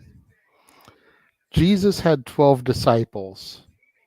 There are 12 other people in the Last Supper with Don Callis in the Jesus role. Sacrilege, I know. Let's not go down that rabbit hole. I agree. Who's going to be the next man to join this family? You've got to figure if they're depicting an image like the Last Supper, then Don Callis is looking to have 12 members of his family. It makes you wonder if you're actually going to see any more of those members show up here tonight, as Don Callis' MO is to remove Kenny Omega and Chris Jericho. And could any of those members be on Omega's team? Oh, man. Could we get a Vince Russo-esque swerve here with Ibushi or Jericho turning on Omega to align with Don Callis? All I know, JJ, is the billing of this show is WrestleDream, honoring Antonio Inoki, end of an era, start of a new, and you literally might be on to something when it comes to the Don Callis family and the size of them too. By the way, good God, look at the heavy cup treatments of Will Ospreay's back. And right now you see Don Callis with words of encouragement for his family, and it looks like we're going to kick things. Oh, fuck me, yes. Ospreay Omega to kick things off. This isn't Ospreay Omega 3 like Saf had wanted, but what a way to kick off the match here at WrestleDream. And again, how pinnacle was Will Ospreay and Kenny Omega and what became the Don Callis family? These two squared off this year at Wrestle Kingdom. Kenny Omega beat Will Ospreay for the IWGP United States Heavyweight Championship, reclaiming his property. It was at Forbidden Door that Will Ospreay finally beat Kenny Omega, reclaiming that title. Now christening it the IWGP United Kingdom Heavyweight Championship. You could almost say the Don Callis family started literally with what happened between Will Ospreay and Kenny Omega on January 4th. Oh, that's a fair assessment, Noah. These two right men, now. no stranger to each other, as you've illustrated and pointed out. The drop down right now by Kenny Omega. Will Ospreay picked up speed. Will Ospreay does up underneath, and Will Ospreay up and over. Whoop! Whoa, man! Almost took his head off. Omega saying, I don't care what anyone says. Kenny Omega is still, by God, one of the greatest ever in the ring. I will concede that he is the member of the elite that I have the least issue with. Sammy Guevara now trying to make it all about himself. The real Judas in this equation. Why Don Callis is Lucifer, the living incarnate of the devil. Something worse than the devil. There's such a thing. Sammy Guevara is not a Judas. He took the education bestowed on him by Chris Jericho, and he pulled the trigger before Jericho could turn on him. Think about how many times Jericho has backstabbed somebody in his career, has turned on a friend, an ally, a family member. Sammy Guevara studied the blueprint that was laid out by Chris Jericho, and he struck before Jericho could strike him. I mean, again, that's still a big what if, and Morgan Freeman into the wormhole could probably illustrate that alternate reality better than you did in that sentence, but I digress. Facts are facts right now, and if Jericho said that himself, considering that Jericho and Sammy have been rolling together since day one, that has to speak for something. And of course, Sammy Guevara, no stranger to Kenny Omega, previously challenged Kenny Omega for the AAA Omega Championship during the pandemic and falling short. Nice drop kick there.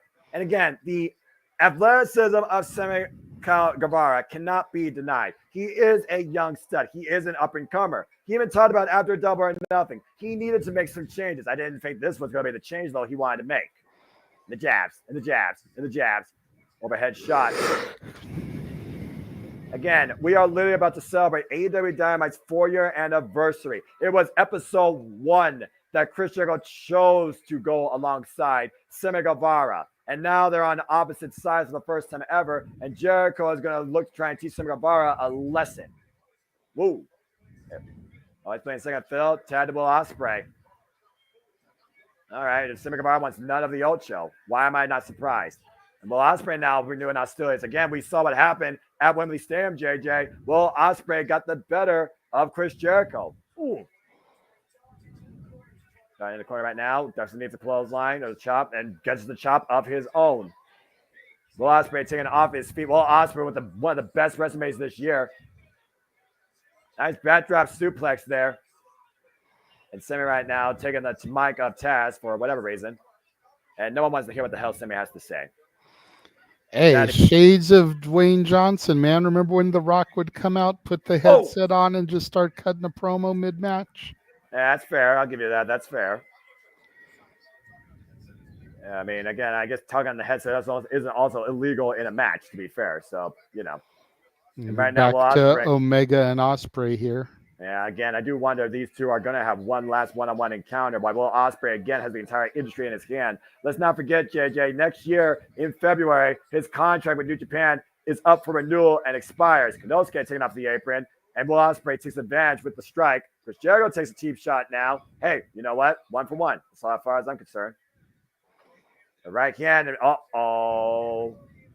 Oh, boy. Tempers flaring. I've been waiting for this. Here we go.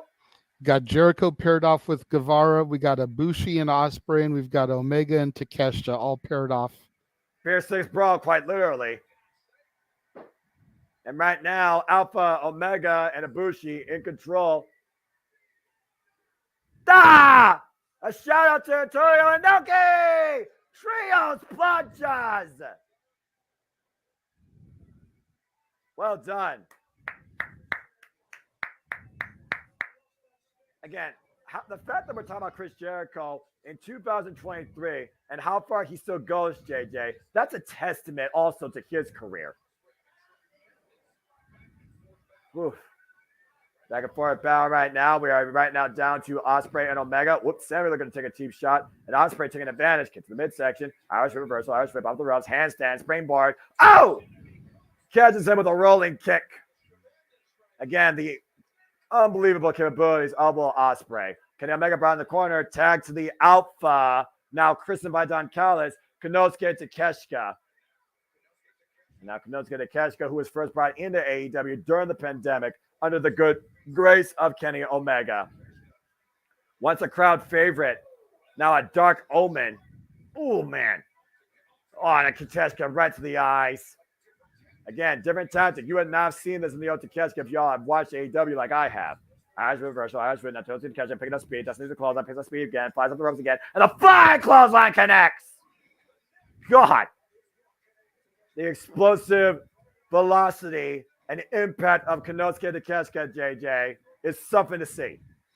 Absolutely. Takeshita is one of those Japanese stars that I have gotten exposure to through the AEW product, and I am just a huge fucking fan at this point. Absolutely no respect to Konosuke Takeshita, though, shown by Kota Ibushi. Kota Ibushi and Konosuke Takeshita used to feud back in DDT Pro Wrestling. Look at the speed. Look at the speed and look at the flight. Wow. That Takeshita line still freaking going. All right. And right now, again, Will Ospreay and Kenny Omega renewing hostilities, squaring off. To think these two are first brought into New Japan as junior heavyweights. And Kenny Omega will Ospreay up on the shoulders. You can't escape. At the steamroller, hike up the overalls in the corner. Falls up usually with the second rope. Moves on. Oh, no! And Will Ospreay one step ahead this time. Man, that's a lot of heavy impact with those hands. Oh! He blocked in the fake out with the spinning Sobot. And counter up the ropes, the counter. There, Will Ospreay up the ropes again. Looking for the hip toss and once again countering.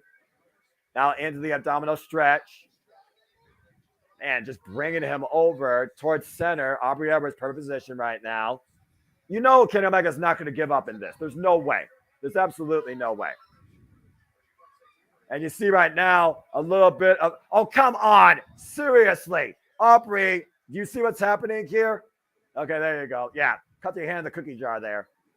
It's friggin' everybody trying to get a little bit of a tag assist here. Aubrey Edwards again in perfect position. Kenny Omega right now being worn down as Sammy and Konosuke and Don all trying to add pressure. Aubrey, again, once again, spots the freaking move. Could get disqualified here. Whoa! There you go. About damn time someone instructs them friggin' in honor of this match. Damn. And Konosuke right now luring Kenny Omega in the sleeper hold. Will Ospreay looking for disqualification. Give me a fucking break. Omega up and over the rope. Free Will Ospreay denies him, though, to get to his corner with the waist lock and drives him down. Cheap shot to Jericho. Tries to take a cheap shot to Kota. Kota catches him, though. And Kenny Omega, big back body drop. Woof. And right now, Ibushi, but oh! Guevara sweeping Ibushi off the apron. And right now, Will Ospreay with another shot to Jericho, isolating Kenny Omega, and Konosuke Blue Thunder Bomb! Cover 2! No! The Blue Thunder Bomb never wins a match, Noah. Mark my fucking words, JJ. It will one day. It will. And Sammy goes to the top rope because he's local. Senton Atomical. Hook of both legs. Turn. No. Oy vey. I think literally Kota Ibushi with the save at the last possible second here. I watched the Blue Thunder Bomb, by the way. Poof, up and around. And then Sammy Guevara here sends on Atomico. And look at the way he lunged his body, JJ, in midair for added impact. Yeah, absolutely. Ibushi came at the last possible second. Kenny Omega right now the most worked over on the opposite side here. Sammy Guevara now legal for the Don Callis family. Catches a boot right to the jaw. And Kenny Omega right now. Oh! And meanwhile, Ospreay taken down. Now Sammy Guevara taken down. And finally there's a tag to Chris Jericho. And now Jericho and Sammy are legal. The latest betrayer. And of course, Don Callis said that he was never worthy of joining the Don Callis family. And he threw away 36 years of friendship for power, for money. Comes down hard with the axe handle. Woof. And right now, nice bulldog. Sammy Guevara being worked over here by the Ocho, by the former AEW World Champion, Ring of Honor World Champion, and now the abdominal stretch. And Kenny Omega right now getting a helping hand. And Turbo's fair play, to be fair, but Aubrey, again, sees what's happening here. Seriously, at least Jericho broke up before 5. Fun in the eye. Again, you talk about yourself, JJ, the innovator, the experience of the Ocho, Chris Jericho. Absolutely. Jericho has been around many a block. Yeah, where hasn't he been is the better question. Now Kota Ibushi and Jericho working together for the first time. You gotta be kidding me. I don't think Impact Wrestling. Wait a minute. Up.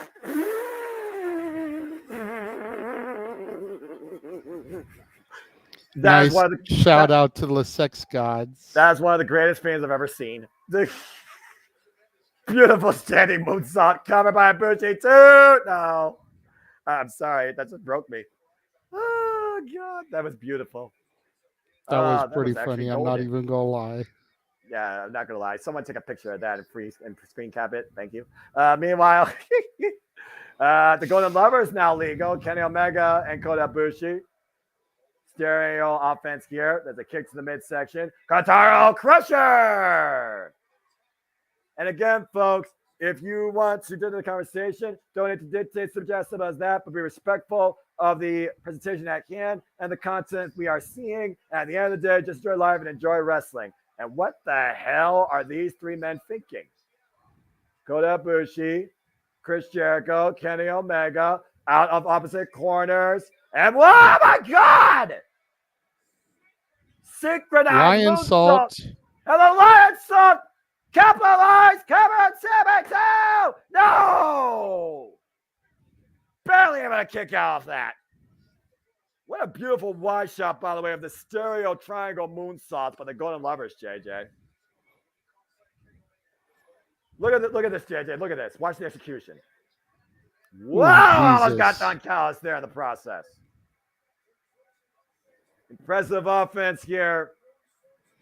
And finally, Omega, Ibushi, and Jericho in control. Isolating Sammy Guevara hooking away. Oh! Assisted German suplex release, power bomb of sorts. And now Jericho. And Jericho might be looking for the walls of Jericho. I don't know if he knows Kanosuke's there. Kanosuke, German suplex release. As the Golden Lovers are turning, blocking off Will Ospreay. Now Kenny Omega looking for the Snapdragon counter. Kanosuke, big German suplex to Kenny Omega. Now Kota Ibushi looking to strike Kota Ibushi. Ooh, Will Ospreay with a cheap shot. Now off the ropes, rebound. Low roll through. Chaos Fury. German suplex by Kanosuke to Keshka. Beautiful maneuver. May I remind you, JJ, that Kanosuke Keshka wrote a thesis on the German suplex. You're not going to find a better executor of the German suplex in this game right now than Kanosuke Takeshita.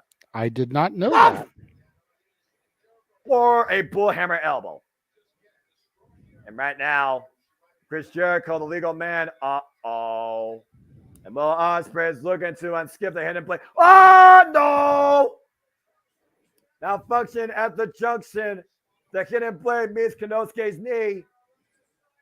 And Chris Jericho legal takes Konosuke up and over to the top of the apron. Jericho looking for the triangle drop kick. But Ospreay right now looking to pick up speed. Now Kenny Omega taking him over with the Rana. Will Ospreay taking him up to the outside. And uh-oh, I think I know what this is. Dun, dun, dun, dun, dun. In Seattle, will we see the rise of the Terminator? Kenny Omega's feeling it. And Kenny Omega picks up speed. 0 to 100 as he goes to the opposite side of the ring as Kenny Omega flies! And wakes up Konosuke and Will Ospreay on the floor. Whoa. Sammy Guevara and Chris Jericho right now inside the ring here. Guevara trying to take advantage at this point against Chris Jericho. Spanish fly. Beautifully executed. Hook up both legs is enough to win the Don Callis family. 2 count only. And meanwhile, Sammy Guevara up to the top rope. Oh my God! Shooting star press. You know, I almost feel like Sammy Guevara needs to get the pinfall for the team just to prove his worth to the Don Callis family. I completely agree. As the Lions say, you still suck. Again, it was Sammy Guevara that joined the Don Callis family, but ate the loss against Chris Jericho. And just hit a call breaker!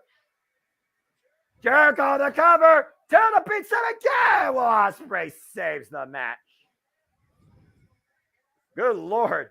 Great timing by Ospreay there. It's been a hell of a back and forth battle here, JJ, to say the least. To be fair, every match on this card has, Noah. There has been no one-sided anything tonight. Don't you love that when wrestling delivers on both fronts? And right now, Omega and Ospreay right now just squaring off. There's those up kicks right now, quad kicks. Oh my gosh. Whoop, that's underneath. Got him hooked. Snapdragon. Dropped him on the back of his head and neck. Meanwhile, Sammy Guevara. Oh my God! Well, we know there's a Snapdragon. Is there a Crackle or Pop Dragon? As far as I know, no. But that was one hell of an ace crusher. Springboard cutter off the top rope by Sammy Guevara catching Kenny Omega. And now Will Ospreay looking to take Kota Ibushi out. Uh-oh. God! Last ride of sorts. Power bomb. And Konosuke. Bang! The knockout knee strike. Coming in with the power. And meanwhile, Jericho eats double boots in the family's corner. The Don Callis family working on all cylinders here. And might be Sam as a sacrificial lamb for Sammy Guevara. Call breaker by Sammy. It's got to be academic at this point. Sammy. Oh, what? Wow. Not even a 1 count. Oh, man. The Lion's pride of Lion Hart on full display. 3-on-1 against the Don Callis family. He will not go quietly to that. Good night, JJ. Jesus. And right now, everybody just stopping the boots while the Golden Lovers lay prone.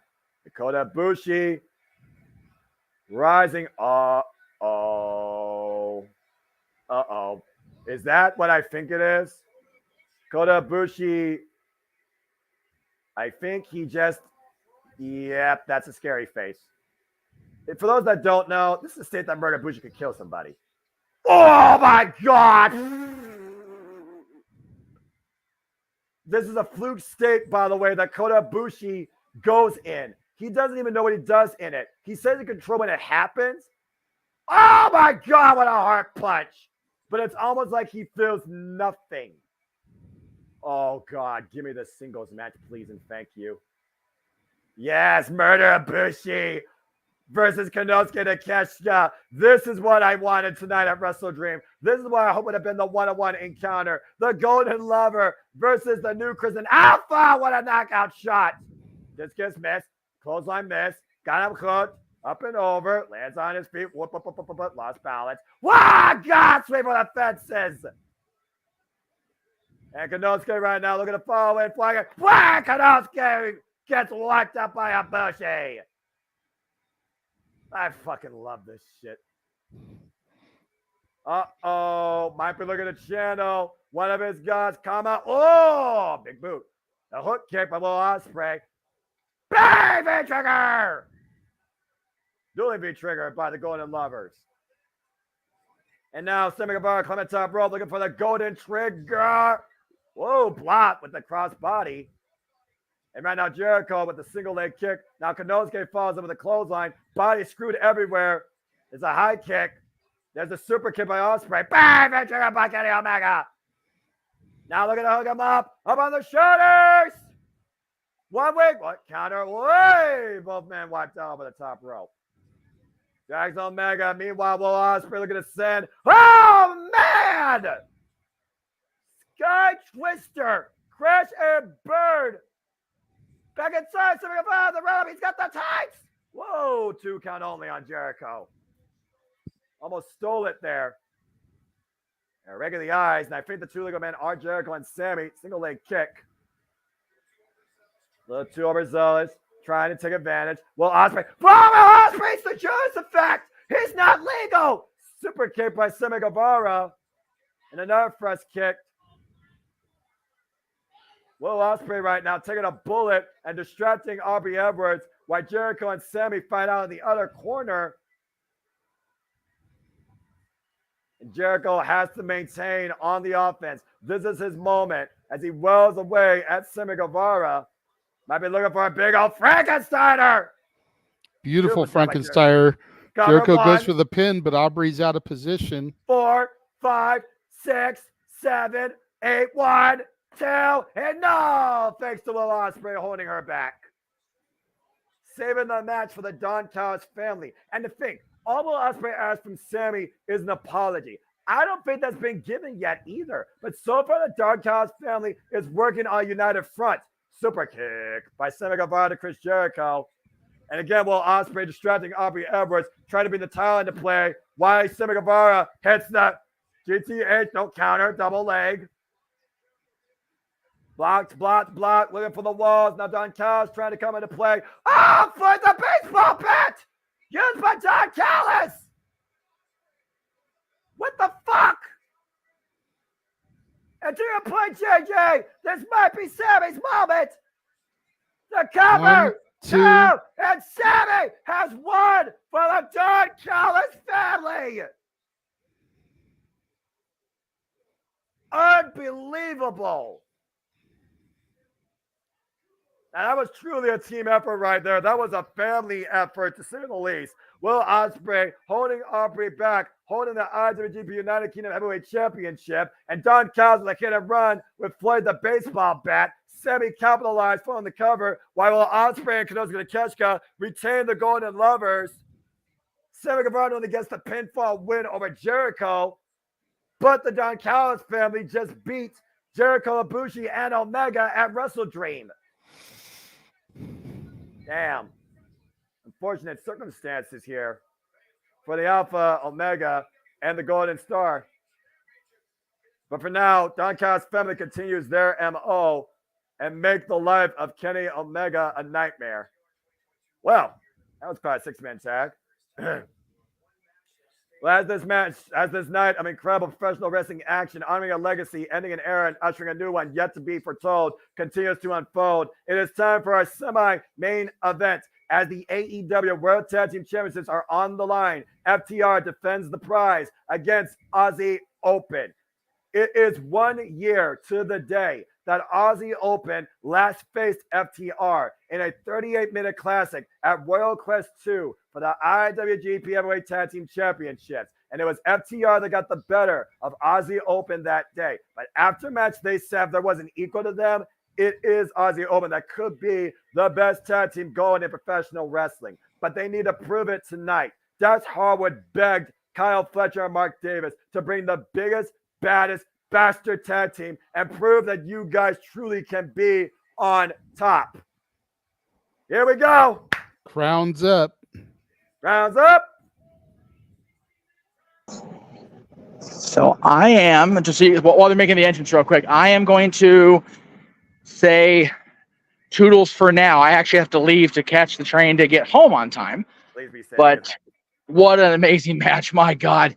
Don Callis, you piece of shit. Yeah, great. Fucker. But what, man, I'll tell you, Jay, I'm glad I'm glad you reminded me that this place was here, but Republic Lucha is fucking awesome. Like, I got to get down here more often. Right? They do shows on a regular basis, like either monthly or every other month down there. Yeah. You need to try and get down there some point and check out one of their shows. Dude. Lucha Brothers are usually there. They usually have some SoCal legends. Takesha's coming in. Go ahead. I was saying Takesha's coming October 30th. They announced that. I didn't mean to cut you off. Sorry about that. It's okay. Yeah, I was just trying to get in before I forgot. Yeah, Takesha's coming in October 30th. So we gotta, if I'm off, we gotta find a way. Okay. But anyway, guys, thank you all again. It was I will have something to say at the very end of the show, one way or the other, whether I'm live or not. But I will definitely have something to say goodnight. So thank you guys again for everybody watching. I saw that the entirety of the Multiverse is watching, and the Republic of Lucha was very grateful that the entirety of the Multiverse is watching, and that I was there doing all the chilling. So we will definitely be back there.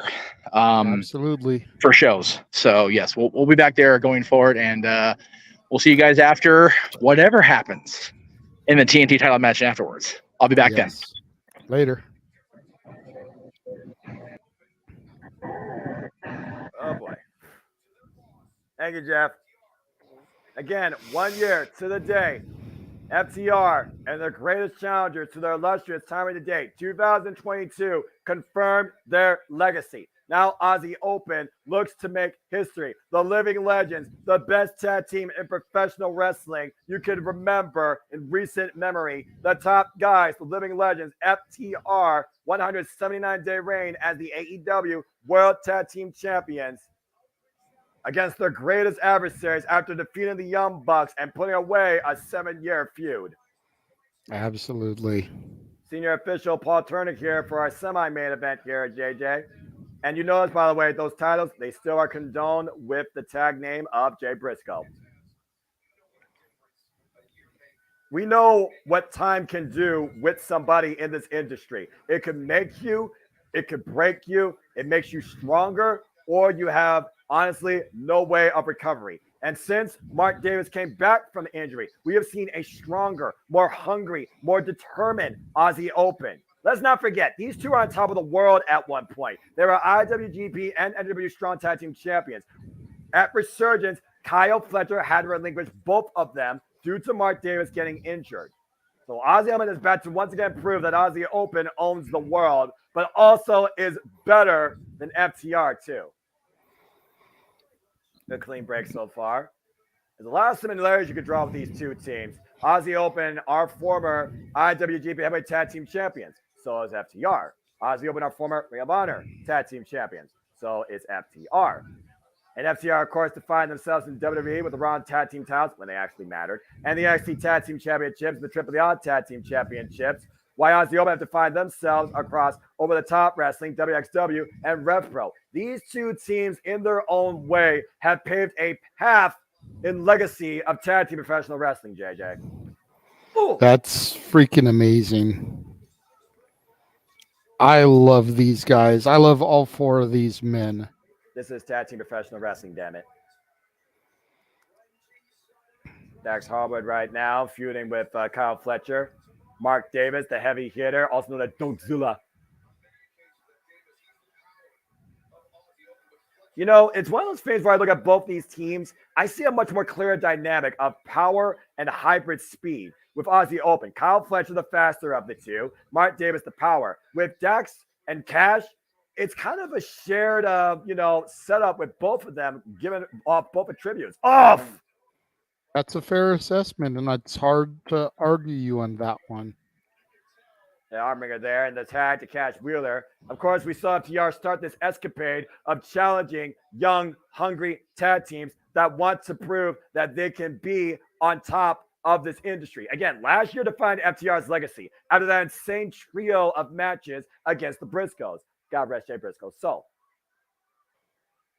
Now, this year, just looking to add for their history. And they've already had enough history in being the Young Bucks at the biggest event in wrestling history at Wembley Stadium. At this point, what else does FTR need to prove? The pressure is on Aussie Open. That's why Dax literally begged this man. Bring out the meanest, biggest, baddest, hungriest bastard in you that you can. Because that's the only way you're going to fucking beat us. Whoa. And we'll see if Dax gets his wish here tonight. I mean, again, it is WrestleDream, and dreams are supposed to come true, if you ask me. And is Dax going to regret wishing for that? Well, I mean, at this point, JJ, we know that Dax holds two things more than anything else in this life: his family and professional wrestling. Damn it. Got Toho, now Dax Wheeler and Cash. Oof. That's Hart across the back of the head. Now goes the cover lateral press. 2 count only. Look at the heavy kineso tape on the left shoulder. As we just saw in case you haven't watched Collision, FTR recently defended the championship successfully against the Iron Savages and the Workhorsemen, JD Drake and Anthony Henry. And now we got the power of Aussie Open. Dongsula, Mark Davis. Of course, Aussie Open won the IWGP Heavyweight Tag Team Championships, beating Bishamon, Hiroki Goda, and Yoshihashi this year in April at Sakura Genesis. And now we're just firing back here with the chops. Oh, man. I'm not going to lie. Mark Davis scares me some. Damn, the size or just the intensity? Oh, my God, yes. You're hearing this. Yeah, yes. The answer is yes. Oh! What a senton. Does that mean enough for you, Dax? Woo, try a cheap shot at Cash, though. And again, Cash was able to avoid. Again, make a statement. Grounds up. That's just a message. Buckle up, folks. We're in for the long haul for this match. Again, last year, 1 year ago to the day, at Royal Quest 2 in the Copper Box in the UK, they went 38 fucking minutes. They're going to test. This is going to be the greatest test in Aussie Open's career and the greatest challenge to FTR's run. Tag.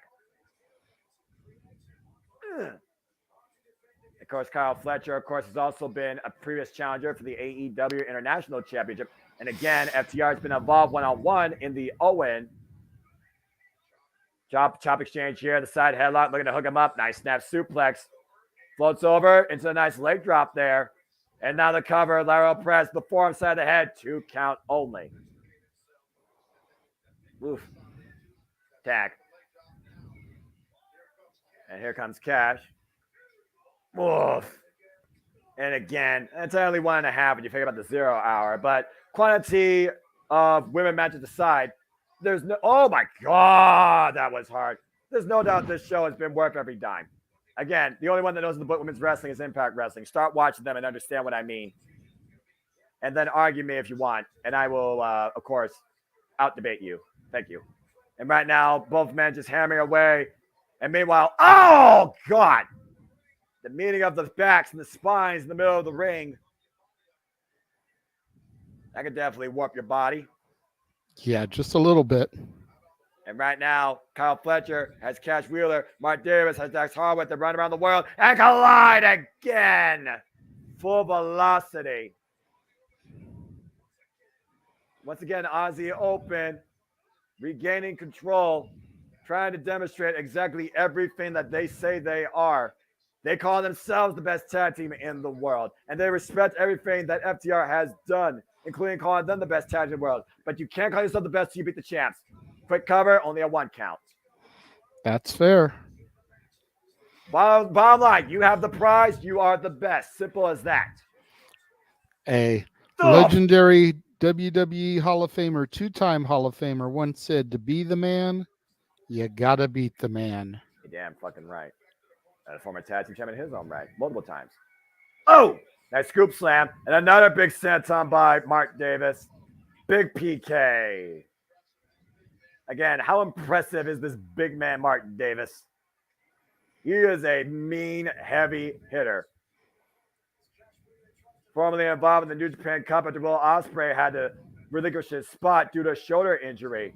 Mark Davis has risen to the occasion just like Kyle Fletcher has. Of course, we've also seen Aussie Open contend for the Ring of Honor World Tag Team Championships earlier this year in fatal 4-way action. They stop once again to the shoulder blades. Calculated offense right now. Isolating Cash in their corner. And Paul Turner getting the better of the vision of Kyle Fletcher. And ironically enough, JJ, Mark Davis did not go for the cheap shot. Ooh. You see Cash Wheeler right now. Single leg kick. Oh, man, just ripping Mark Davis across the top rope. Mansfield, full gears on a Saturday. But you know what? Who keeps track of time anymore? Ooh, that's why this pay-per-view doesn't feel long. It's just been flying by. It doesn't have some dumb intermission showcases that waste time because they got to brand everything. And meanwhile, double leg. Uh-oh. Catapult! Whoa! Kyle Davis hit the floor hard and awkwardly. Immediately, Mark Davis brings Kyle Fletcher to his corner. There's the tag. Now you have Cash Wheeler trying to just get some breath back and get back to his corner. Meanwhile, draped across the top rope. Rebound again to Mark Davis. Oh! Assisted power bomb covered by Mark. No! That was an interesting offense there by Aussie Open. Definitely innovative. But Josh, we've got to give the people what they want. And you see right now, Cash Wheeler right now gasping for air in the ribs. Again, it's one of those things where when you take a bump, JJ, you know this being a worker. When you don't land flat, it affects your body the worst way possible. It compromises your breathing. It compromises your power. It compromises your speed. Again, you saw the way he ripcord off the ropes. Now watch how he lands. That was not flat. No. That was on the knee. And right now, Cash might be getting his breath back. Senton bomb missed by Mark Davis. Meanwhile, Kyle Fletcher, hook the leg, hook the leg, hook the leg, hook the leg. Catches in with the enziguri inadvertently. Fletcher pushed off with the up kick. Cash doing everything possible to make the tag. And Kyle runs in, takes Dax off the apron. No tag made. Oof. Thank you for joining the party, Josh. Yes, Full Gear is the same day as Disney Karaoke. Kyle Fletcher right now hung up in the tree of woe in the champion's corner. And again, look at how Cash is grasping his ribs. Look at the way his chest is compressing up and down. He is breathing much more heavily, so damage has been done. Oh, yeah. And Kyle Fletcher right now, hook for the ride. Oh, man! And what did that take out of Cash Wheeler there with that desperation move to Kyle Fletcher? Avalanche backdrop suplex to your point. And again, both men landed hard. Both men unable to capitalize. But Cash is closer to his corner. Watch the way they land. And again, Cash landed on his side. But he also put his elbow down, so it wasn't like his whole body took the impact. And again, Mark Davis takes Dax off the apron. Kyle Fletcher flies in with a leg lariat. Hooking Cash up. Teardrop brainbuster. The float over the press cover too. No. And Cash able to kick out. Whew. They are taking a physical toll here in this rematch 1 year to the day, JJ. I mean, when was the last time you saw FTR worked over this hard? Probably Wembley against the Bucks. As much as I hate to give them credit, those little shits, the Bucks and FTR are very much a Hardy Boys Edge and Christian rivalry for the modern generation. That's a fair point. Oh, wow, what an uppercut. Catching Mark Davis coming in. Tag to Kyle Fletcher, though, as Mark Davis landed his corner. And Dax again, desperately reaching out for the tag. Finger length away, but Kyle Fletcher grabbing the ankle right there. So close, just lunge. And Kyle Fletcher denies again. Look for the cheap shot, missed this time. And Cash Wheeler, big back by Jack. Tag to Dax! Now Dax with the axe and smash and the jabs. The heavy hitter of FTR, in my opinion. And definitely the most emotionally driven, if we're being honest here. Davis got dropped there. Davis got dropped. Meanwhile, the freaking clothesline, Irish whip, now flop in the other corner. Another big clothesline there. Irish whip again, reverso. Dax and Kyle are the two legal men of each side here. Uh-oh. Whoa, just throwing their bodies to each other, falling it. Whoa, he caught him in the middle of the ring with a lariat. And Mark Davis, though, coming in, though. Ooh, and it's a big racket sidewind for his trouble.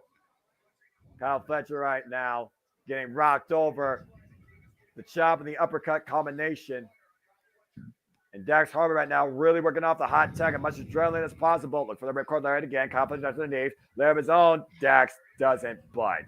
Whoa, and man. And Kyle gets taken off his feet.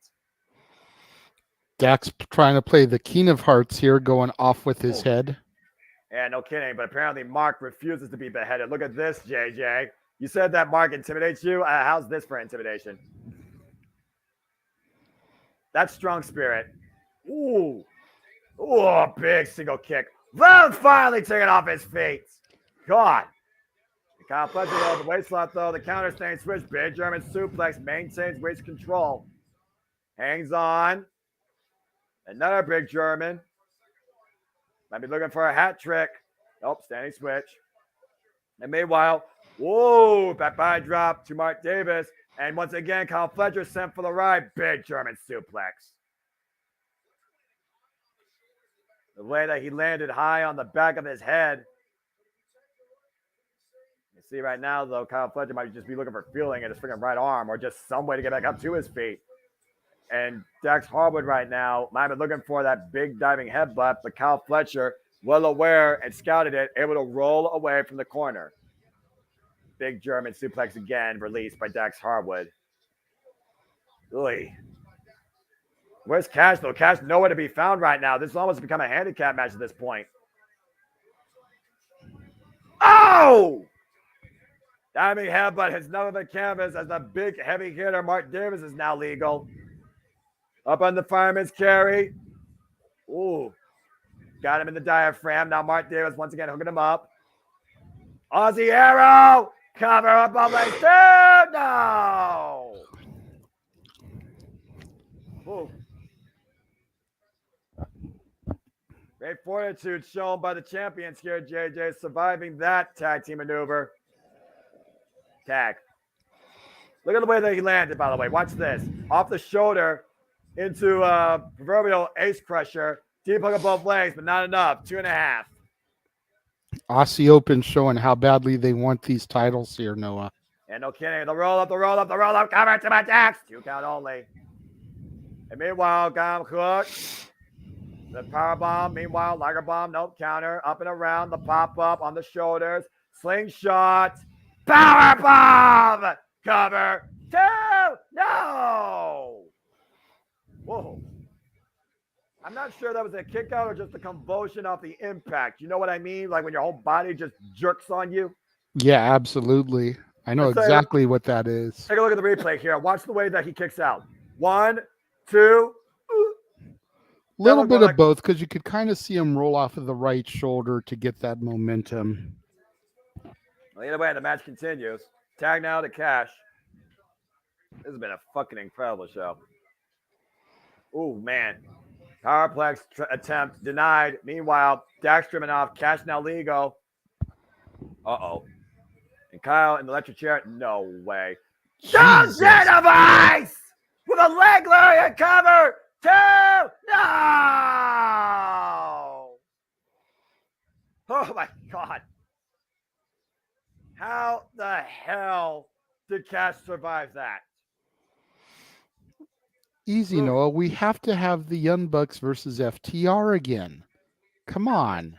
I don't necessarily think that's the case, but we'll see soon enough. Tag. Tag's right now out to Mark Davis. Think about it this way. If Aussie Open wins the titles, they're not going to lose them at Full Gear because they won't have had them that long. But FTR have had these belts for a while, so they can lose them at Full Gear. Again, that sounds like a nightmare waiting to happen as we're trying to see if a dream's fulfilled by Aussie Open here. It's definitely a nightmare for me, but it's probably what's going to happen, my brother. Superplex into the elbow drop to your point by FTR. Mark Davis hooking the near leg cover. 2. Kyle Fletcher. Jesus. Crossbody onto Dax, crashing onto the pinfall, breaking it up before the 3. Take a look at this. Mark Davis with the superplex by Dax. And the elbow by Cash. Hook of the far leg. Paul Turner gets caught just before the 3 by Kyle Fletcher and Dax Harwick that crashed into the cover. We saw how far Kazuchika Okada and Bryan Danielson were willing to go at Forbidden Door. How far are these two teams willing to go here tonight at WrestleDream, honoring Antonio Inoki, a former multiple-time NWA International Tag Team Champion with Giant Baba, former NWA World Tag Team Champion. And right now, both men in the middle. Oh! Sandwiched against each other. Now Dax on the outside. Cash is legal. Tag to Mark. Aussie Open feeling it. With Cash in the middle. Big collision. Pun intended. Now the arm's trapped. Looking to hook him up for the court. Wait. And meanwhile, Cash the rope for the rover. Small package. Down. No. A kick out again. Fletcher sends Dax up and over to the floor. Now Cash isolated with Aussie Open. There's the drop down by Mark and Kyle. Meanwhile, oh! Shatter Machine! But they're not going for the cover. Here we go. Top of the arms. Aussie Open with Coriolis! No chance, cover! Down now! Dax saves the matchup. Incredible move there by Aussie Open, using FTR's own sound machine against them. And then the Coriolis. I thought they had them there, JJ, but Dax somehow able to avoid the interception by Kyle Fletcher and make the save. Yeah, I thought it was over also, Noah. These guys just show an incredible heart and determination here. And again, FTR right now, they're going to be fighting on the back foot. Aussie Open firmly in control as Dax once again is rocked. It's got to be a matter of time at this point before we find out that Aussie Open can overcome the top guys. What the hell are they going for here? But Dax right now, though, driving Kyle Fletcher off the apron. Now Dax with Mark Davis on the... Oh, no. Oh! Spike pile driver on the apron. And Kyle Fletcher with the tope suicida. Why is it FTR on the outside? Cash is still the legal man, by the way, along with Kyle Fletcher. This literally might become a one-on-one. Like Cash just flies in with that freaking palm strike to the side of the head. Oh. Again, the forearm smashes here. Big headbutt. Takes Cash off his feet. Now Dax with the follow in. Trying to hook Kyle up. Oh my God! Shibata top rope 2. FTR victorious!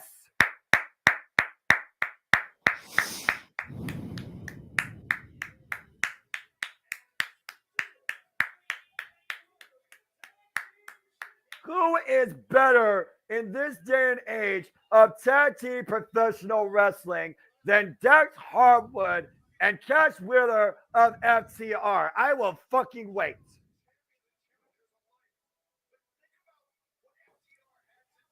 Man, they had to elevate their game tonight to beat Aussie Open. That brought a much more meaner offense tonight. An avalanche shatter machine into the pinfall, JJ.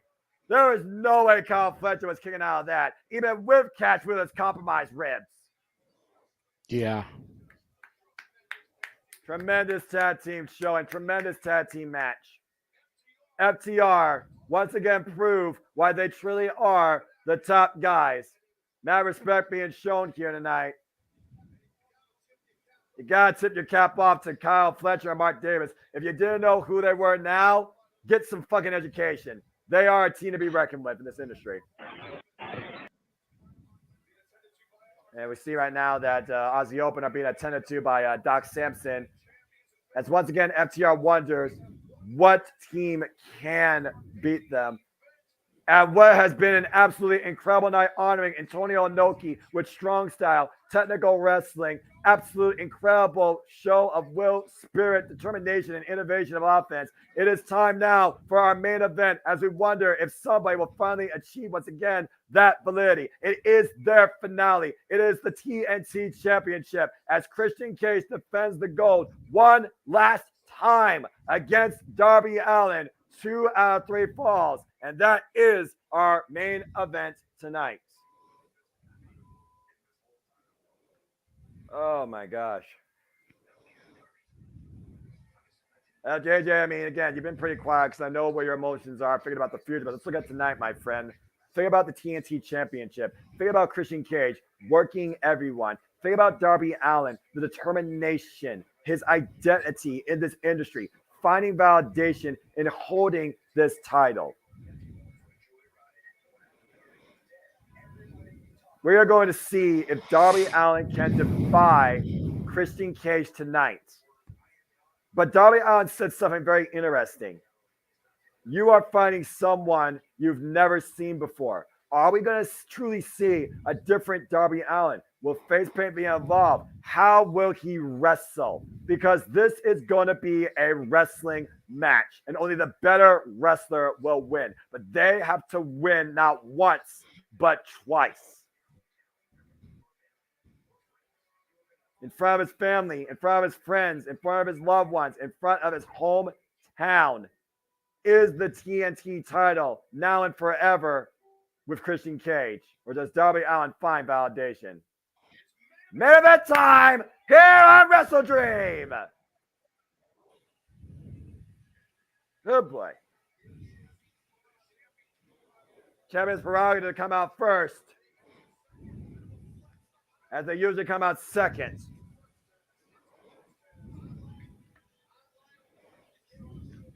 And there is Christian Cage, the absolutely true, I have to fucking say it now, face of TNT and TNT champion.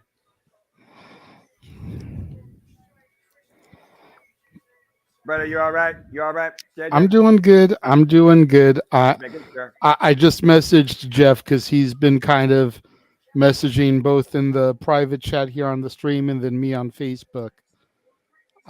Just exhausted, and my lady is asleep already because it's back to work tomorrow. So That's trying fair. to keep quiet, trying to keep calm so I don't disturb her, wake her.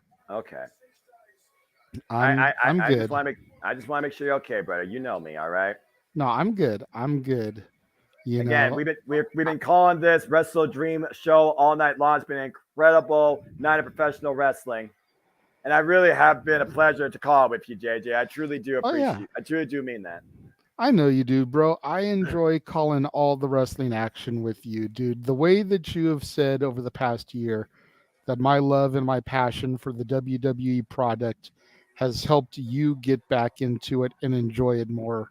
Your love and your passion for the AEW product has helped me go neck deep into this company. Well, we're going to see soon enough if history repeats itself. We see Nick Wayne there with his ribs taped up pretty heavily. Yeah, but again, the connection with these two, JJ, goes far and beyond. Darby Allin, made in Seattle, defy in professional wrestling here tonight, looking to once again become the holder of the TNT title, to feel complete, to feel like he belongs, to find validity, a sense of validation in what has to be the conclusion of this summer-long saga of the TNT title. Whoa. All right, Darby Allin's fired up, clearly. Again, you think about this man and the tormented life that he's faced and how much the past has been used to try and define him. He doesn't let that define him. Oh, man. Let's go down to the Dapper Yapper, Justin Roberts, for the introductions. Mansfield, if he doesn't watch it live, I'm sure he'll be searching out the video of it. Oh boy. Big fight field, big fight field, big conclusion. Justin Roberts.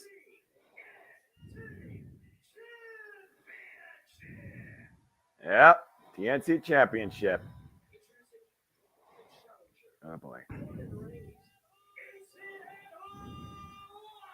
I can't tell if that's real blood or paint, but we know how much he's bled his whole life.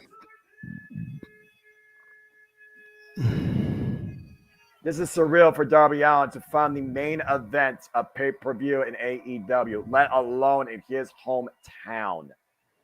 How far this young man has come. And then you have this guy. I mean, I could talk about his resume all night, but I think Jade is more fitting to talk about him.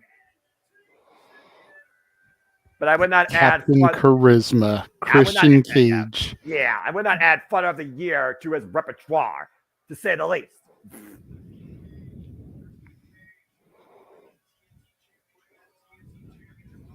Christian Cage putting the TNT Championship on the line after winning it finally himself. Darby giving his skateboard to a fan at ringside with his face painted. That's a moment right there. When you think about Darby Allin's unrelenting, unbreakable, relentless fighting spirit, the demons that this young man faces and embraces have only made him stronger. As you see the heavy kinesio tape up and down the spine. As Christian Cage, you've said yourself in the past, JJ, is he kissing it goodbye? Or truly will Christian Cage be the face of TNT now and forever? Referee Bryce Rensburg for this contest. This is our main event at WrestleDream. TNT Championship. Darby Allin, the challenger. Christian Cage, the champion, the defender. 2 out of 3 falls will be the decider. The bell rings, and here we go. The focus of a 2 out of 3 falls match, JJ, really comes down to how you go about going for the first fall and how important it is for one of these two to get it. We know Christian Cage works everyone. He is a savvy veteran, patriarch of the game. The last time these two went one-on-one, though, they went close to 30 minutes over a single fall, and Darby Allin caught him literally in a trapped roll-up. Darby Allin tonight looking to shut Christian Cage up. Says that the past does not define him. You are fighting someone you've never seen before. Christian Cage says he chose this match because he wants to see Darby Allin actually try and out-wrestle him. He wants to expose him for the fraud that he is, that he's no mentor to Nick Wayne, and that as long as he's here, he will never be champion in AEW again. And already Christian Cage might be trying to instigate Darby Allin. As we know, 2 out of 3 falls can happen via pinfall, submission, or disqualification. It's the first ever 2 out of 3 falls match in TNT title history. Kind of a tie-up right now. As you saw, Darby Allin's trying to become the third ever 4-time TNT champion. Christian Cage comes in, JJ, as the 20th TNT champion in this title's history. And will Christian be the last TNT champion in this title's history? Yeah, that's a whole different Mr. TNT. Now and forever. And we'll find out together. Nice arm control there with the arm ringer there and trying to take the leg off of Christian Cage. And we all know cover. And we all know Darby Allin can wrestle. We saw him have a match-based clinic with MJF. We've seen him survive Minoru Suzuki. He's not a daredevil. He doesn't have just reckless abandonment. He actually has in-ring savvy. And Christian Cage is looking to exploit that out of him. Oh, and spitting in the face. Whoa, and caught with the hip toss. Counters. And right now trying to cover up. Now Darby Allin trying to hyperextend the left arm.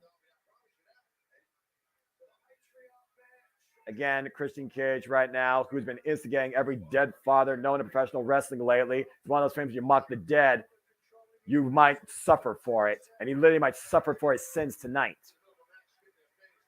And the hammerlock right now with the left arm. Again, Darby Allin first won the TNT Championship against Cody Rhodes at Full Gear 2020, November 7th that year. He held it for an illustrious run until he ran out of lives, some would say, and he faced the Redeemer Miro and lost it on a knife defense. Fast forward later in Seattle, February 1st last year. Oh, nice drop down with the hold the cover too.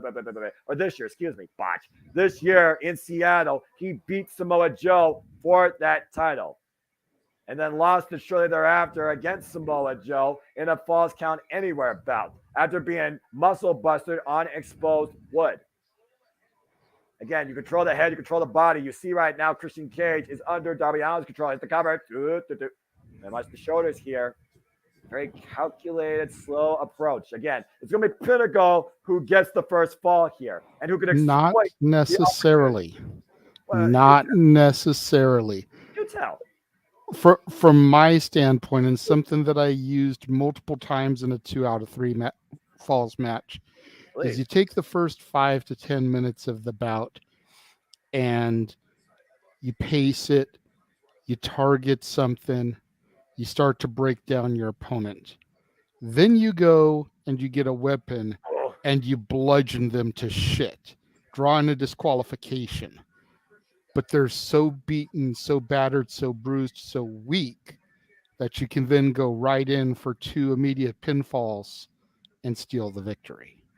So similar to what MJF did in the Iron Man match to get 2 straight falls with the American Dragon Brian Danielson in the span of 10 seconds. You think Christian Cage might possibly exploit a strategy like that? It's always possible. He is a veteran in this business, Noah. He has been around. He's been world champion for ECW, WWE, Impact, and the NWA. Oof. Fair point. Nice sunset flip. Looking for the roll up. Christian Cage preventing it though. And Darby on off the second row. Cup and splash caught in the waist lock. Kill switch. Oh, engage. Countered. Nope, counter. Oh, look at that. The shirt and the roll up the rope through. Deep. Bring it back inside. And then night floor two. Darby out with the first fall. Oh, man. That was absolutely brilliant. That was some straight up debauchery and cheating. Hey, Christian Cage, you don't think he would have worked that? Look at the way he did this. And also brought him back to center. And the jackknife float over, trapping the single leg. That was brilliant.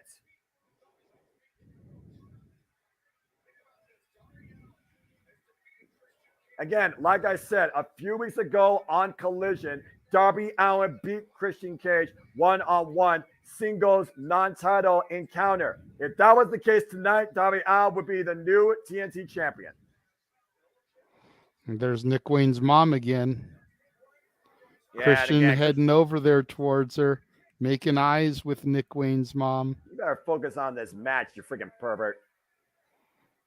And Nick Wayne's mom does not seem impressed by Christian Cage. She's over it. Darby Allin right now waiting for Christian Cage to get back inside the ring. Now Christian Cage has to get 2 straight falls on Darby Allin. Oh, man, what a shot. Again, the connections with Nick Wayne and the Nick Wayne family, it was Buddy Wayne, Nick Wayne's father, that helped Darby Allin get into professional wrestling in the first place. He was pinnacle in Darby Allin's career before AR Fox. And since Buddy Wayne's passing, Darby Allin has taken upon himself to pay it forward, to be the mentor to Nick Wayne. And right now, Christian knows, oh my God! What a whiplash arm drag. Is the cover, hook of the leg, and gets a 1 count. But Christian right now heavily working over Darby Allin's spine. Now just wrenching the nose, breaking the eyes, going for a cravat of sorts here. Matthew and Walter are just both so wrong in the chat room. Good thing I'm looking at the monitor as I'm supposed to, being the play-by-play guy. All I got to do is look at the monitor, not my phone. That's I know. I've got to be producer man, though, Noah, so. I know, and I love it. I'm just playing with you. By the way, you guys need to freaking get out the gutter. I know. I got a sense that I knew what you're doing. And y'all are wrong. Just like Christian Cage is wrong. And I hope that Darby Allin makes him freaking pay for his sins. And so far right now, Christian Cage just literally having his way with Darby Allin, stomps to the side of the head. Yours might be Josh, but I'm not sure who Zach Wilson is to make the comparison. Zach Wilson. Yeah. Don't ask me. I have no fucking idea. A bit of a partisan crowd here at Seattle, actually. Chance for Christian, chance for Darby. Darby Well, we Allin expected the crowd to favor Darby being a local boy, but Christian is worldwide. He is global. World renowned, I think is the other word you're looking for, JJ. As he goes back to rigging the eyes of Darby Allin. Again, the savvy 49-year-old veteran, 28 years in the game. To your point, trained by the likes of Dory Funk Jr., tag team specialist, in-ring technician, multiple-time world champion wherever he's gone. Darby right now. The only company he's worked for so far where he hasn't been world champion so far is AEW. But he did. Could an AEW world title reign be in his future? Yeah, very possible. He was the Impact World Champion at the expense of Kenny Omega, beating him on the premiere of Rampage. Oh! Thank God. The whiplash effect off the top rope. And Christian Cage right now up to the top rope looking for the splash and misses. Darby. Sunset flip powerbomb. Correct. Cover 10. No. Whoa. 2.5. And now might be looking for the ropes. O'Connor roll. Cover 2. Spring off the bottom rope. Nice crossbody. Cover again. 2. No. Great moves here. Now the crucifix. Cover 2. No. He's exhausting Christian Cage if nothing else. This is smart by Darby Allin. Ooh. And from the outside.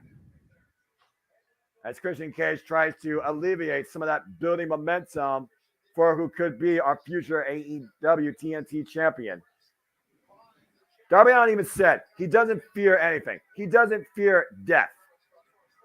But Darby Allin has been called by Christian Cage a coward, a mockery, a failure, a false mentor. Jesus. Bounced off that guardrail.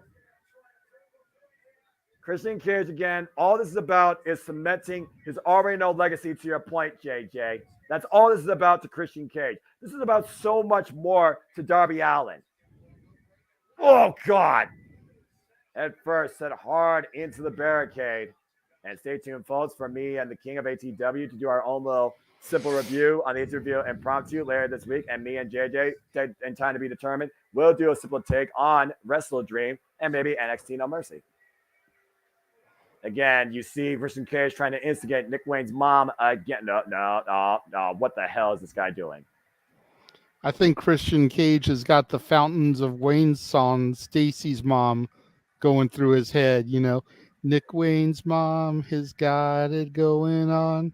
Yeah, right. Friggin' Look at the way he just saunters over to her. Look, she's digging it too. Oh yeah, that's what you deserve. Throws her drink into Christian's face, but you know she was feeling it. She was feeling the swagger of Captain Charisma. Oh God!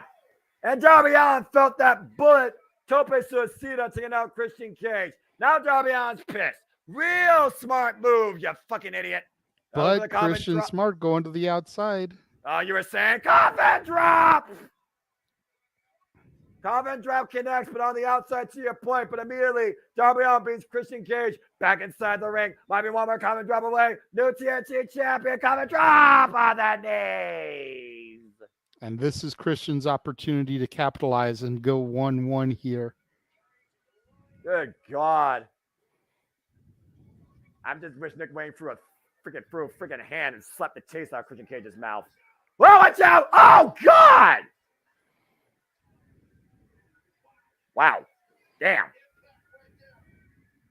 Okay. Well, gravity was Darby Allin's worst enemy there as he went up against that announce table. And unlike other announce tables, that announce table actually can hold up to punishment because it's braced by a steel beam. Take a look at the replay, JJ. Boom! Jesus. Thought about knocking yourself out. But again, Christian Cage, he needs to be aware that he needs 2 falls to win here. And kind of charisma right now. What the hell is he thinking here? And now Christian Cage taking the steel ring steps. A single piece, by the way. These steel ring steps that weigh over probably, I don't know, what you think, 200 pounds, something like that? Close to that, probably, yeah.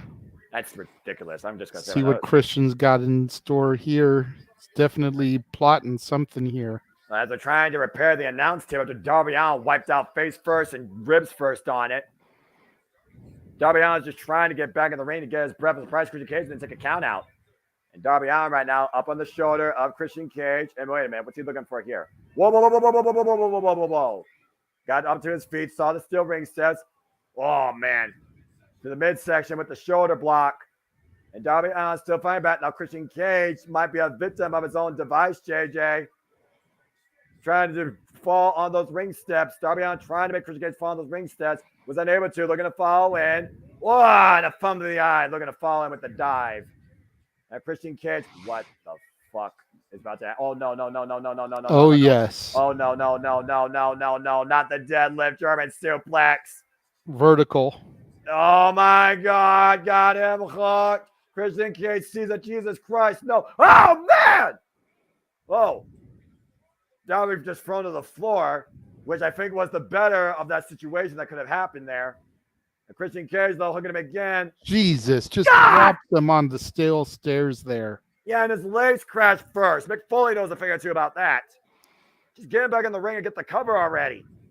He's going to. We got one right here for sure. If Christian could just get him in the ring. He's not done yet. Look what he's doing, JJ, on the apron. Oh, God, no. Whoa, man. Darby unable to counter. Darby, what the fuck? He's ragdoll. Oh, Jesus. Oh, my God. That's it. That's it. That's it. That's it. He's dead. That's it. Oh, my God. They killed Darby. That is absolutely wrong up there. Yeah, you sick fucking Gene. Didn't even use the top. He used the front of the steel ring steps, by the way. So Darby Allin's body crashed the most awkward way possible across all three. Damn! Okay, taking a count at this point, might as well. Oh my God, the spine on that middle step, particularly. Jesus Christ, that's hard to watch. Doc Samson checking Darby Allin right now as Bryce Remsburg starts his jumping 10 count, and Christian Cage might literally tie this up via count out. Up to 8. Again, technically it's not a disqualification, right? He didn't physically use the steps. The steps were just in position. And there's the 10 There's the count. 10 count. Now the referee needs to start counting again. Well, I don't know the 20-second rest break or an immediate rest break between these falls, and you also got to see if Darby Allin can continue. At this point, it might be literally a forfeit. Darby Allin's not moving, JJ. Again, Christian Cage, the savvy veteran, every underhanded trick in the fucking book. Shocking. Absolutely shocking to nobody. Jesus. And right now, Bryce checking to see if Darby Allin actually is conscious enough to continue. Again, at this point, this might literally be a foregone conclusion. Dr. Samson and Bryce checking on Darby. Meanwhile, what the hell is Christian Cage doing? Literally, we gotta look at this again. Seriously, watch the way Darby lands. I want you to look at each part. Oh, God. I think his head hit the bottom step, JJ. God. Christian's looking for something here. What is he doing? Is he looking for something, or is he actually removing something? Do you see him cutting the ropes that brace the tarp and the canvas together with that steel structure? Oh, God. Look at the other angle. Oh, God, that's horrible. The legs, the shoulder as the gurney is being brought out. I think this match might literally be thrown out here.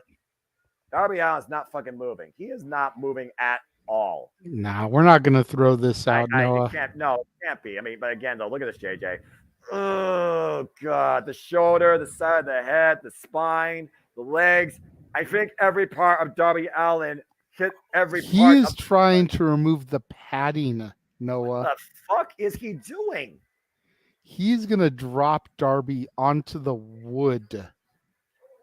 Those are explosive wooden boards, JJ, and they are loose as the day is long. You know this. You built I do rings. know this. You built rings. Christian is looking to legitimately kill Darby Allin. Yeah, screw the TNT title at this point. Just kill Darby Allin's career before Mount Everest or death takes him. But again, what did Darby Allin say? He doesn't fear death. He is relentless, but right now, what the hell? I mean, I know we're trying to end the show, but I don't think the cleanup crews are yet. Look at that exposed fucking wood. For those that don't know, that's how a ring's built, by the way. You got the steel structure underneath, and then you have these exposed wooden planks that aren't braced by anything, by the way, except for a thin layer of padding and an even thinner canvas on top, tied down with What the is ring Christian apron. doing, Noah? Oh, God, what the hell? I don't know. Off the top rope. Christian Cage, don't do it. Don't do it! Oh, man! The frog splash off the top rope to the stretcher Darby Allin was being dragged down on, wasn't even tied down on it. Holy shit! Take a look at this. Oh!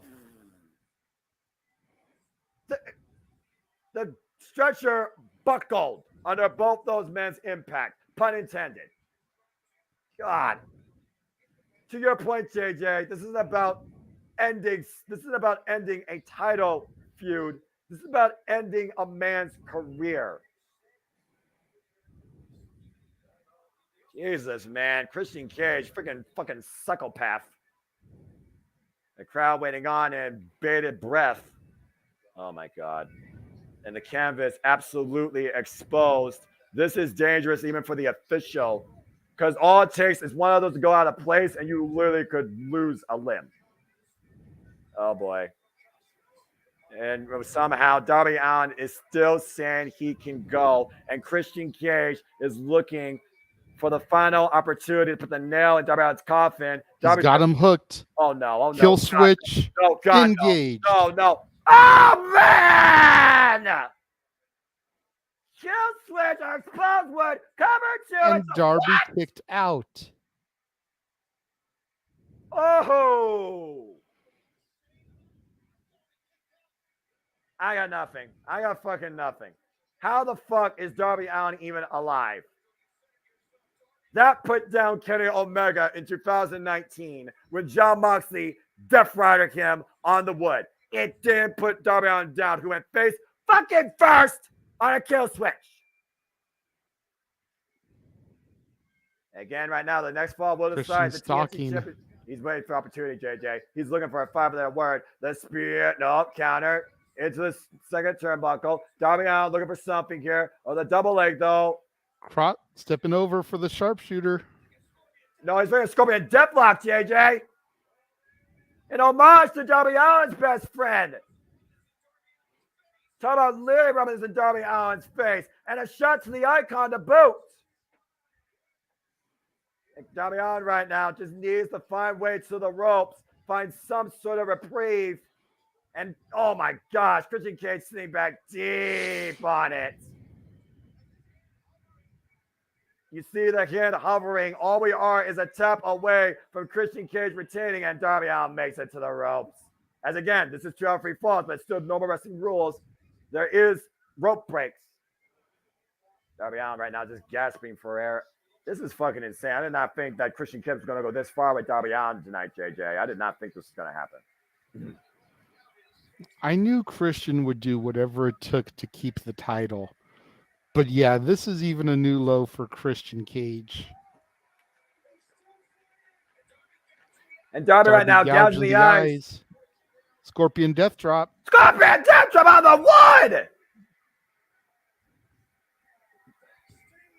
And again, look at the back of Darby Allin, that kinesio tape. And he fell back first. Now Darby Allin looking to go for broke. Is this RIP the final note? Coffin drop on this post one! Coffin 1, 2, no! What?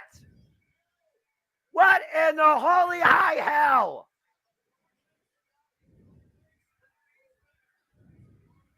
The lengths of relentless nature that these men are willing to go through in the name of finality and the TNT title too is absolutely ridiculous. Now Christian Cage on the apron and Darby Allin up to the second rope, and Christian Cage pointing towards the floor. Oh God, no! Please tell me those still ring steps aren't there. Oh Jesus, they are. Oh God, no! God, no! For the love of God, no! Lord, forgive me for I've taken your name in vain. I do not mean to, but I think someone's about to get last rites here. Sunset power bomb on the fucking wood. Freaking back of Darby Allin's fucking head and neck. This is too much, man. Seriously, what are you really proving here? And it's like, oh no! And there goes the referee. Bruce Rensburg just got speared in the next week. As if there wasn't any other freaking chaos now. Wow! Oh, bro.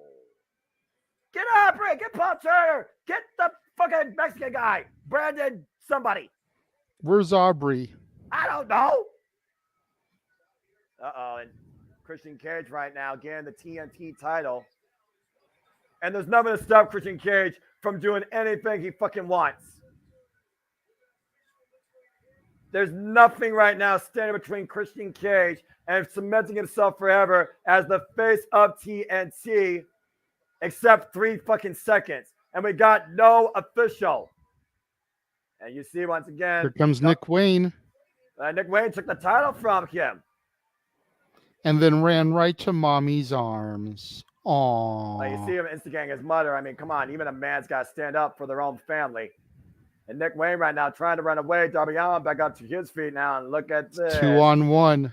The sins of your past, Christian Cage. Looking at you, dead eye, face to face. What?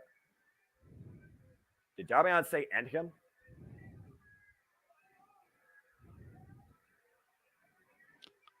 Oh, Nick Wayne just turned on Darby Allin. What? That's awesome. His mom is beside herself and Christian is just beaming. Good boy. I'll be your daddy now, says Christian.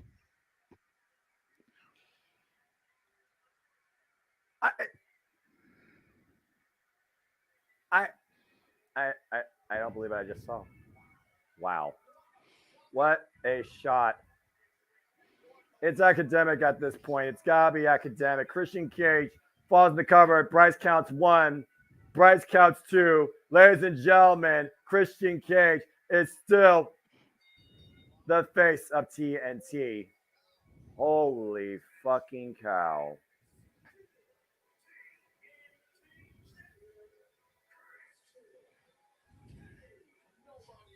I cannot believe what the fuck I saw. An absolutely life-defining moment choice by Nick Wayne, and the moment that ensured that Christian Cage will still be the face of TNT truly now and possibly forever. WrestleDream ends with Darby Allin's absolute worst nightmare as Nick Wayne adopts a new fucking father figure. I cannot believe the sheer amount of brutality we saw out of Christian Cage and what Nick Wayne chose to do at Darby Allin's expense tonight. Either way, Christian Cage still leaves Seattle as the TNT champion. I don't know how I fucking feel about that. Again, what do you have to say for yourself? You fucking turncoat.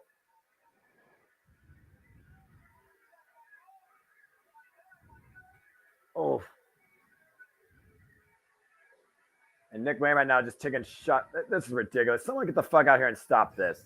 This is despicable. This is absolutely disgusting. Fucking loathsome display. The Bowman just stomping away at Darby Allin. And literally, he's absolutely defenseless. There's nobody right now that's coming to Darby Allin's aid. You want to talk about breaking a man's body? How about breaking a man's spirit? Maybe now and forever. Oh, wait a second. Here comes Sting. Oh, boy. Now you pissed off the wrong person.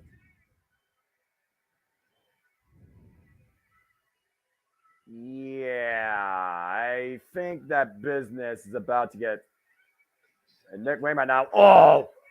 And Nick Wayne right now. And Christian Cage fighting Sting, who is not in Joker bait, but nervous because you should be, because the Icon has been more pissed than ever in his career.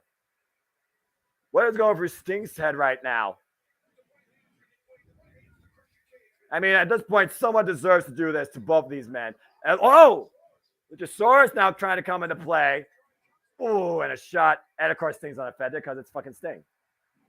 Got goozled. But meanwhile, Nick Wayne traps the leg of Sting. The Luchasaurus. It's 3-on-2, Noah. Yeah, this is ridiculous. Well, the way at Sting again. This is absolutely unbelievable. Fucking deplorable display. I am beyond shocked with what I saw here tonight. We honor a legend, we end an era, and we usher in a new one with Nick Wayne alongside Christian Cage as still the TNT champion. Give me a fucking break. Noah, it's 3-on-2. There are still 7 minutes left in the broadcast. Oh, well, I'm sure we're waiting for the opportunity to strike, but I better strike soon because I think Christian Cage is ready to put a final note on tonight's event, courtesy of a concerto. We broke a spirit, we broke a body, we defeated an individual, and now we're looking to end an icon. It is concerto time. Dramatic reverb will be played. Christian Cage with the final note in hand. Deep breath. The lights are out. Wait, what? What the fuck? The lights went out. What happened? I can't see anything. What? And now our feature presentation. Could it be rated R, Noah? I don't. I think our feature presentation may be rated R. It is rated R. Noah. You have got to be fucking kidding me! I'm not saying nothing until it shows up on my screen. You better say it first if you're ahead of me. Noah. No. Yes. No. You think you know me? Oh my fucking god! And the sounds of meddling gifts. Adam Copeland! Edges all leaks! Holy shit!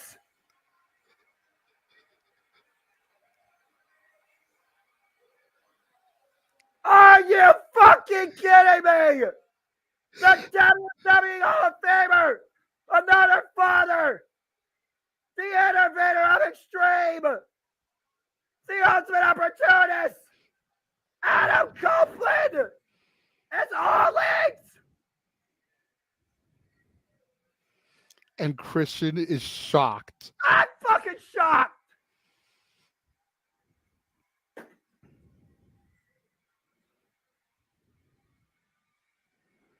What the fuck?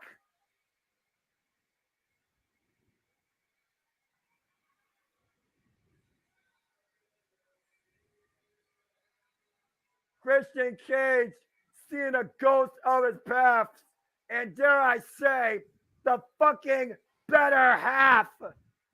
Now the question is he going to align with his best friend?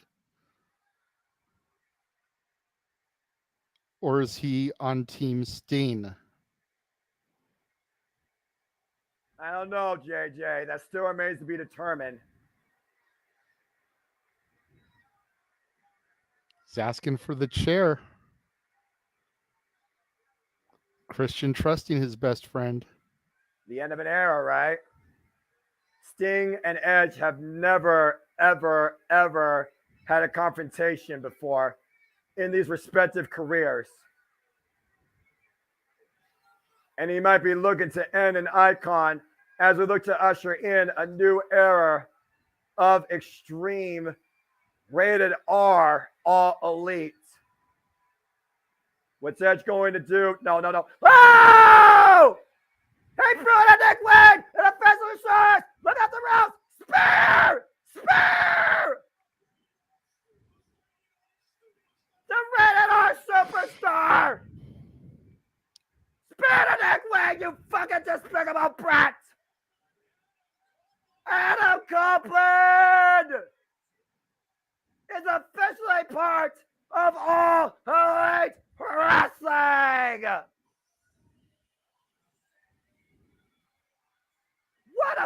fucking moment.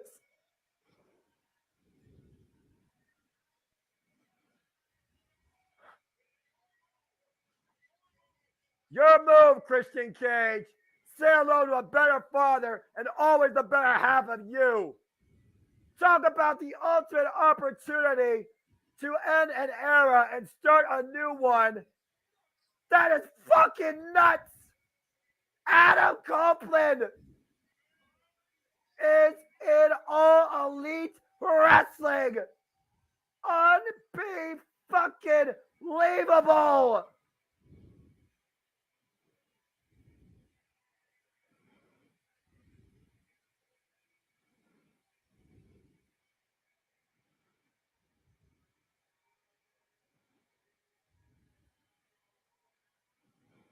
I'm not sure what Sting thinks right now, and Darby Allin sees this as he extends the hand.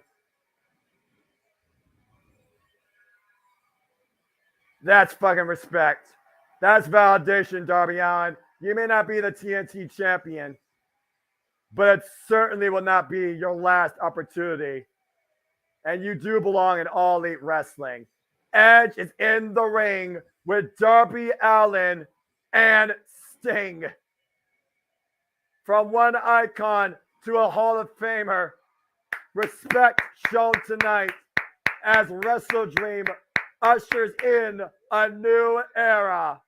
What an unforgettable moment on an unforgettable night. Andre Antonio Inoki, where once again AEW demonstrates why they are the fucking home of professional wrestling. For the Renegade of All Elite, I am the Cemento Foster saying, thank you for tuning in to WrestleDream.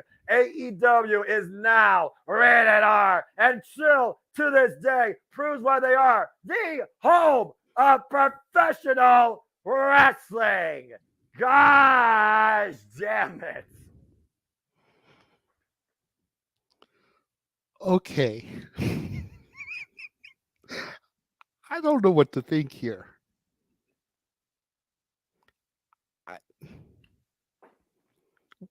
I expected it. We talked about it last night on open mic night. But there was something inside of me that didn't think it was actually going to happen. It fucking happened! He still has Metalingus because WWE doesn't own that. Noah, I am calling it right now. You are hearing it firsthand at 9:00 p.m. West Coast time, midnight Eastern time on October 1st, 2nd, respectively, 2023. Full Gear, Steen, Edge, and Darby Allin versus Christian, Luchasaurus, and Nick Wayne. Can I get a ticket out to California? Our good buddy Dattila will be there. Yeah, she absolutely will be. And she will probably get to see that action live. I'm not going to call out her name because I actually appreciate Dattila. Holy shit. Holy fucking shit. Edge is fucking in All Elite Wrestling. Yep, I love AEW for life. My life's complete. I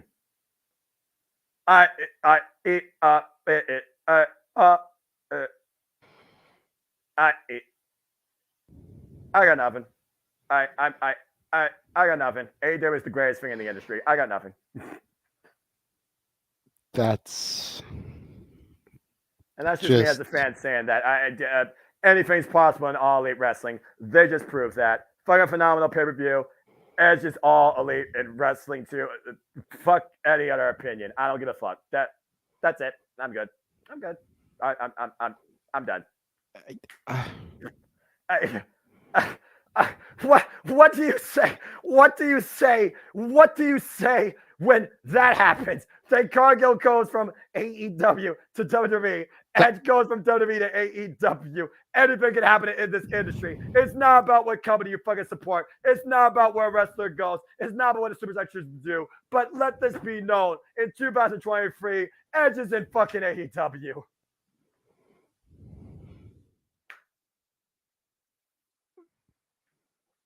I love this fucking industry. I mean, something in my gut. Once we got the 3-on-2 attack and Steam came out there, once I saw them start grabbing the chairs for the concerto, I'm thinking, okay, it's 3-on-2. They're sending a message with a concerto, which was Edge and Christian's move. Where's the trigger here? And then they went to our feature presentation, and it's just like, oh my God. This is a movie thing. Movies have ratings. This one is rated R. Fucking hell. Inoki be honored, and welcome Adam Copeland. What the fuck is next in AEW? I cannot wait. Absolutely. Did I mention how much I love professional wrestling? You have. Just want to make sure that gets out there. Okay. I'm so happy. I'm so fucking happy. Well, while we take a moment to catch our breaths, I am going to throw very quickly to our updated watch-along trailer that I made this afternoon with all the new additions to it that you're going to be able to lose your voice on. Good luck topping that shit. That's all I got to say to any company, including AEW themselves. I don't think anyone's going to be able to top this, but let's take a look at what Noah's going to be calling from next weekend's Fastlane through WrestleMania. All right.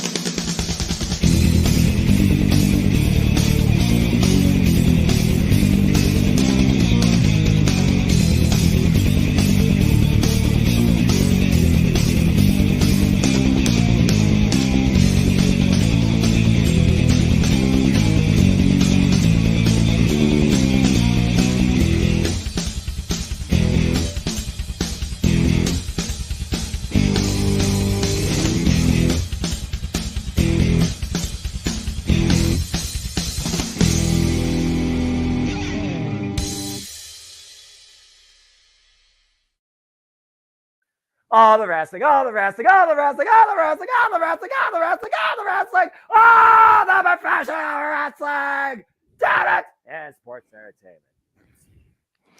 You know, Noah, usually you at least give the WWE NXT things I'm exhausted. Sorry, I'm exhausted. And today you were just like, you know what? Fuck that. It's not even worth my time. It's not right now.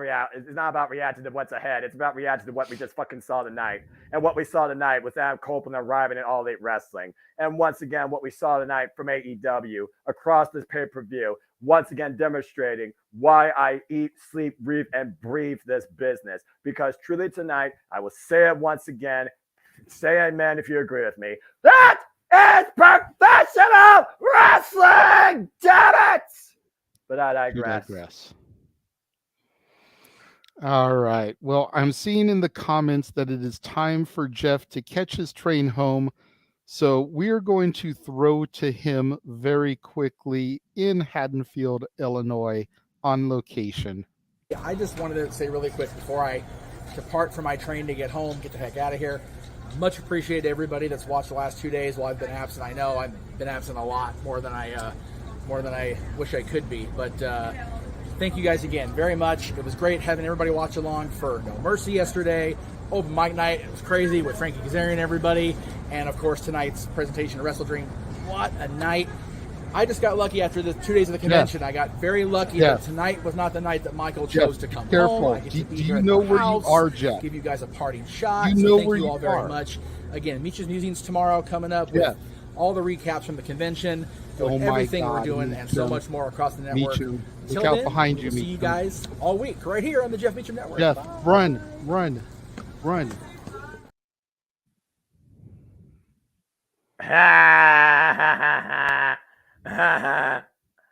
Oh, God. We did get another super chat from Walter. Says, perfect night for me, guys. Ran the gauntlet. Congratulations.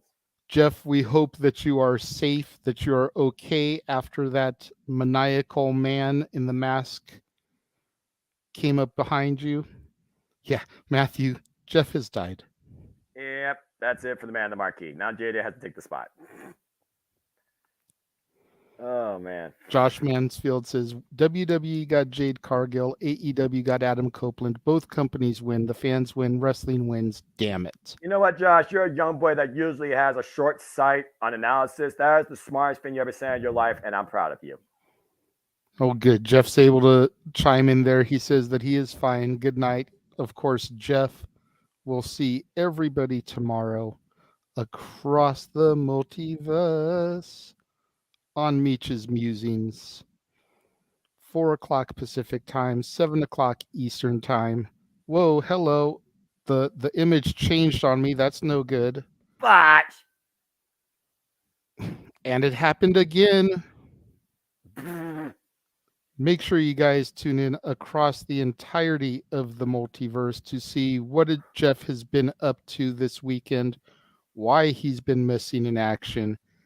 You'll be able to see and hear his stories about getting to meet all of these lovely individuals. His time at the Halloween 45 convention, seeing Gutter Candy and We Are Wasted, seeing Frankie Kazarian, etc., etc., etc.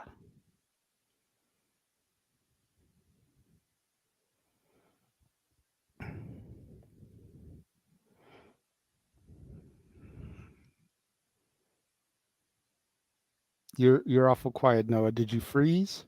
I fucking love professional wrestling. Got it. I'm fine. I'm absolutely fine. Awesome. Jesus. Stupid thing. Bad producer, man. Bad Meacham. Sorry about that. It's freaking not working. Anyway, I trying to play it off. It was a cute little thing. That's okay. Yeah, that was my bad for not letting you sit on that properly. I apologize. Tell stories. You should know this by now. I understand. I didn't know because I didn't know if you saw it. Yeah, thank you to a gentleman named Chris for the bit. It's good stuff. But yeah, great time, and dude, I got to see everything up until the end of the trios match with Jericho. Such a good show. Oh my God, how good was that? Oh man, so good. But where the hell are we anyway? Oh, we're just past the Delma stuff, so we must be in the valley. Anyway,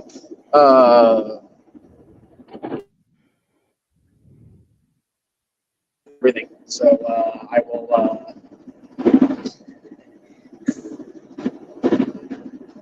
He said it would cost you probably about $20 and a hot dog to a local public defender. I'd go for it.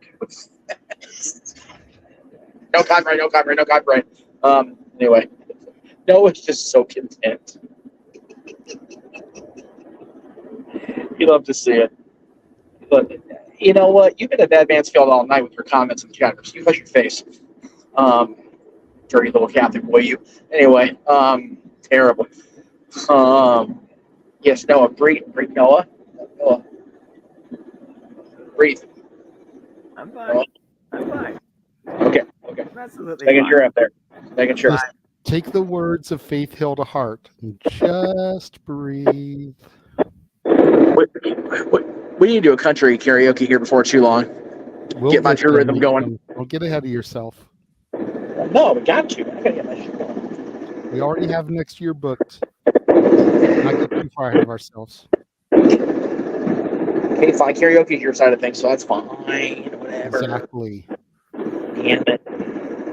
But I do have the next game show after. We don't have that's like okay. So he came out to Alter Bridge. Yes, he used Metalingus. Oh dear Christ! Well, at the end of the day, he can. All Tony's got to do is pay the rights to Metalingus to Alter Bridge. It's not WWE owned or contracted. Okay, so can we get Adam to loan some money to Tony to pay for Final Countdown going forward for Brian? Can we do that? Maybe. Just saying. Yeah. All right. Well, dude, you are just nasty in that comment room tonight with your nonsense. Goodness gracious. All this verbiage about Nick Wayne's mom and whoever, terrible people. Nick Wayne's mom has got it going on. Stop that. That's Jeff. Shame on you. We don't want to use the official image. We want to use the one we made. So shush, Josh. We'll use the official one tomorrow. I'm the boss. JD does what he wants. Yeah, exactly. Your name is Josh Mansfield, not Josh Meltzer. Okay. You're the Meltzer of the multiverse, but you're. I'm sorry. Was I talking over the official announcement? Anyway. Such a great weekend. So much good. My goodness. No mercy was good. If you want, I'll tell you what, Mansfield. If you want me to use that image, super chat my channel. Simple as that. I can't even argue with it. All right, ladies and gentlemen, this is 271 Fonda Station, Lancaster. 271 Fonda Station, Lancaster. This is downtown Renegade. There we go. Oh no, trust me. We're all going to be. Stay clear.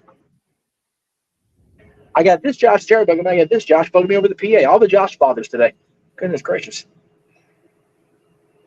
Okay, well then be like Wimpy. We'll gladly pay you Tuesday for a super chat today. If I knew I could trust Mansfield to keep his word.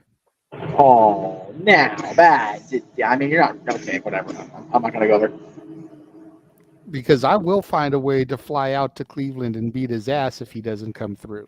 Man, that's fair. As you have the right to. I will tell you what. If you super chat Statboy Sports Bar $5 on Tuesday, I will show the image right now. There you go. You have to promise. Yeah, make a promise. And if you don't deliver, that'll be your butt. Sorry. All right, Jeff, you're seeing this. Yes.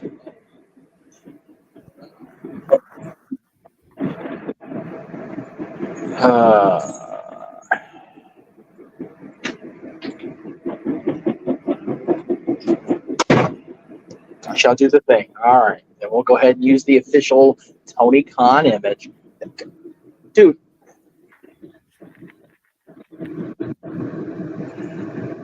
Oh, we need to start rating our chat rooms better. Good grief. How you doing up there, Foster? You all right? I'm good. So, like I said, so much good this weekend, man. Oh my God. I love that Noah popped so bad for Dragunov. That made my day. Made my morning.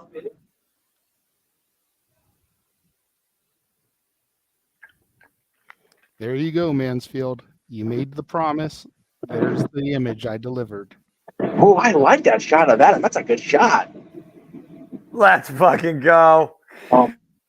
Right? Like you know, you hear about stuff like this, and you take it as rumors, right?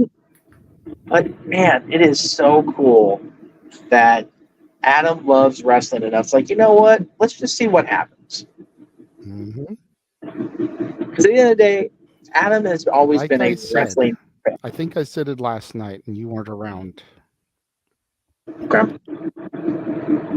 Once Christian had that return in the Rumble, and Vince didn't jump on an ENC reunion, Adam knew as soon as his contract was up, he was done. Oh, I agree. Especially once he saw Jay go to AEW and start doing big things. He's like, okay, as soon as my contract is up, that's where I'm going. Because he wanted to end his run and his career the same way he started it, alongside his best friend, his brother. Yep.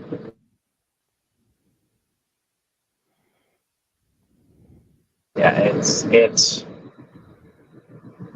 having the opportunity to get acquainted-ish with him and Beth over the last little while. It's, again, I saw a lot of people this weekend that lived in Haddonfield in their movie lives. None of us are getting any younger, man.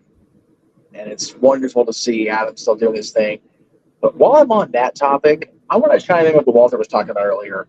Can we talk about Billy Gunn for a minute, competing for every in front of every president with every presidency since Ronald Reagan? Can we have that discussion?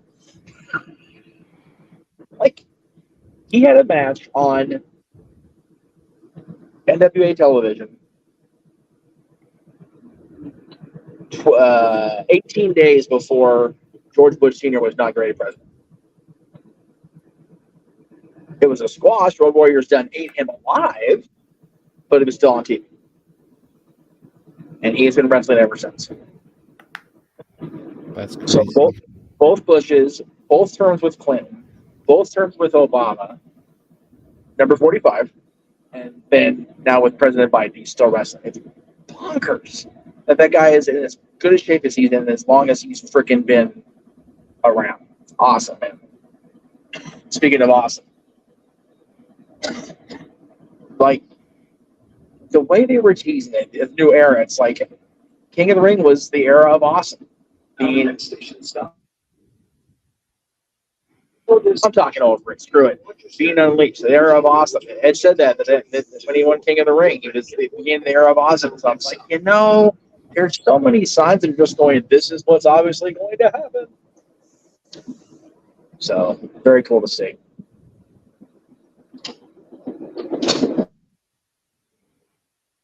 Absolutely. And I am appreciative, again, of everybody in the chat room, even you dirty-minded, dirty-mouthed people, you naughty people. Look at that. I need that right now. All right, ladies and gentlemen. In triple. Shit. It's cool you get to get rated R. That's cool.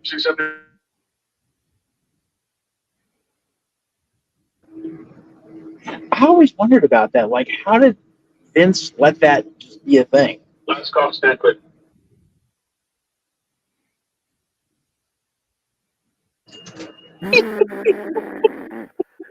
Ed, you motherfucker. You a troll. You wrong for that, Adam. That's beyond brilliant. Oh my God, I love this business. Like, if he walked that poor dog all the way across the country, God bless that dog, first of all. Because they live in where? Carolina somewhere. So, crazy. Oh my God. Oh man, it just makes me, dude. And Walter, we still on October 1st. We still got 3 months to go. Yeah, and we just took a look at all the watch-alongs that are still coming up. That doesn't even count Final Battle. That doesn't even count Winter is Coming. That doesn't even count whatever WWE will offer us in December. Right. They've announced the deadline, but they haven't announced whatever WWE proper is going to give us. Right. That doesn't count the 4th anniversary of Dynamite on Wednesday. If we still do that, I'm waiting for a graphic to drop. Tony's being fucking lazy as shit. Yeah, I've been keeping an eye out for it all day as I've been trying to travel. So, lots of stuff on the horizon.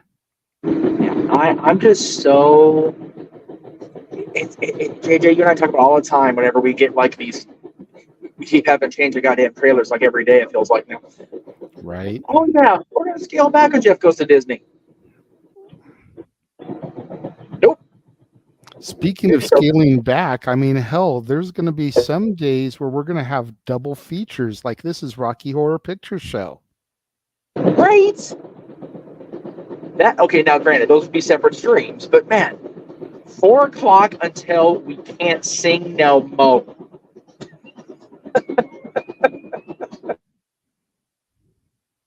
And as long as the money just keeps on coming in, dude, I ain't gonna be anywhere till the next day. I don't give a shit how long we go that night. I don't care.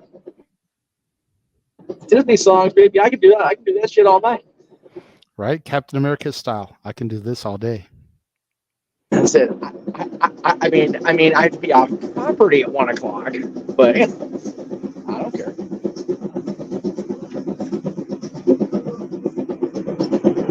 Well, I'm sure Noah's not trying to be up that late if possible, but Wait. Are you? Please tell me Josh's comment is a rib.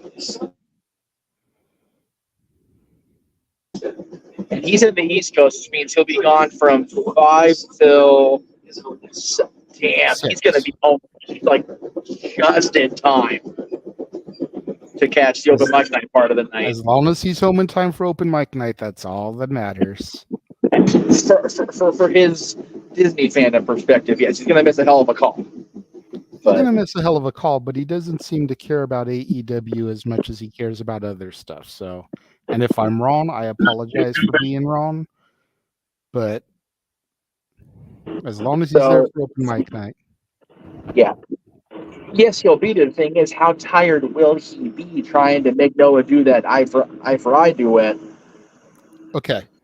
Ken, this is why I timed you out. Are you even fucking watching the show? Because if you're just listening to us and you're not even paying full attention, I'm going to delete you fucking again and put you on timeout. Pay the fuck attention. All right, let's go. Seriously, Ken, this is why. You ask why, that's why. Stuff like that. And you do it all the time. Like all the time. And it bugs because you come into the chat room and make it about you. And then you get me on here wound up because I make the screen part about you. This is why. Okay? So now that you've been timed out again and you're seeing me say it, matter of fact, here, I can call you one better. That is why you keep getting timed out. If you can't behave yourself like a grown-ass man, we'll ban your ass. San Fernando. Next up. There's my moment of dwelling into negativity and trying to do anything but that today. So thank you. I think he's on Jeff's channel. Walter. It doesn't. At this point, it doesn't matter. Well, no, he's asking because if he's a moderator. Oh. Yeah. I think he's on Jeff's channel. Yeah. But like I said, anyway, I'm gonna stop. Yeah, stop. And yeah, and Matthew, to be fair, I got you because of the direct pot shots at Chris and Aubrey. Just not okay. So that's why. But you've been behaving yourself. So anyway, let's start to wrap this up and get out of here. It is past midnight. It is 12:30 on the East Coast. Noah has work. Yes. And I have one more stop before we hit the tunnel anyway, so I'm gonna lose my signal here soon anyway. So we want to dwell on the negativity. We want to embrace and bask in the joy that was this show. Noah, exactly. Noah, can you tell everybody one more time what this was that we witnessed this evening? I suppose I can. I mean, it's not like I have to say a whole lot. It's a pretty simple expression. If people don't understand it, well, I guess, that's just the loss that you just pray is one day found. But there's no denying that tonight, once again, AEW proves why I love this industry, because this pay-per-view, simply put, that was professional wrestling. Damn it! But I digress. I love you, Noah. I do, brother. You make these shows.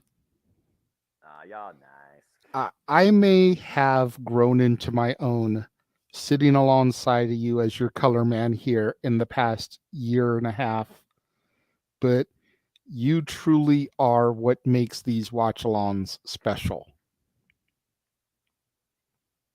And the fact that we had almost 40 viewers during the main event, during the Omega 6-man, and there was one other match. I forget which one. Probably Zach Surgery and Brian Danielson. That pushed me out of my chair. Yes. But those three matches, we had almost 40 viewers during. The rest of the card, we milled between about 25 and 30. I appreciate all of you. I hope that at the end of the day, you guys folks just really take the principle of just enjoy life and enjoy wrestling and spread it around. Yes, Walter just said it best. Your passion is infectious. Ah, y'all nice. No, it is. It is, dude. But for real. It absolutely comes is. off as 100% genuine when me and you are on the call. You and your passion for AEW, Impact Wrestling, me and my passion for WWE NXT.